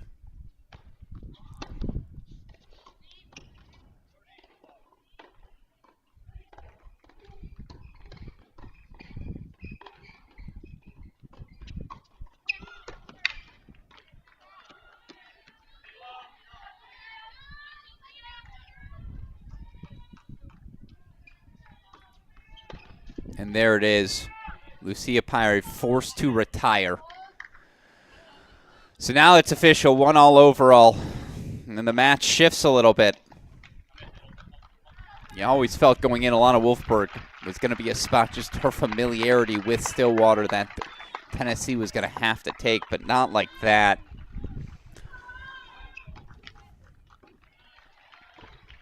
Meanwhile, 3-all overall now on 6. Esther Adeshina versus Christina Novak, our final introduction. Novak undefeated in dual match play, 18-0 is the senior.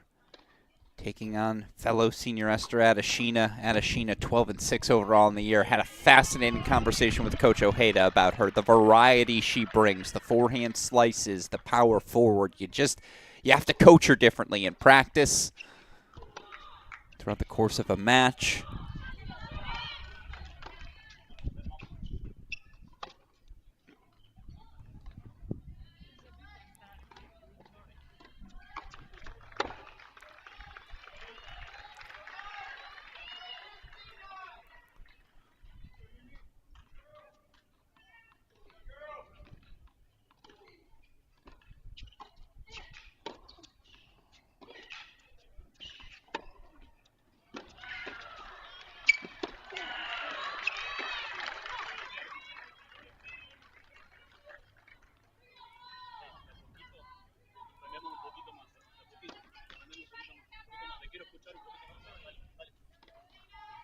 Clairvoyant from the scoreboard now. It is Love 30. As Oklahoma State break leads on 1 and 4.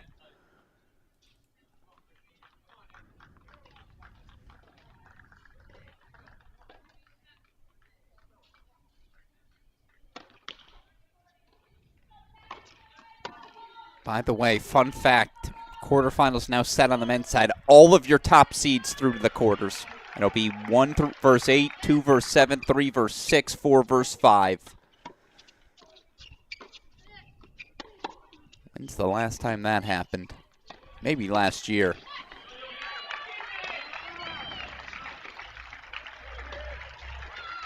That's that Christina Novak forehand when she's stepping forward. So difficult to deal with as Miyamoto holds for 3-2.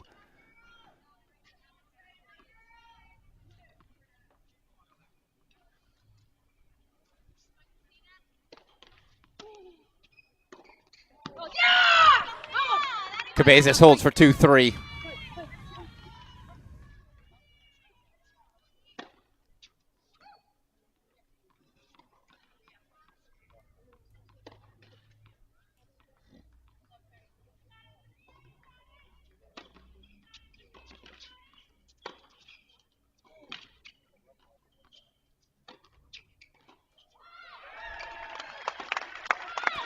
And Novak with the definitive overhead on 4.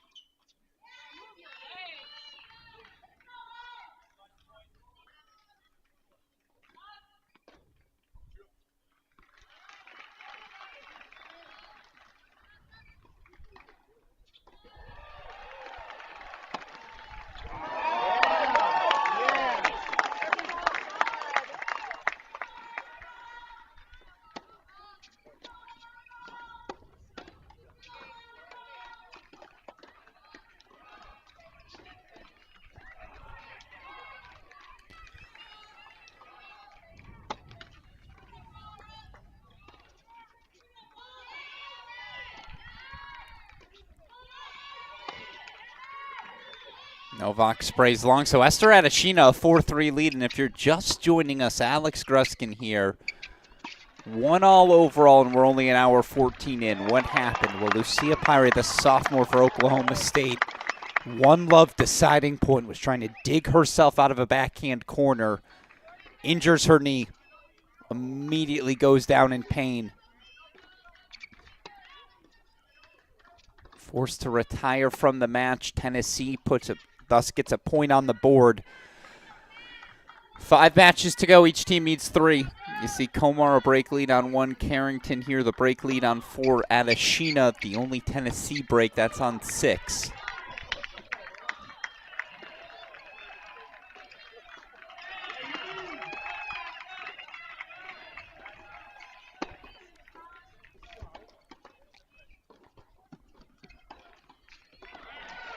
Oh, look at that pass from Aaliyah.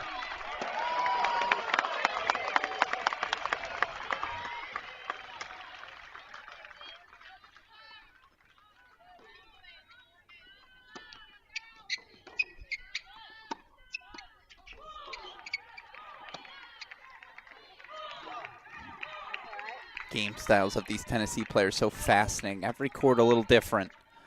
Cabezas going to look that big, heavy forehand. Adeshina, the chips, the charges. Here, Aaliyah, maybe the most well-rounded of the group.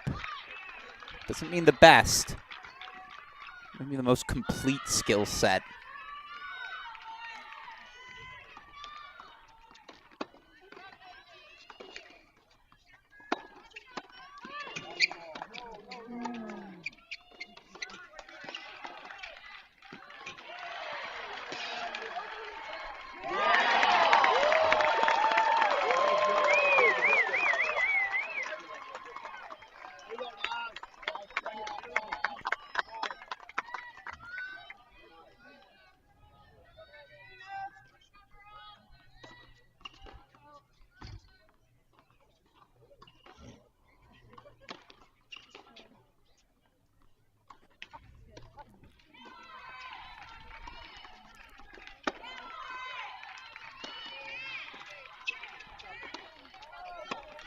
Aaliyah holds 4-3-4, so let's go full screen to 1.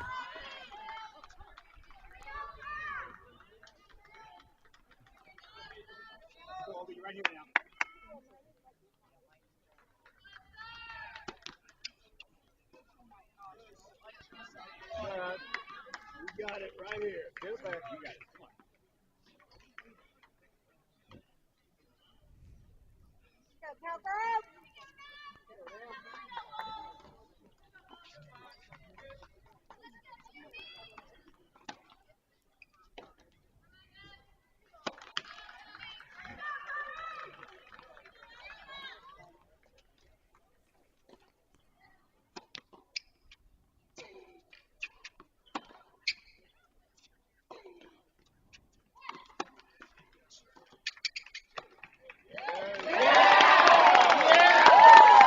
Get the intent from Cabezas, trying to lull Komar to sleep. Again, Komar, I always say, tennis chameleon. Level she sees across the net, oftentimes the level she'll bring to the court on any given day. A big hold for Oklahoma State. Again, the emotional hit of sophomore Lucia Peri going down. You wonder how that impacts these Cowgirls in the immediate future.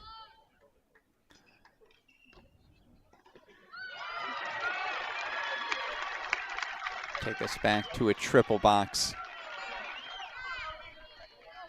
Christina Novak able to break back for 4-all, so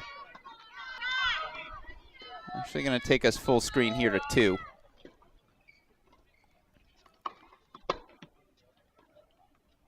Obi Kajuru, 4-2, 30-all, number 3 player in the country.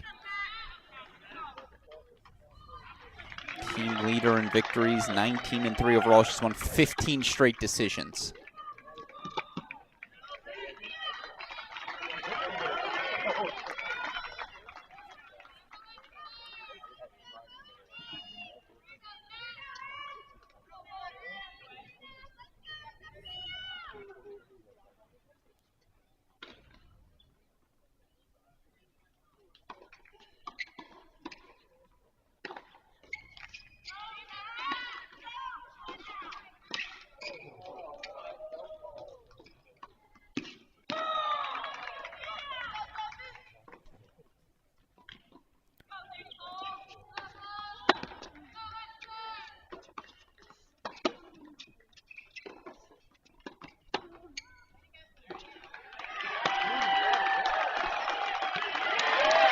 Obi breaks for 5-2.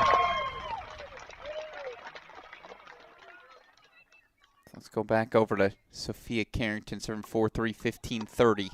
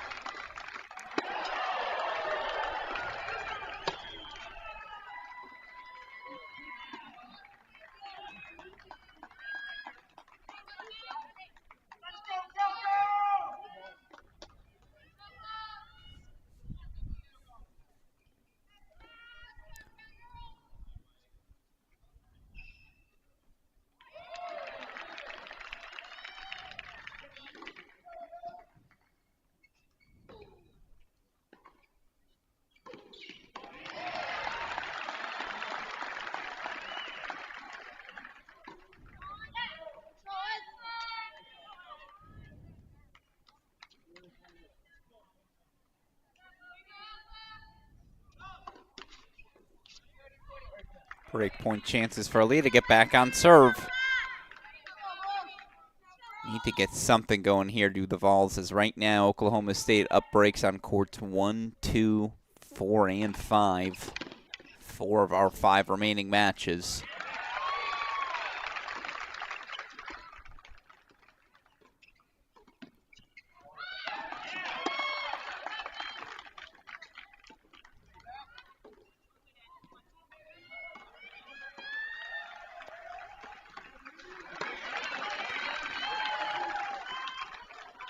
Back on serve, 4-all.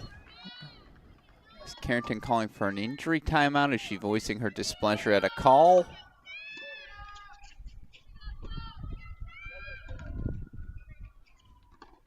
Either way, 4-all here on 4. So let's go over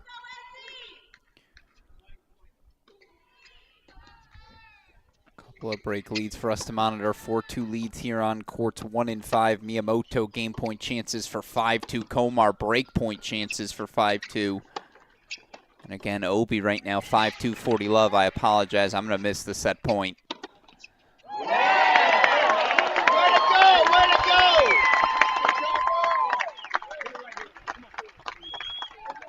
Komar breaks for 5-2.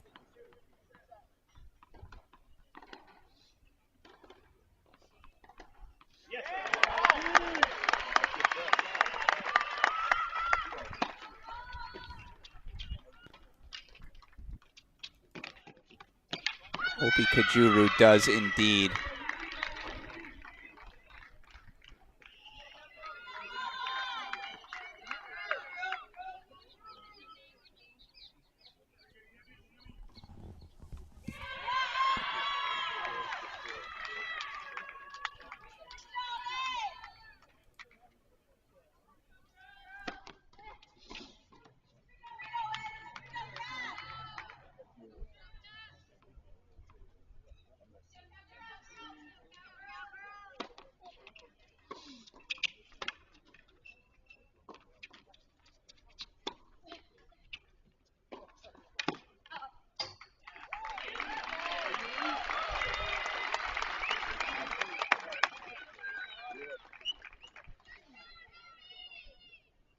Here we go, Nas. Here we go now.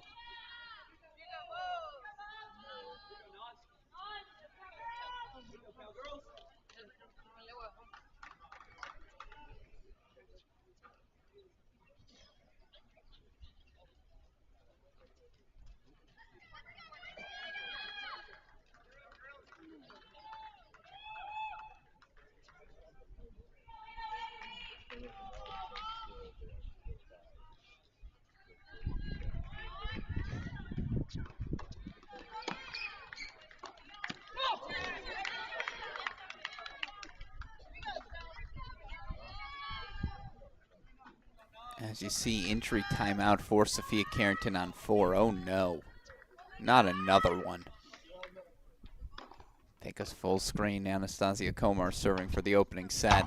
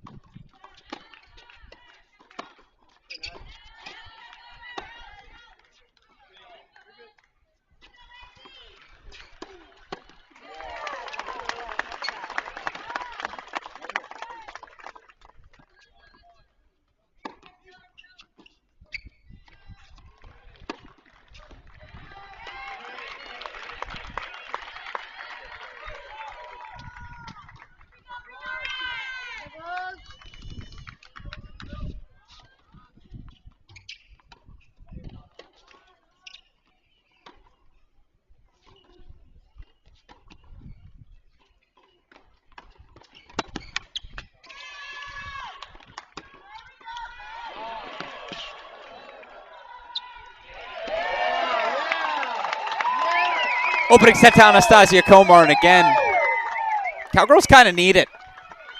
Retirement at 3, injury timeout at 4. Yeah, they already took first set at 2, and now a first set at 1 as well, but set point at Sheinin on 6.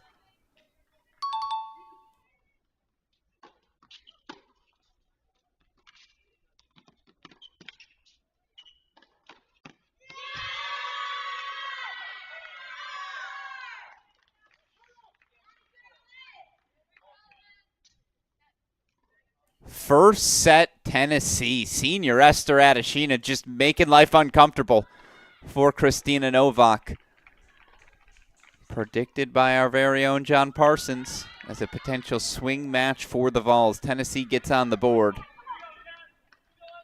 As Miyamoto now will serve for her opening set 5-3.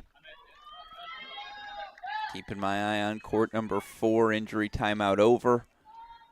Now 4 all overall there. Again, first set's done on 1, 2, and 6.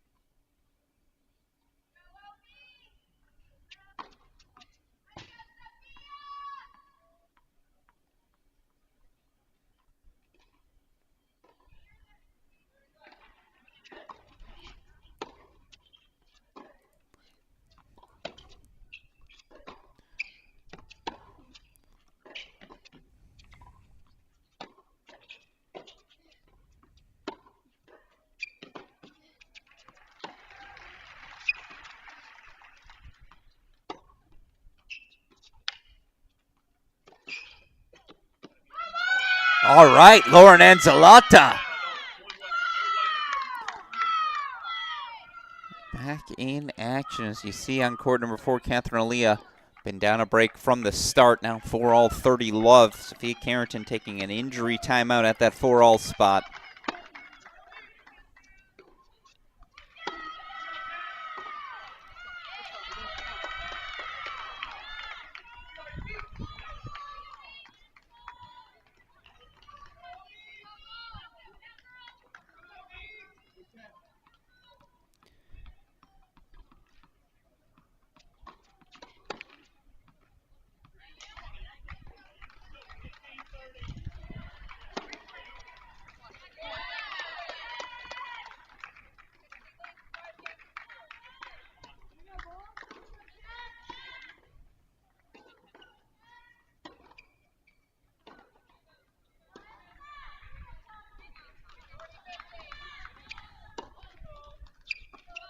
Five for Aaliyah.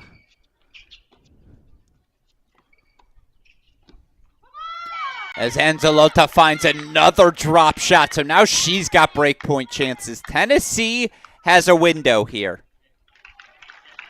A window to put Oklahoma State under some serious pressure. Again, first sets for the Cowgirls at 1 and 2. 4 trending the way of Tennessee. What about here at 5?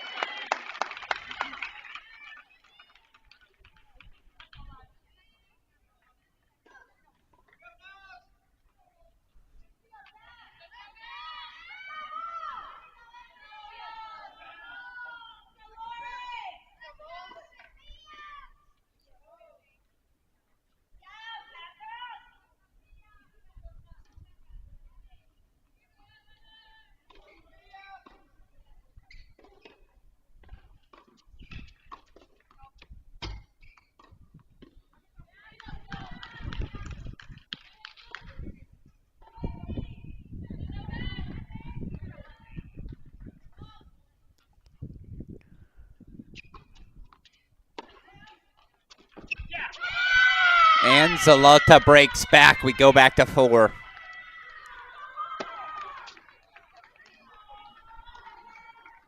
Double fault for Carrington. It's just off. The vibe is off. I've watched this Cowgirls team compete so many times this season, and yeah, at times justifiably you could accuse them of having an on-off switch. They're 29-0. They've earned the right to have that switch, but it's the energy right now. Obviously, Lucia Peri going down with injury. Where is this team mentally right now?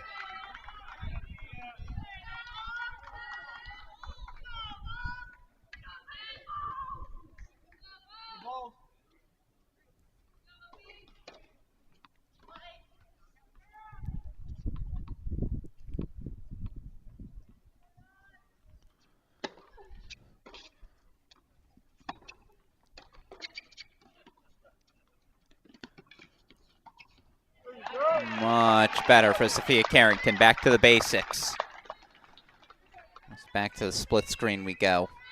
Can Anzalota continue this momentum?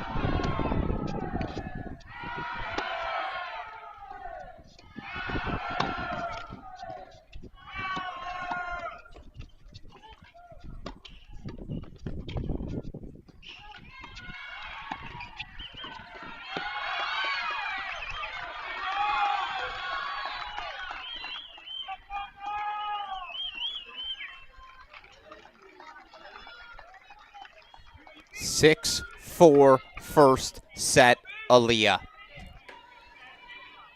Boy, that makes this the swing set, huh? We'll go full screen for it. Anzalota serving 4-5, 15 love. I mean,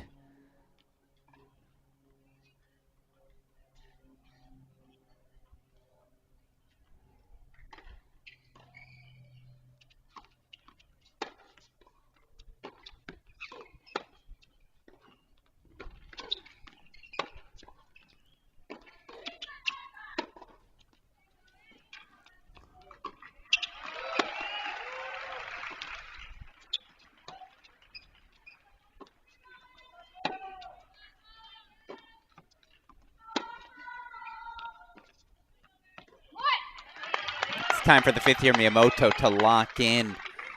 If you're Anzalota, just keep on firing.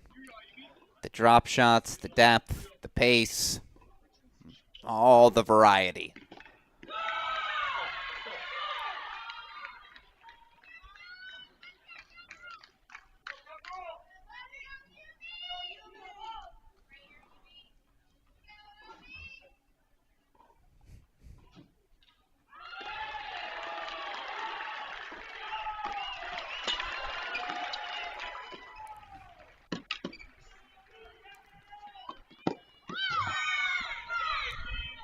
Just like that.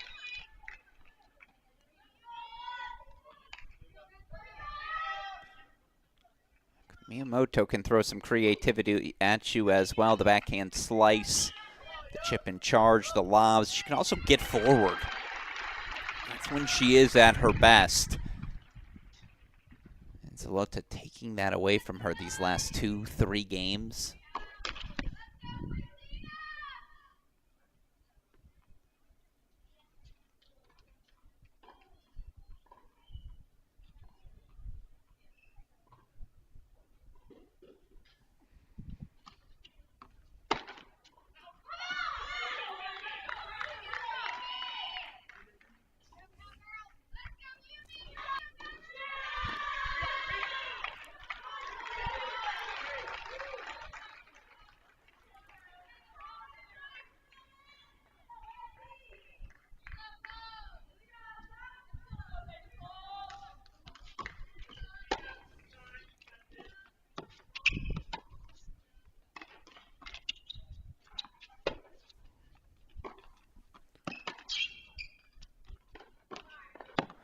And Zalota holds for 5-all. Seems to have found her front foot as well as we show you right now. So Anastasia Komar, game point chances for 1-all in her second set. Obi Kajuru setting a break lead already for the number 3 player in the country. She's doing her thing. That's par for the course. Everything else, though, a little bit shakier. Esther Adeshina's up a set and a break, 6-4, 1 love.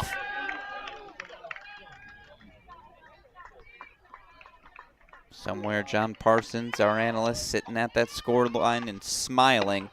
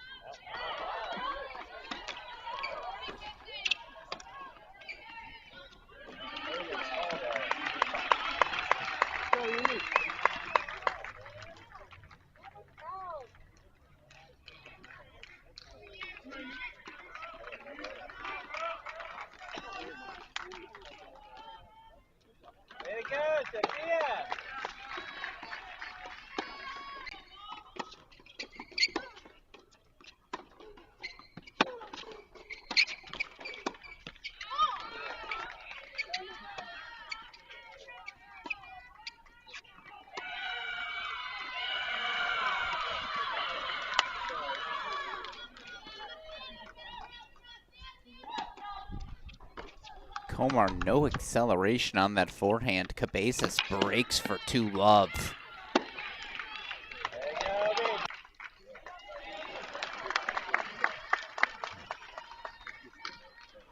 Let's go back full screen.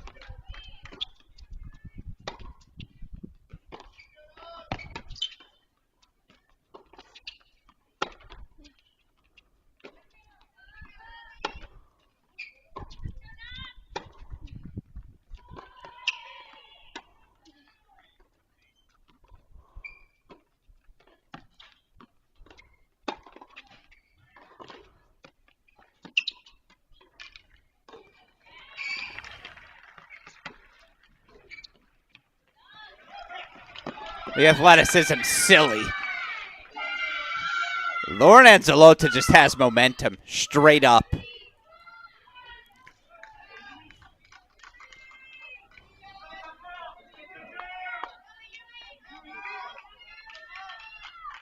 How big is this? 5-all, 30-all.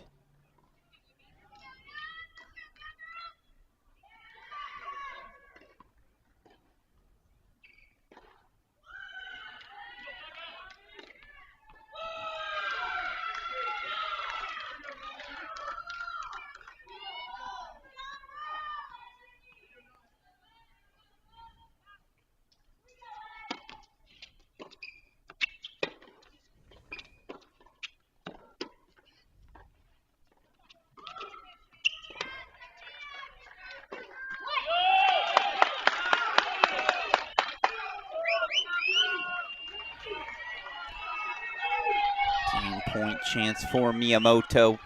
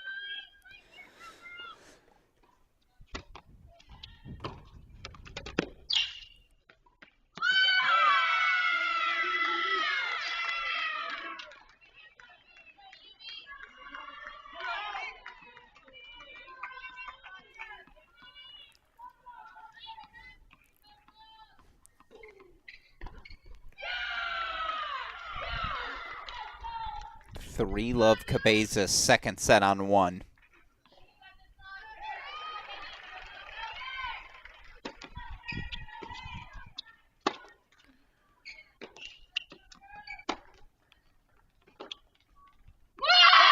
That's a massive hold for Miyamoto. The Cowgirls needed it.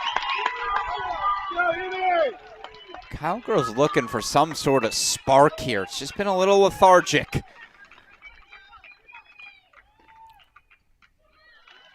Meanwhile, Christina Novak's just straight up in trouble.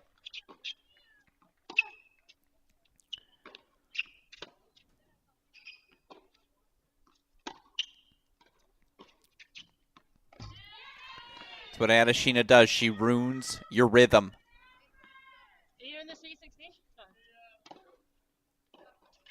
Break point chances for double break 3-love.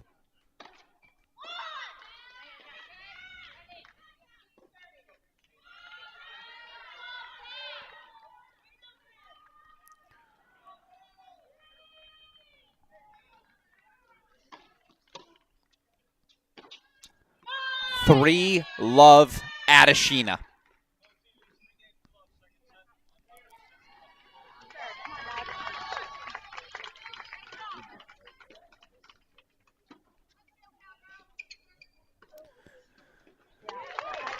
If you were to have asked head coach Allison Ojeda, hey, what do the first 100 minutes have to look like for your team to pull off the upset? This is it.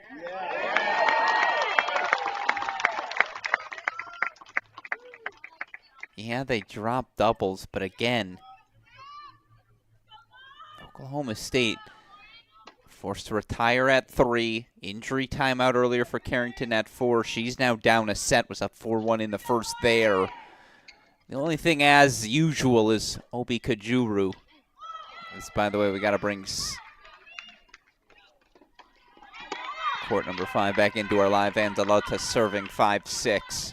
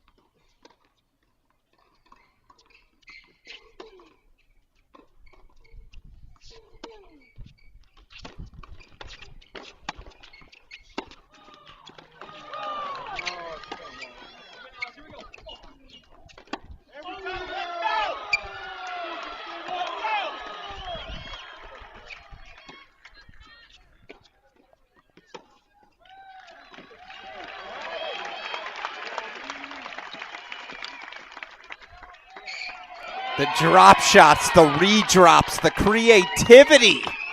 It's all on display here on 5.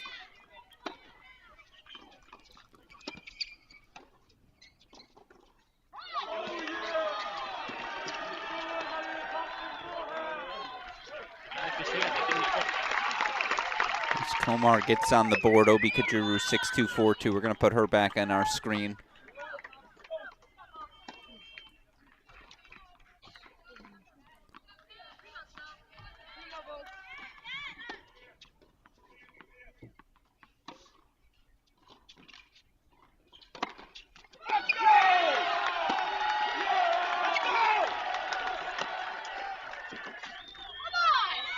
Game point chances to force the breaker. And that would set up arguably the biggest tie break we have seen in this 2024 season. I'd put UNC Texas A&M breaker at 1 doubles last night. That's right now in the number 1 spot. They had a lot of good breakers. A lot of good doubles breakers in this NCAA tournament so far. If that's foreshadowing of what's to come next week, sign me up.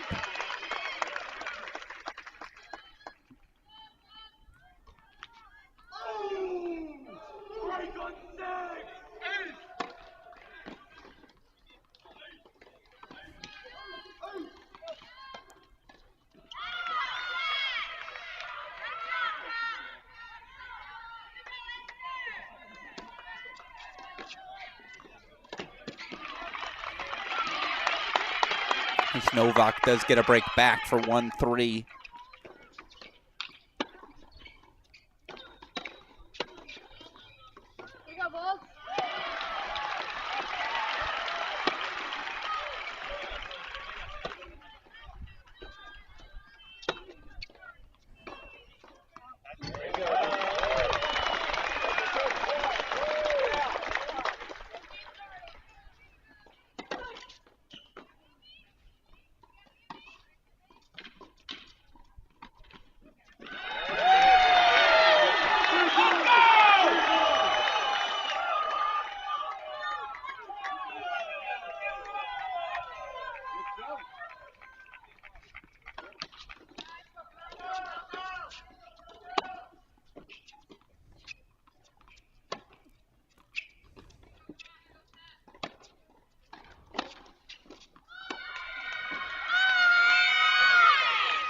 First to 7, win by 2. Oh,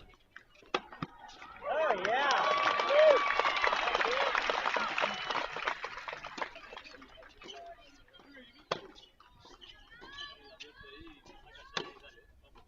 Let's go, Bulls.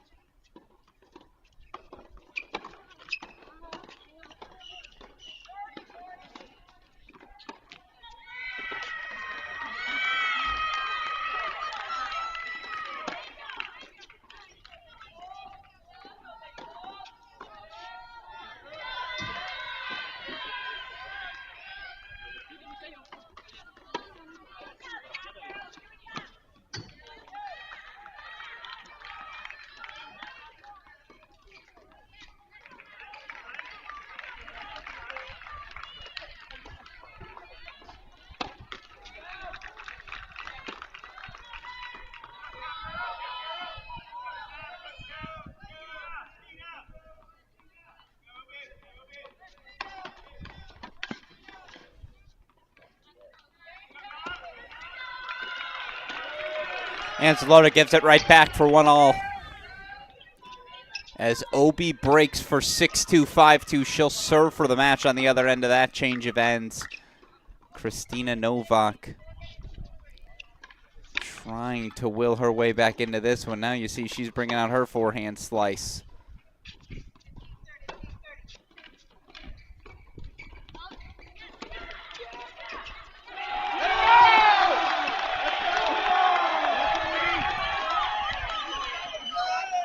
Anzalota out in front 2-0. Oh, excuse me, Tomase holding for 3-4. I don't know what I saw. So we'll go full screen here. First to 7, again, win by 2.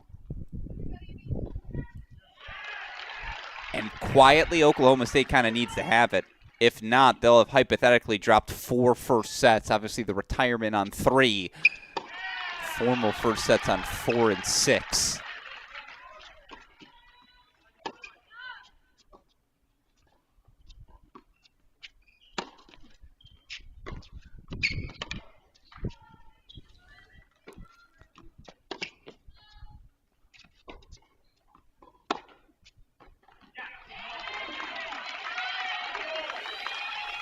Coach is out of the chair to plea both his and Anzalota's case. I promise it was close. It's the most difficult job in college tennis. By the way, it's the first time I'll say it. 2 hours in, 29-0 Oklahoma State is on serious upset alert. The bells are ringing.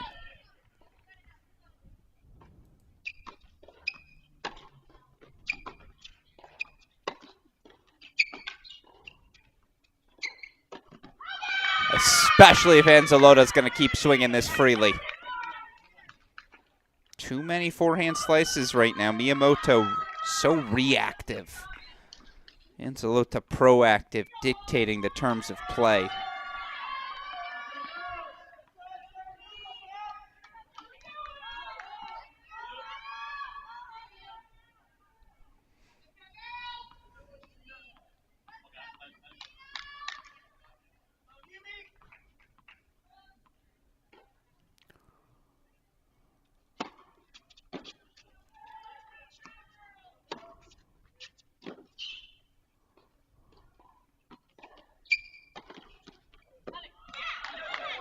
To Anzalota on the turn.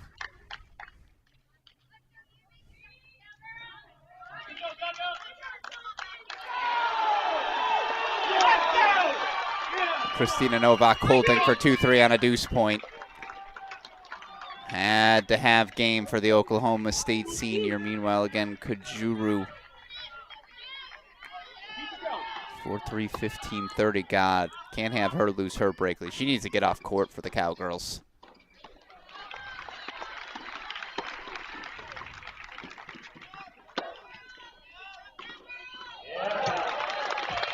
That's better as we head back to 5. I cannot emphasize how impressed I am by this Tennessee team. The steadiness, the calmness, no nerves. Even in doubles, yeah, they dropped the doubles point, but they got a set at 2. They were right there at 1.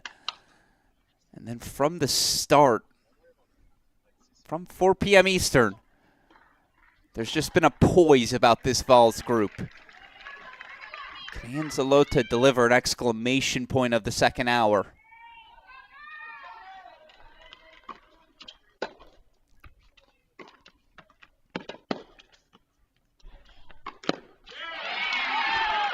That's a forehand to remember.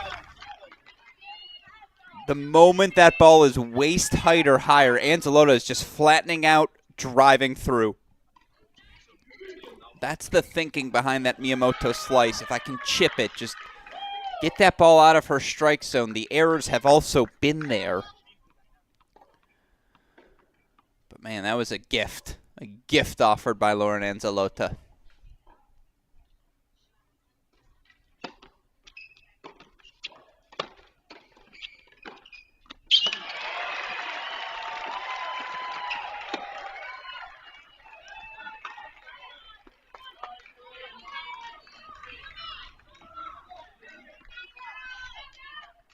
Kajuru holding for 5-3.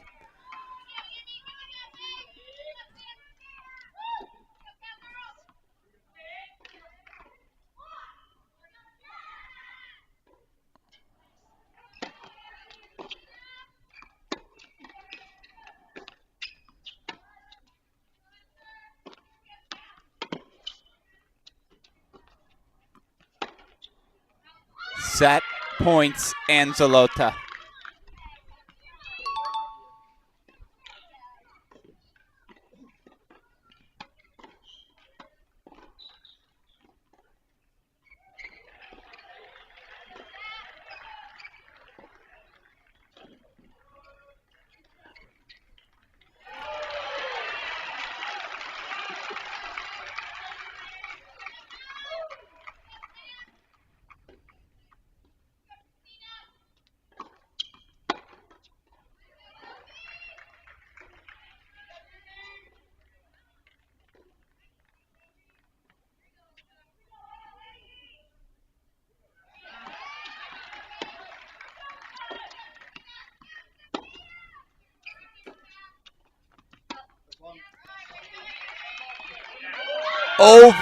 Overruled by the chair. First set to Tennessee. I don't believe what I'm seeing. An upset is looming. First sets technically for Tennessee on 3, 4, 5, and 6. Oklahoma State's going to need at least one 3-set victory. They are down sets and breaks at 4 and 6. Obviously, a lot of tennis still to be played on 5. They're down a break in the second at 1. Oh, my goodness. Take a deep breath, everyone tuning in.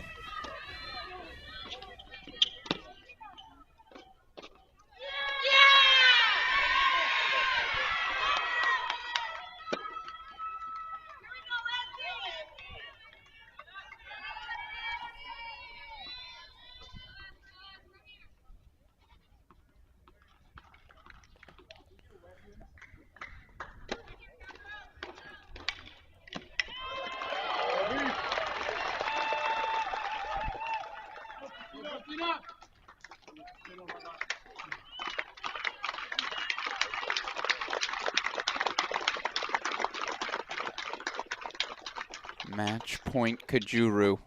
Could that be the boost of adrenaline these Cowgirls are in such desperate need of?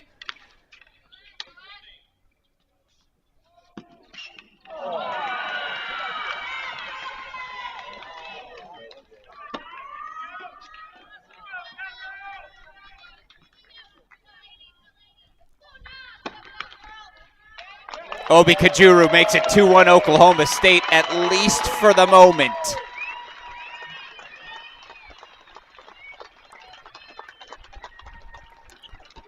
(6-2, 6-3), win number 19 on the season for the number 3 player in the country. But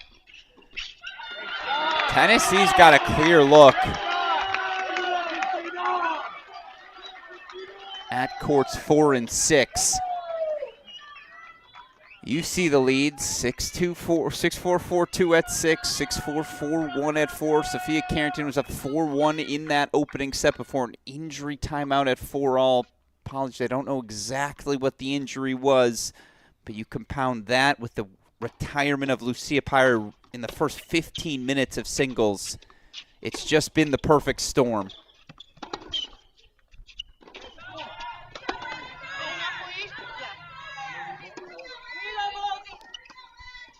And a Sheina 15-30 now, too. Oh, my goodness. As Cabezas 5-1 serving to force a deciding set.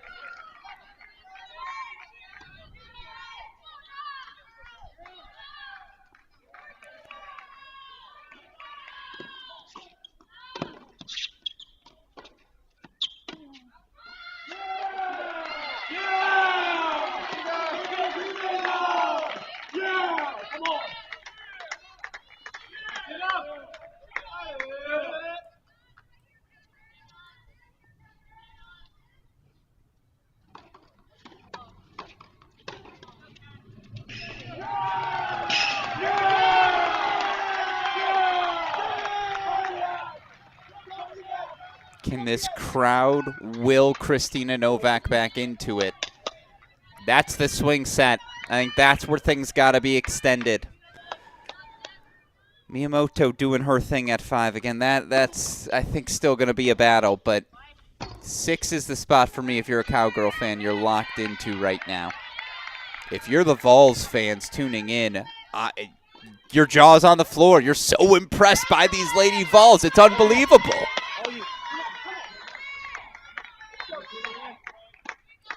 Come on.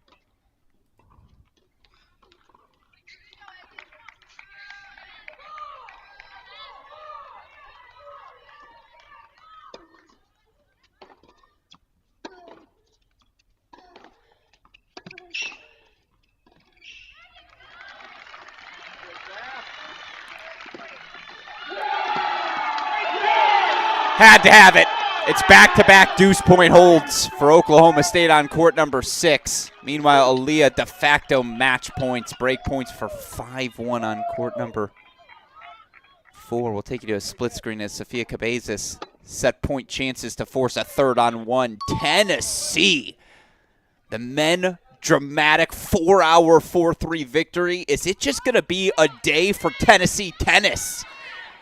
Aaliyah breaks for 5-1.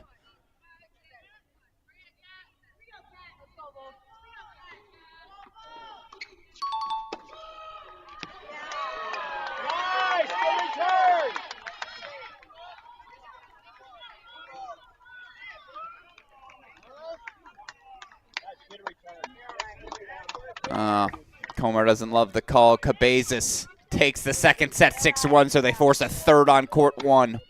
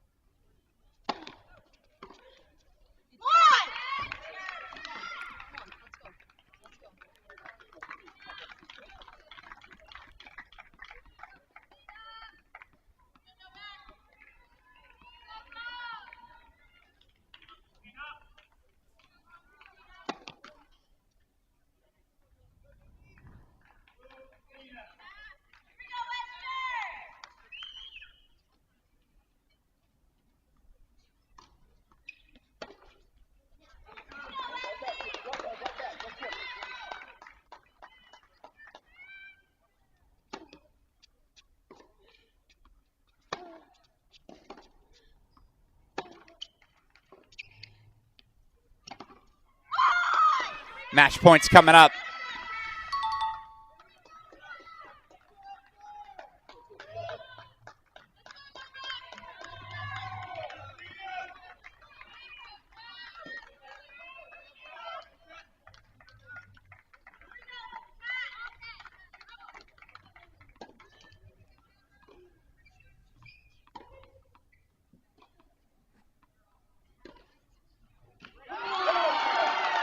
Breakpoint chances for Christina Novak at 6. We'll get back to it in a second.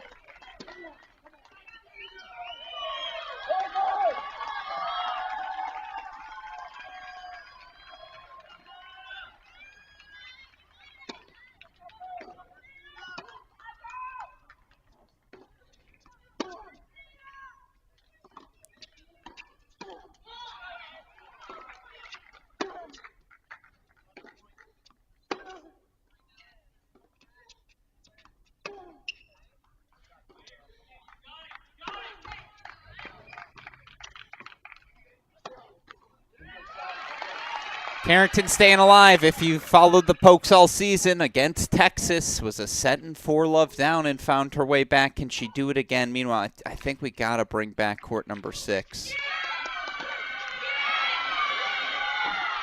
that an Aaliyah hold for 5-3? I believe it was. Yeah, she holds for 5-3, so back to the split screen we go.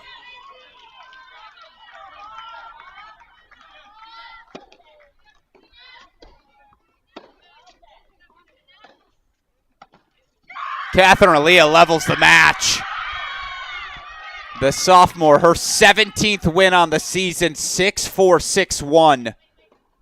Oh my God. 3 matches to go.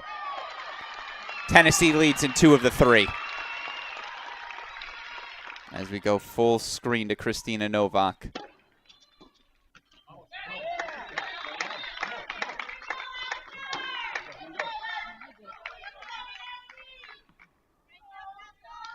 Novak had breakpoint chances for 4-5. Again, she's undefeated, 18-0. Taking on a 12-6 senior Esther Adeshina.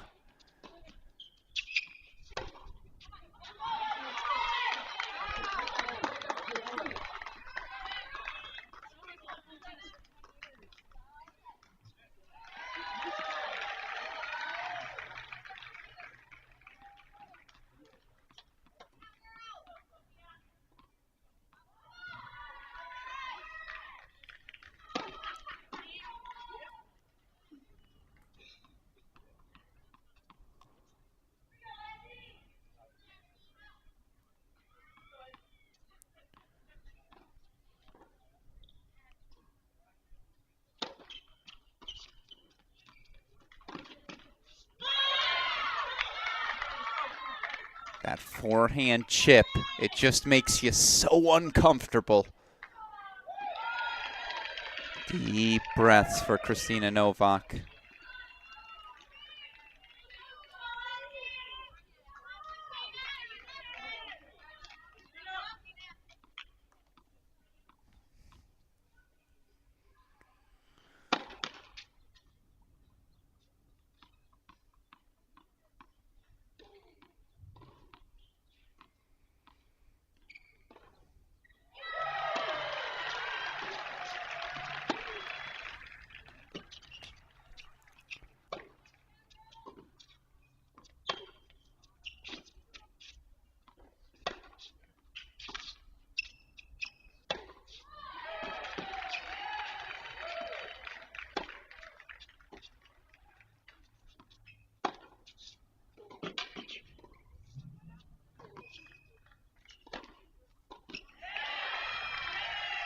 Yeah, you have to hit about 30 winners, or at least 4.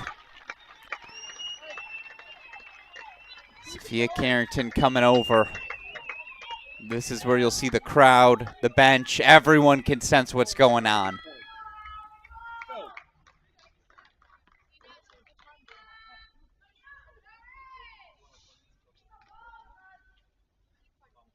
(29-0) Oklahoma State dealt a shock in the first 15 minutes of singles. Lucia Peri going down with a knee injury.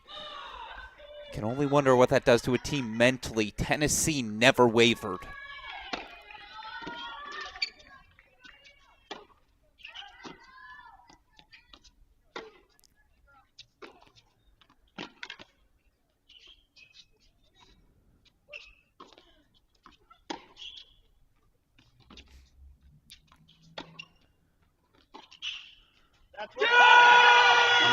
got the Cowgirls breathing real heavy. Kristina Novak finds the pattern. If she can find the outer thirds, draw that first slice, then it's about discipline. On the same other side of the coin, if you're Esther Adeshina, man, keep swinging. You've disrupted her rhythm. You've injected the doubt. You've done everything right if you're Esther Adeshina. You're serving for it no matter what.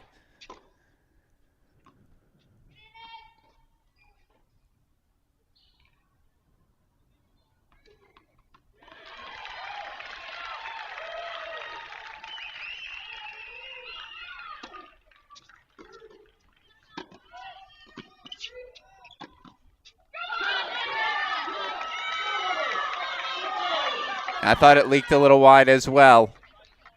I think Novak knows it. A deuce point hold for Miyamoto for 1-all. Komar's got break points to start the third. But this is where we're at. Senior Esther Adeshina. She chips, she charges. She's got match point.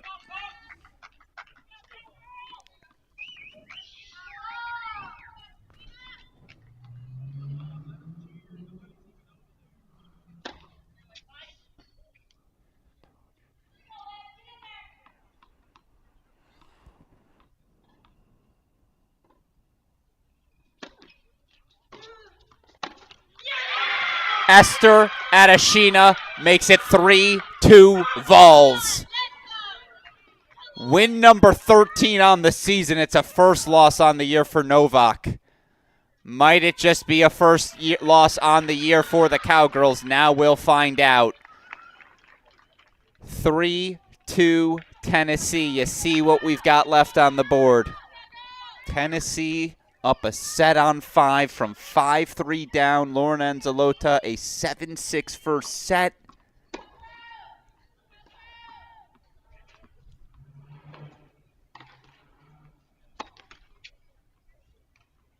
Cowgirls have faced drama before. 4-3 on the road at Texas. We're down team match points to UCLA the kickoff weekend. Of course, a set and 4 love down with 3 on the board at the National Indoors as well.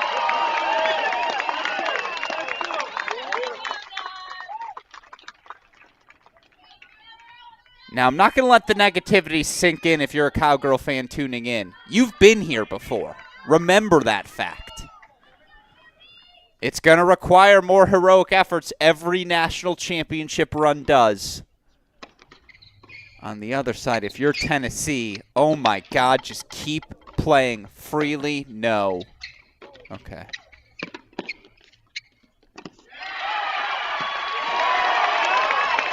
Cowgirls running in defenses I'm not okay with today.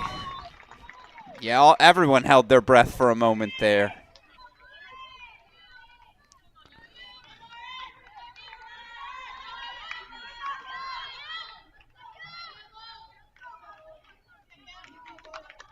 The Anzalota forehand. The dictating factor on court number 5.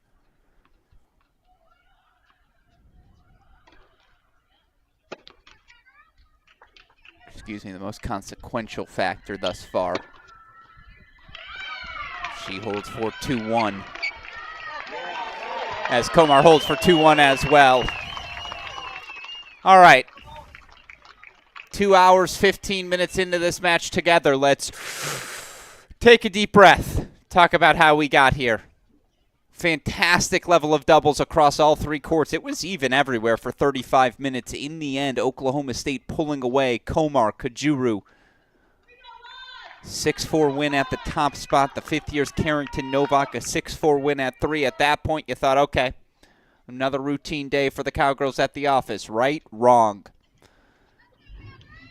Sophomore Lucia Peri playing the best tennis of her life this past 11, 12 months. Pro success in the summer and fall. Top 50 player all season despite playing number 3 in the lineup for the Cowgirls. Second game of the match. Injures her knee getting out of the backhand corner. Was forced to retire right away in tremendous amounts of pain. And you could hear her agony across all 6 courts. You just wonder what that did to Oklahoma State mentally. Of course, Sophia Carrington was also up 4-1 in her opening set. She needed an injury timeout at 4-all. She loses in straights, not to take anything away from Catherine Aaliyah. Tennessee has answered the call. It's the steadiness. Their level, their focus, it never wavered. And I believe, is that an injury timeout? For Elza Tomase, it is an injury timeout, for Lauren Enzalota on 5. Miyamoto's out of the chair. She's at the back fence. Injury timeout called on court number 5. She's going to leave the court for treatment, so we're going to go full to court 1. There's another plot twist, because we haven't had enough. As Cabezas goes wide.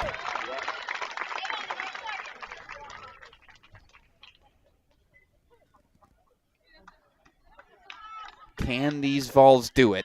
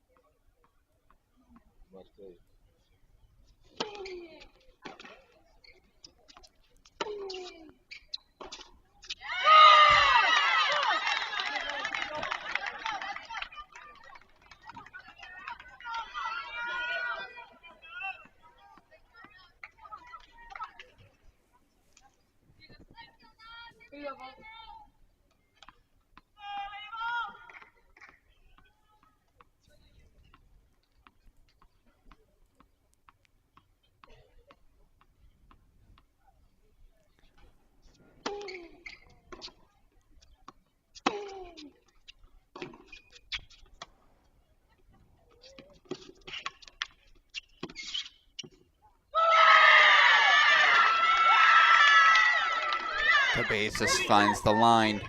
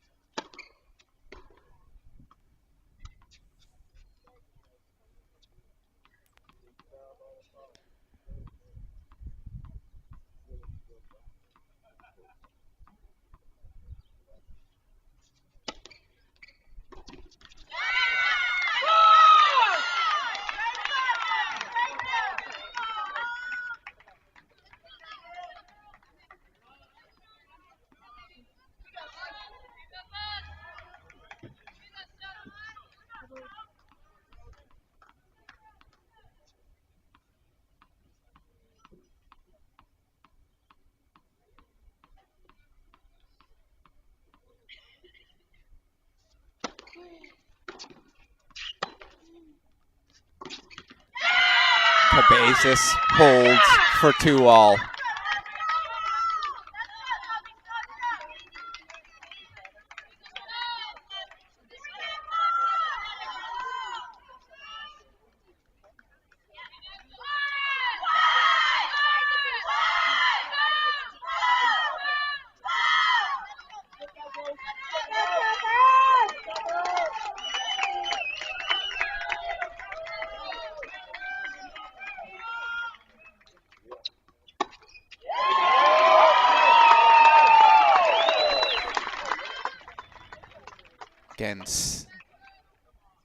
Anzalota still receiving treatment. You see she's walking out from behind the fence now. Anzalota back out on court for Tennessee.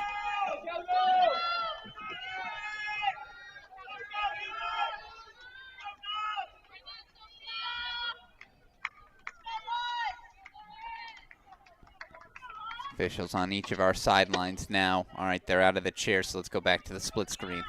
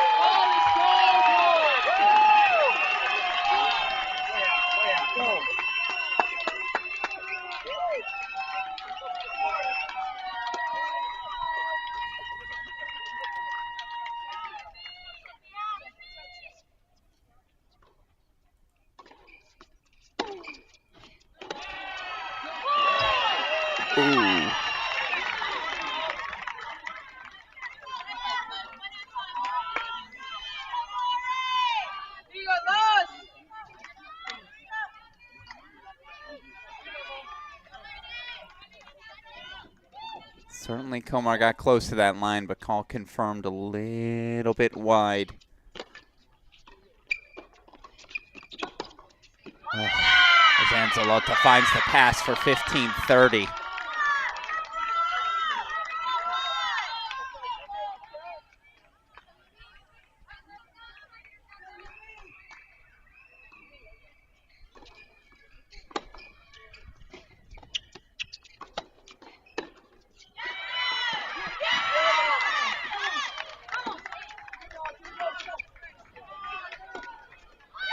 Anzalota has break points, 3 of them. The only thing fiercer than the forehand is the roar.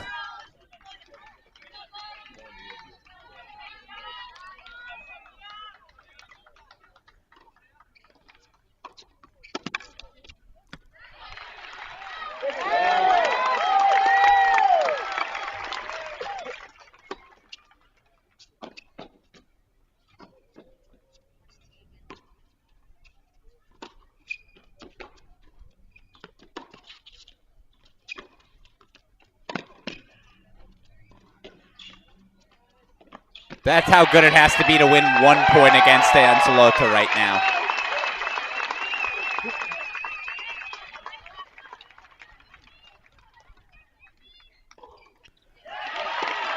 Komar holds for 3-2. Keep breathing, Cowgirl fans. Keep breathing, Vol fans.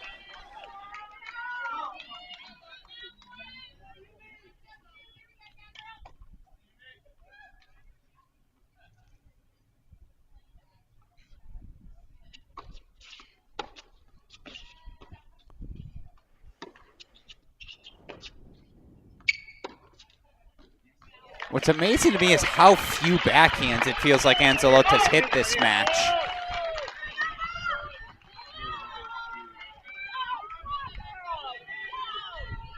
Credit to her for protecting her forehand and finding it so actively. How's this for a big point? Deciding point here early in set 2.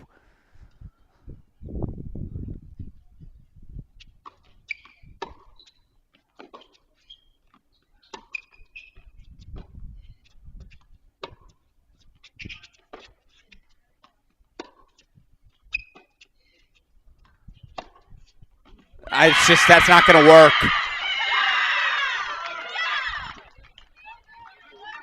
Credit to Anzalota, stays brave. Set and break lead for Tennessee in what would be their clinching match. Back to a split screen we go.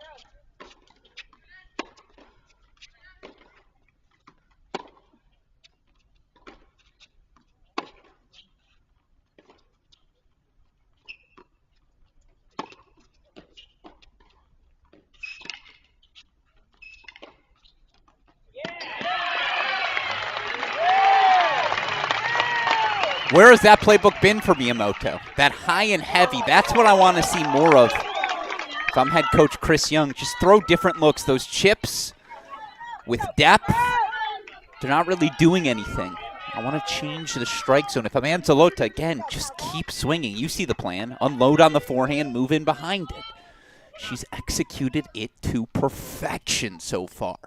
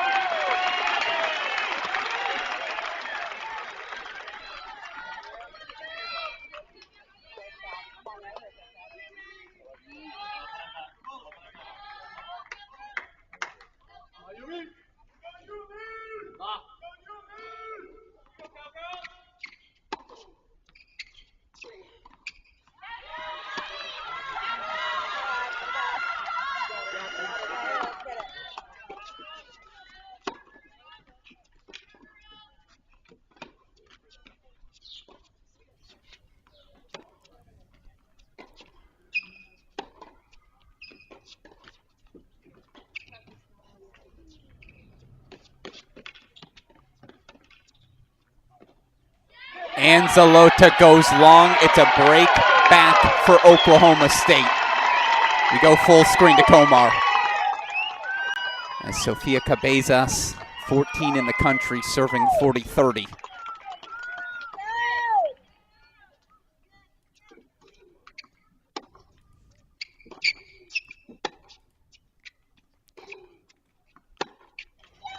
It's a hold for 3-all.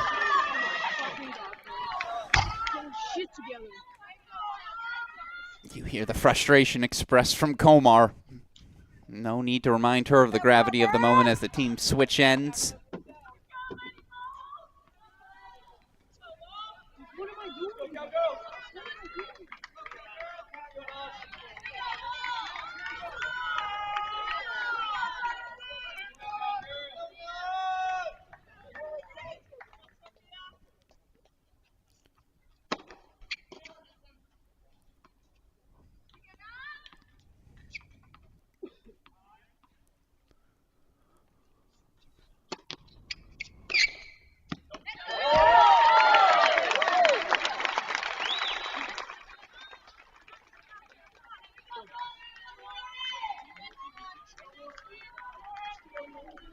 As I take us back to the split screen, 29-0 Oklahoma State. Looking to be the first undefeated national champion since 2006. Their backs are against the wall. 20-7 Tennessee. They brought their best to Stillwater here today.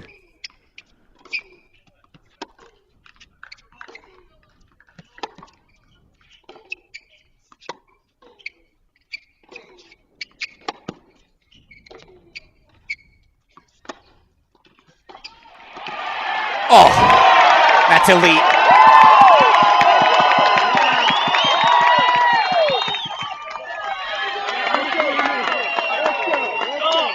And again, to some extent, the Cowgirls have been here before. 3 points on the board Texas had at the National Indoors. Shavatapan had a 7-5-4 love lead at 4. Carrington worked her way all the way back. Compared to that, 7-6-3-1 ain't nothing for Miyamoto. That's why if you're Tennessee, you cannot get complacent.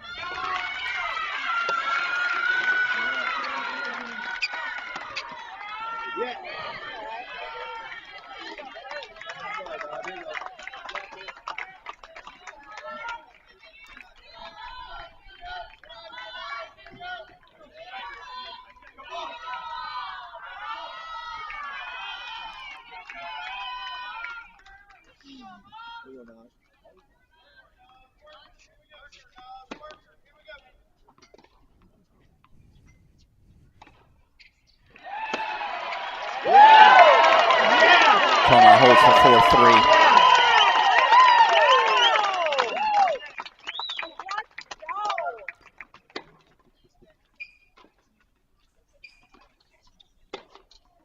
Oh, she got the forehand she wanted, but misfires, so breakpoint chances right back for Anzalota.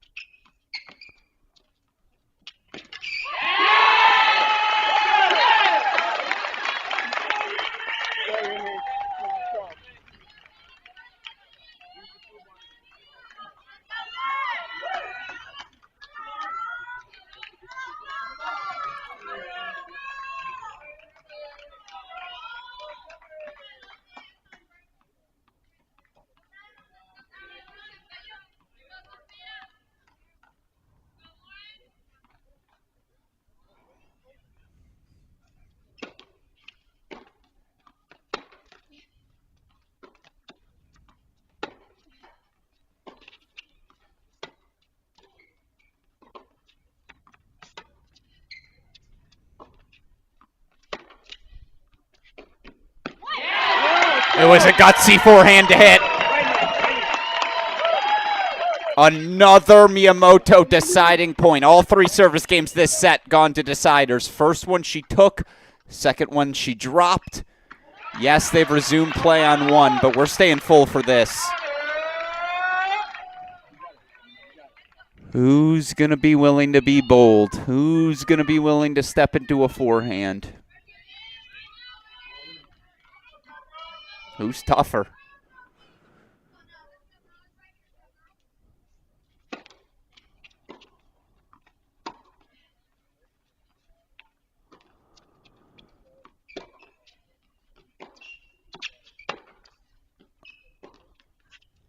Now that's the Ayumi Miyamoto combo we've been waiting for. Loopy forehand, takes the extra time she's given, steps into a ball. I just want drama. I got chills. Back on serve 3-all at 5. Let's go.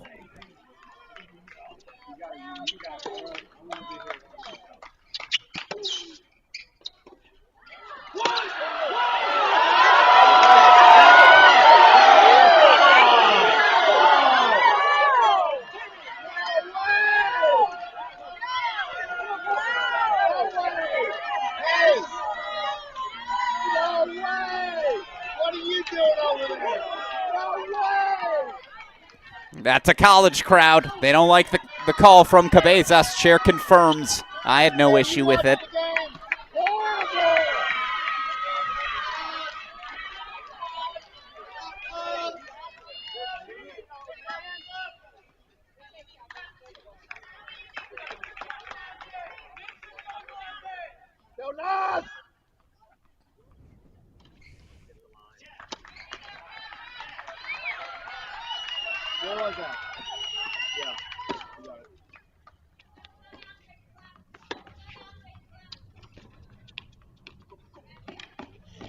Oh, the drop shot's been devastating for Anzalota.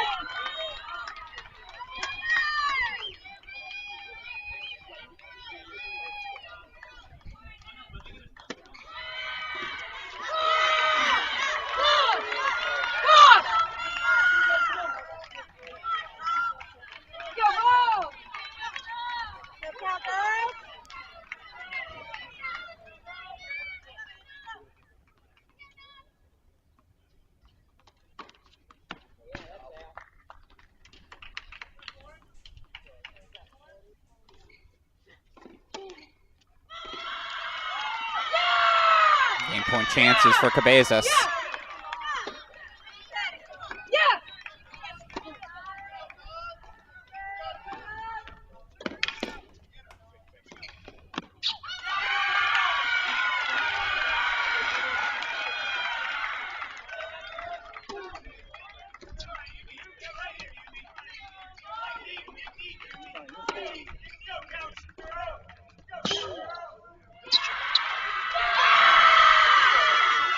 Cabezas holds for 4-all.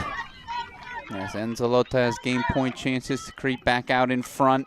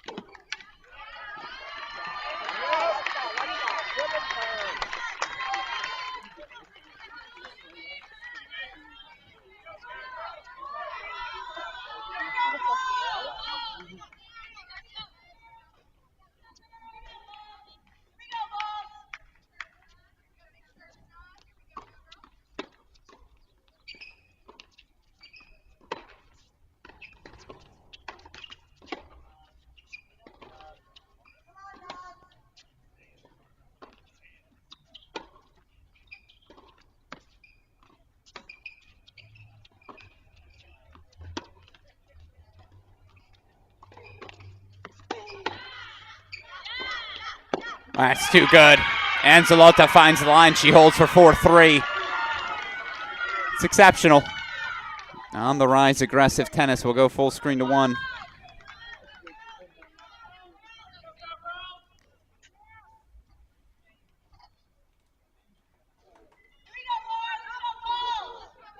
Spent all our time thinking about court 5. Sofia Cabezas is 7 good points away.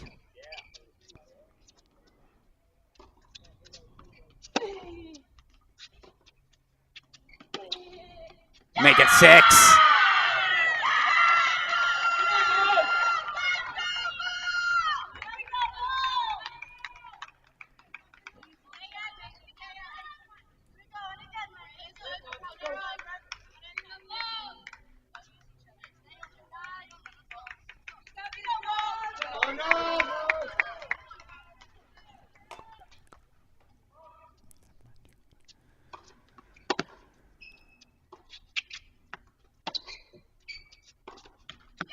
Break points, Cabezas.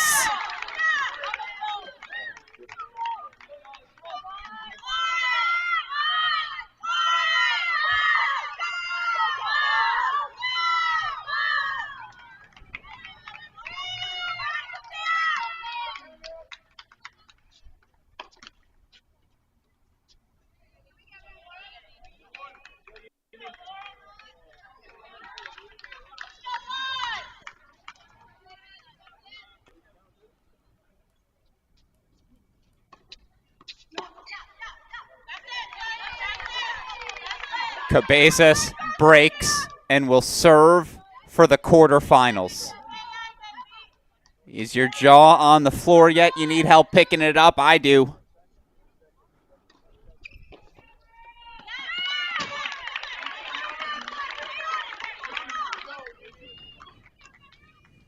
(29-0). This Oklahoma State team undefeated on the year, been pushed to 4-3 just 5 different times, but 4 by completion.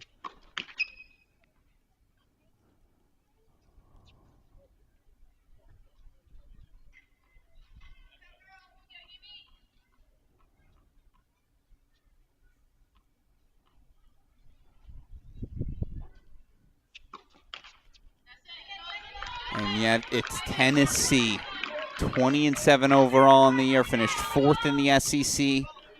Conference tournament semifinalist. Squeak out a number 16 seed, reaching the round of 16 for back-to-back seasons. They hadn't done that in 20 years. Miyamoto finds the ace, but we got to go back to the split screen.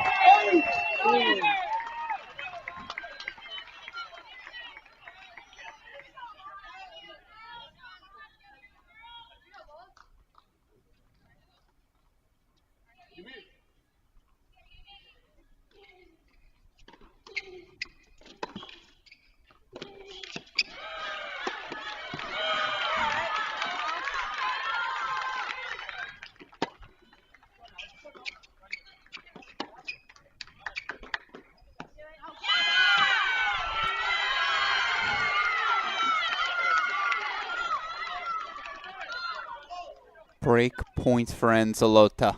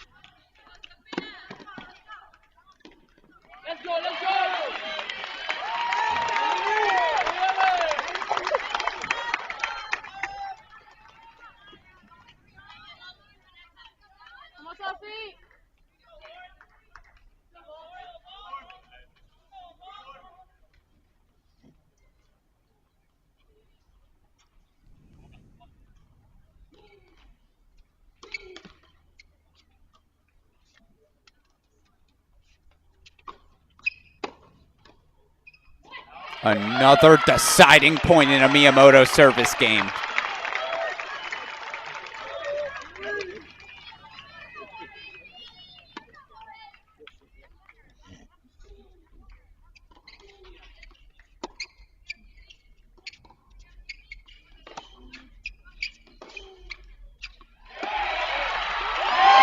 Como finds the winner for 15-30. Not since 2010 have these Tennessee women made the quarterfinals.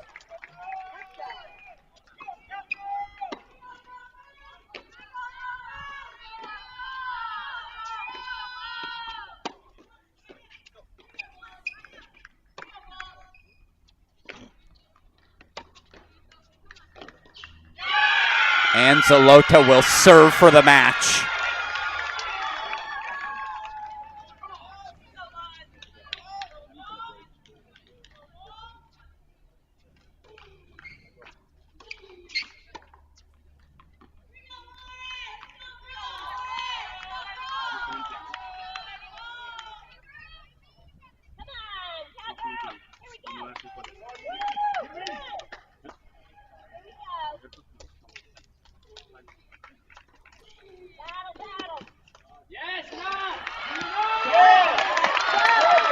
Breakpoint chances.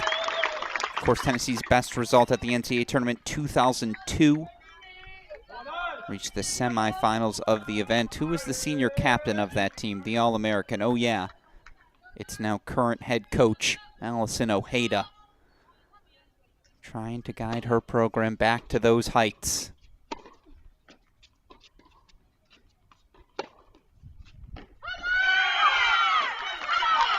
Enzalota 3 points away. Komar does break back for 5-all, but our focus moves over to 5. Was a 5-3 first set lead for Ayumi Miyamoto. It's been all about the forehand of Lauren Enzalota since.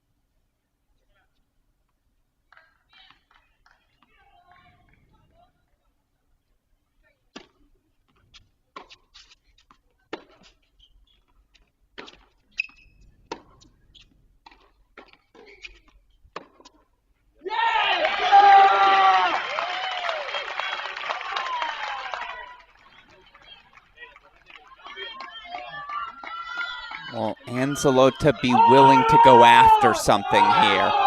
She has to.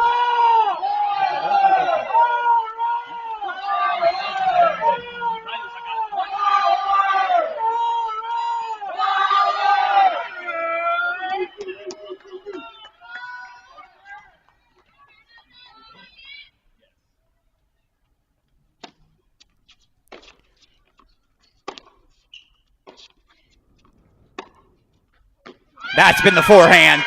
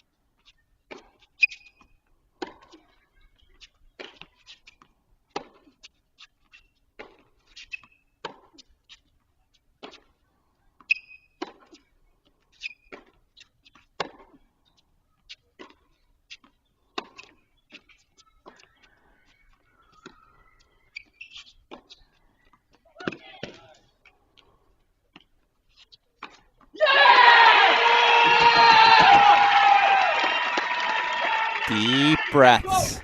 Deep breaths.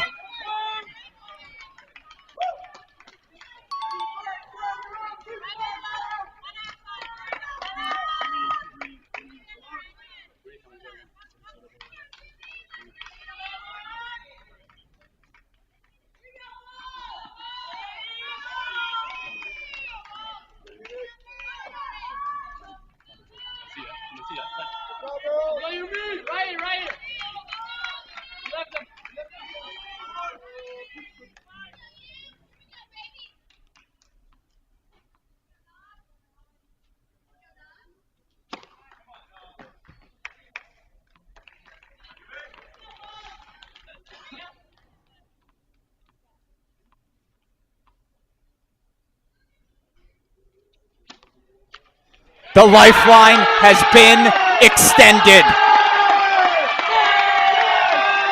The Cowgirls fight off 2 team match points. But the drama doesn't end there. Cabezas will serve for the match again.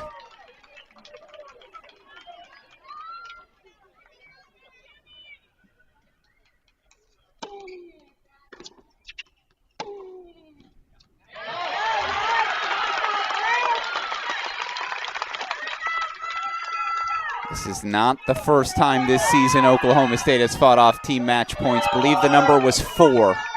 4 team match points they fought off kickoff weekend against UCLA.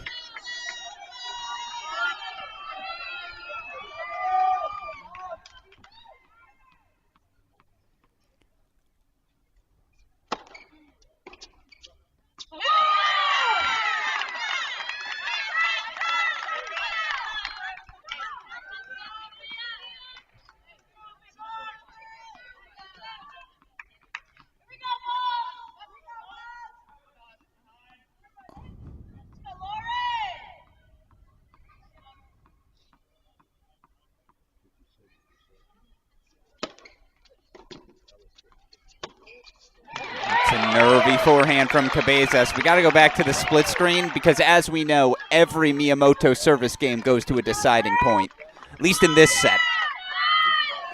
2 team match points fought off. Can the 5th year find more magic in the air? Can Komar find a break, by the way? Or is this the moment for Tennessee to deliver the win of the season?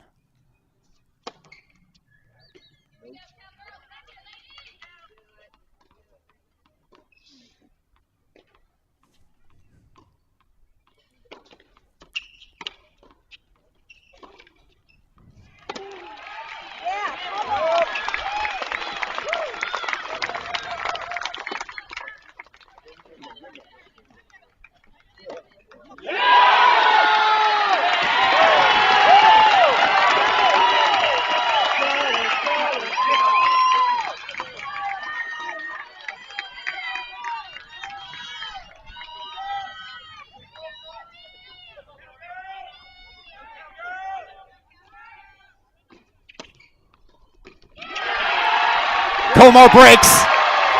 We're going to a buster on one.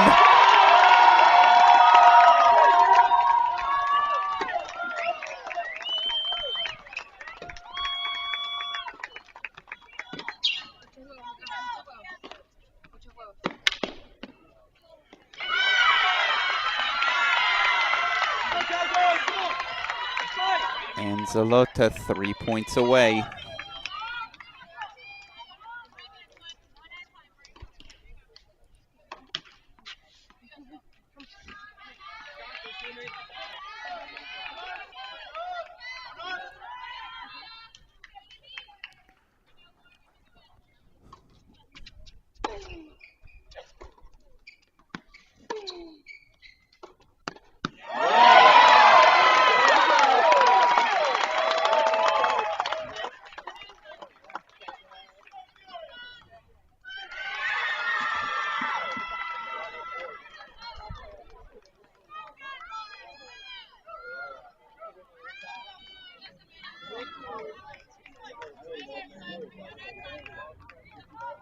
Apologies. Get court 5 back up for us here immediately.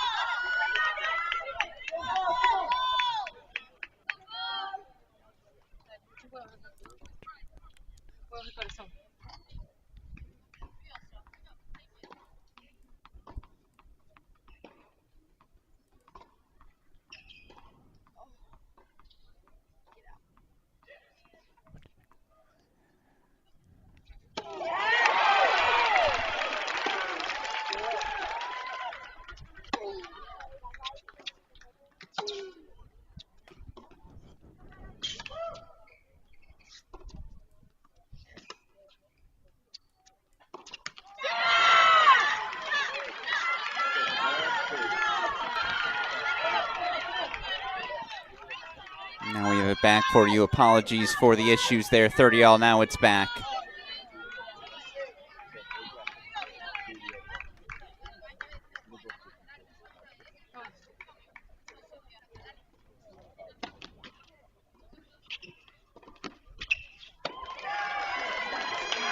And Miyamoto goes wide, so we'll go full screen to it. Match points 3 and 4 coming up.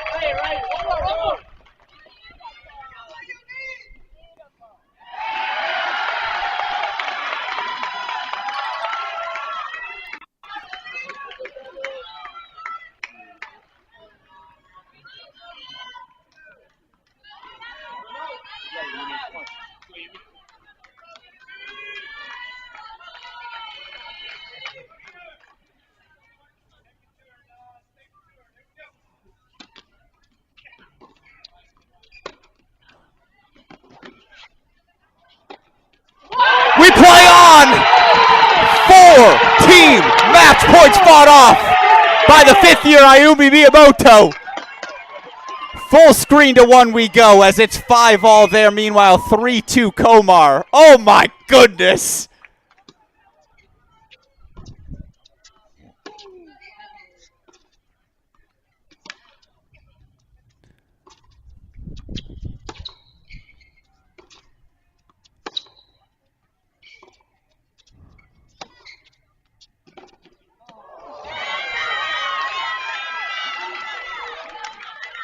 Three all on the turn. Coach Ojeda says, I got the towel, I got the ball, you focus on the tennis. Not a changeover, by the way, 5-all, so we'll get back to it.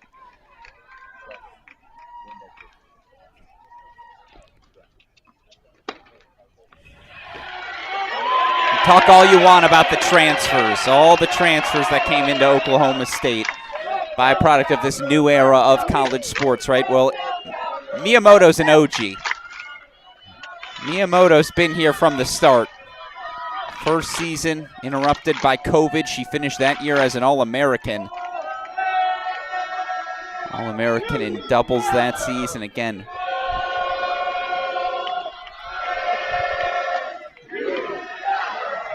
She can just somehow sneak out this set. If Komar can just somehow sneak out this breaker. On the other side, if you're Tennessee, you ignore everything that's happened the last 10 minutes.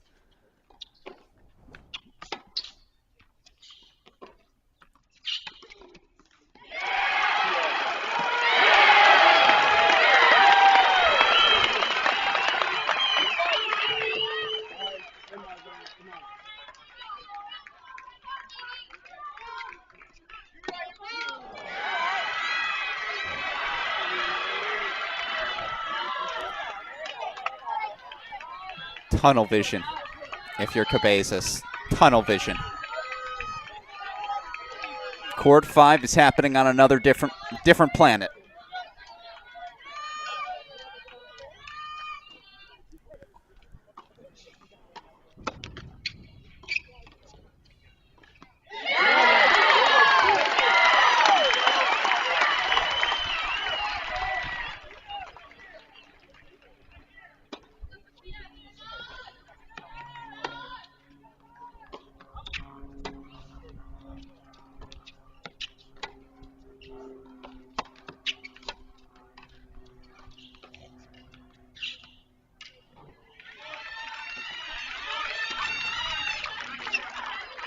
Yeah, she missed it just wide. I mean, that serve was maybe 70 miles per hour. Nervy. As Komar back in front 5-4. If it's a match point, we'll go full screen. But to pull away from 5 feels like a crime.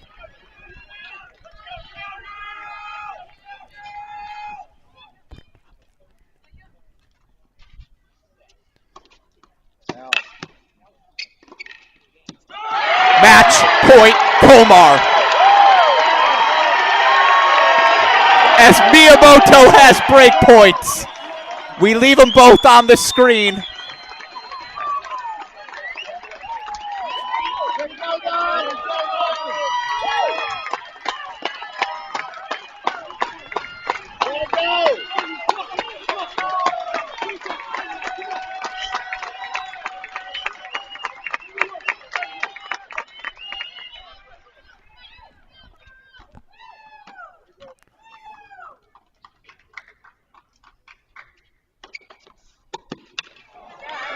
First one fought off.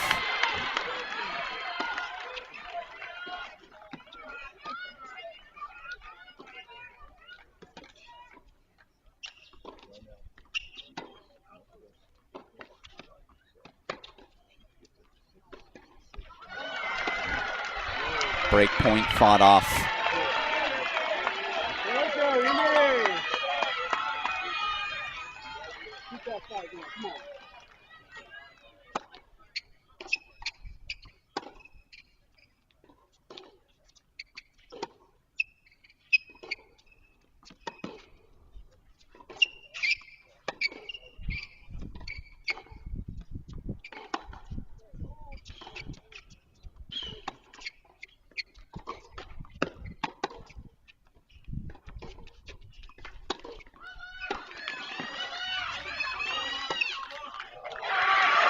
Match points fought off by Cabezas.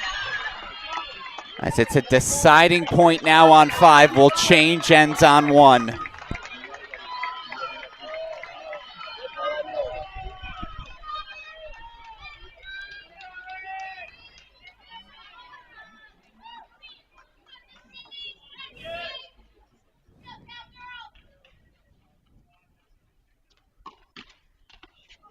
Oh my God, are you kidding?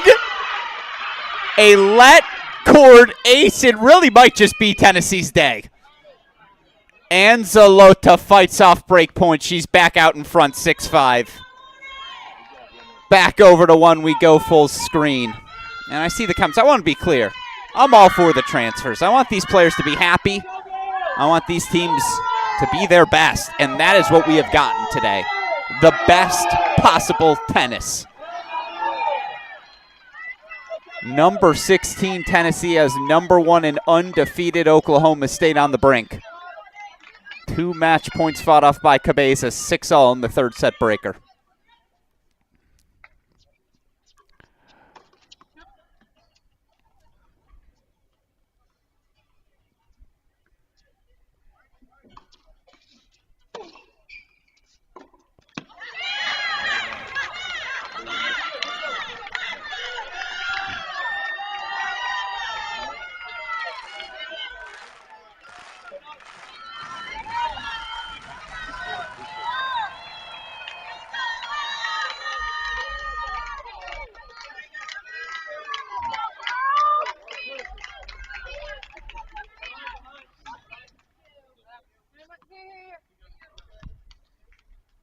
Cowgirl.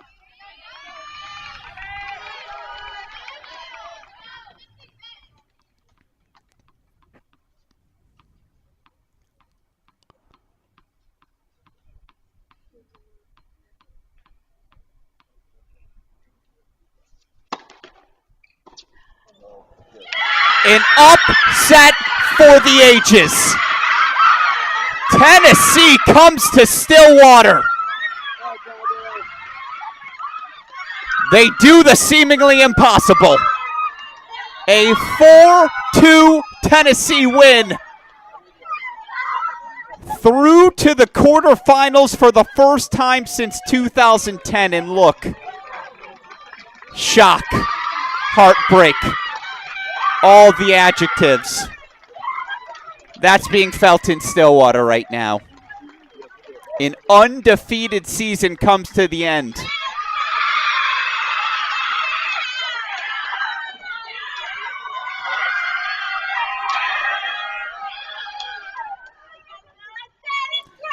Tennessee.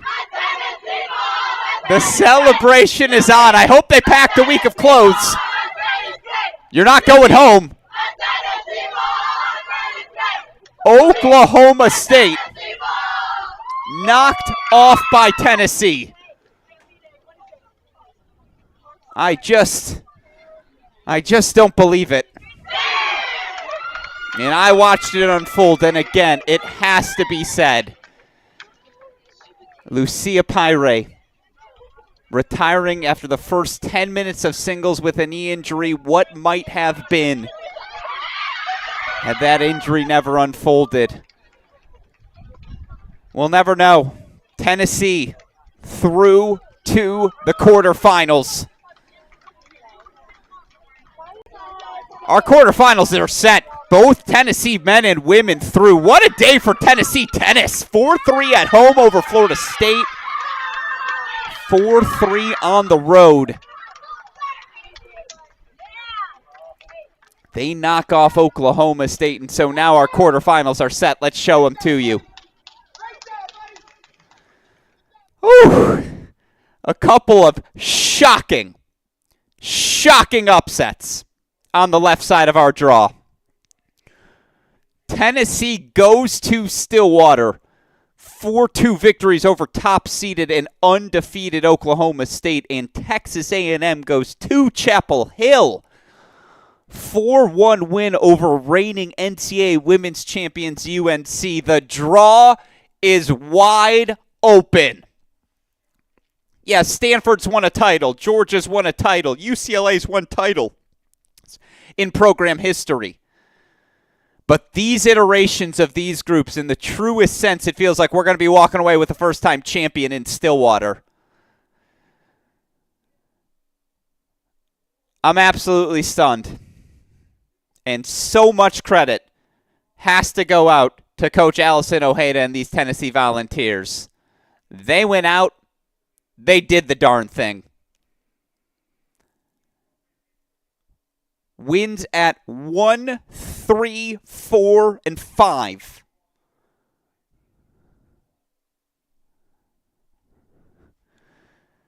Putting the super in super regional. I don't believe it. There are your women's quarterfinal set. That action again coming up 6 days from today, a Friday start. May 17th for our quarterfinals. Well, we showed you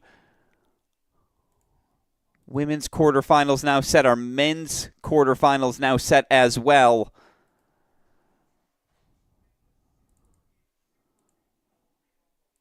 Bring that for us now. You see the men's quarterfinal set. All the top 8 seeds through.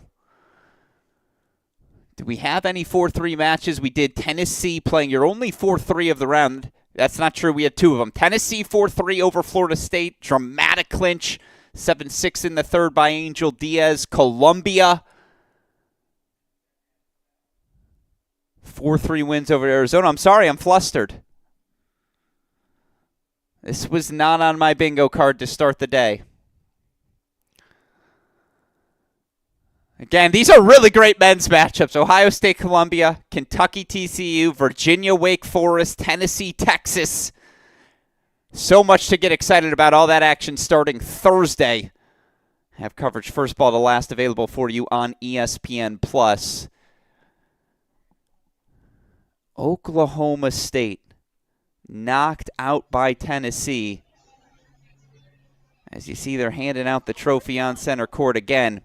Quarterfinals now set. Our coverage picks up on ESPN+. Let me show you that draw one more time. Thursday, 12 p.m. Eastern, 11 a.m. Central, quarterfinal number 1. It'll be the Ohio State Buckeyes taking on 8th-seeded Columbia.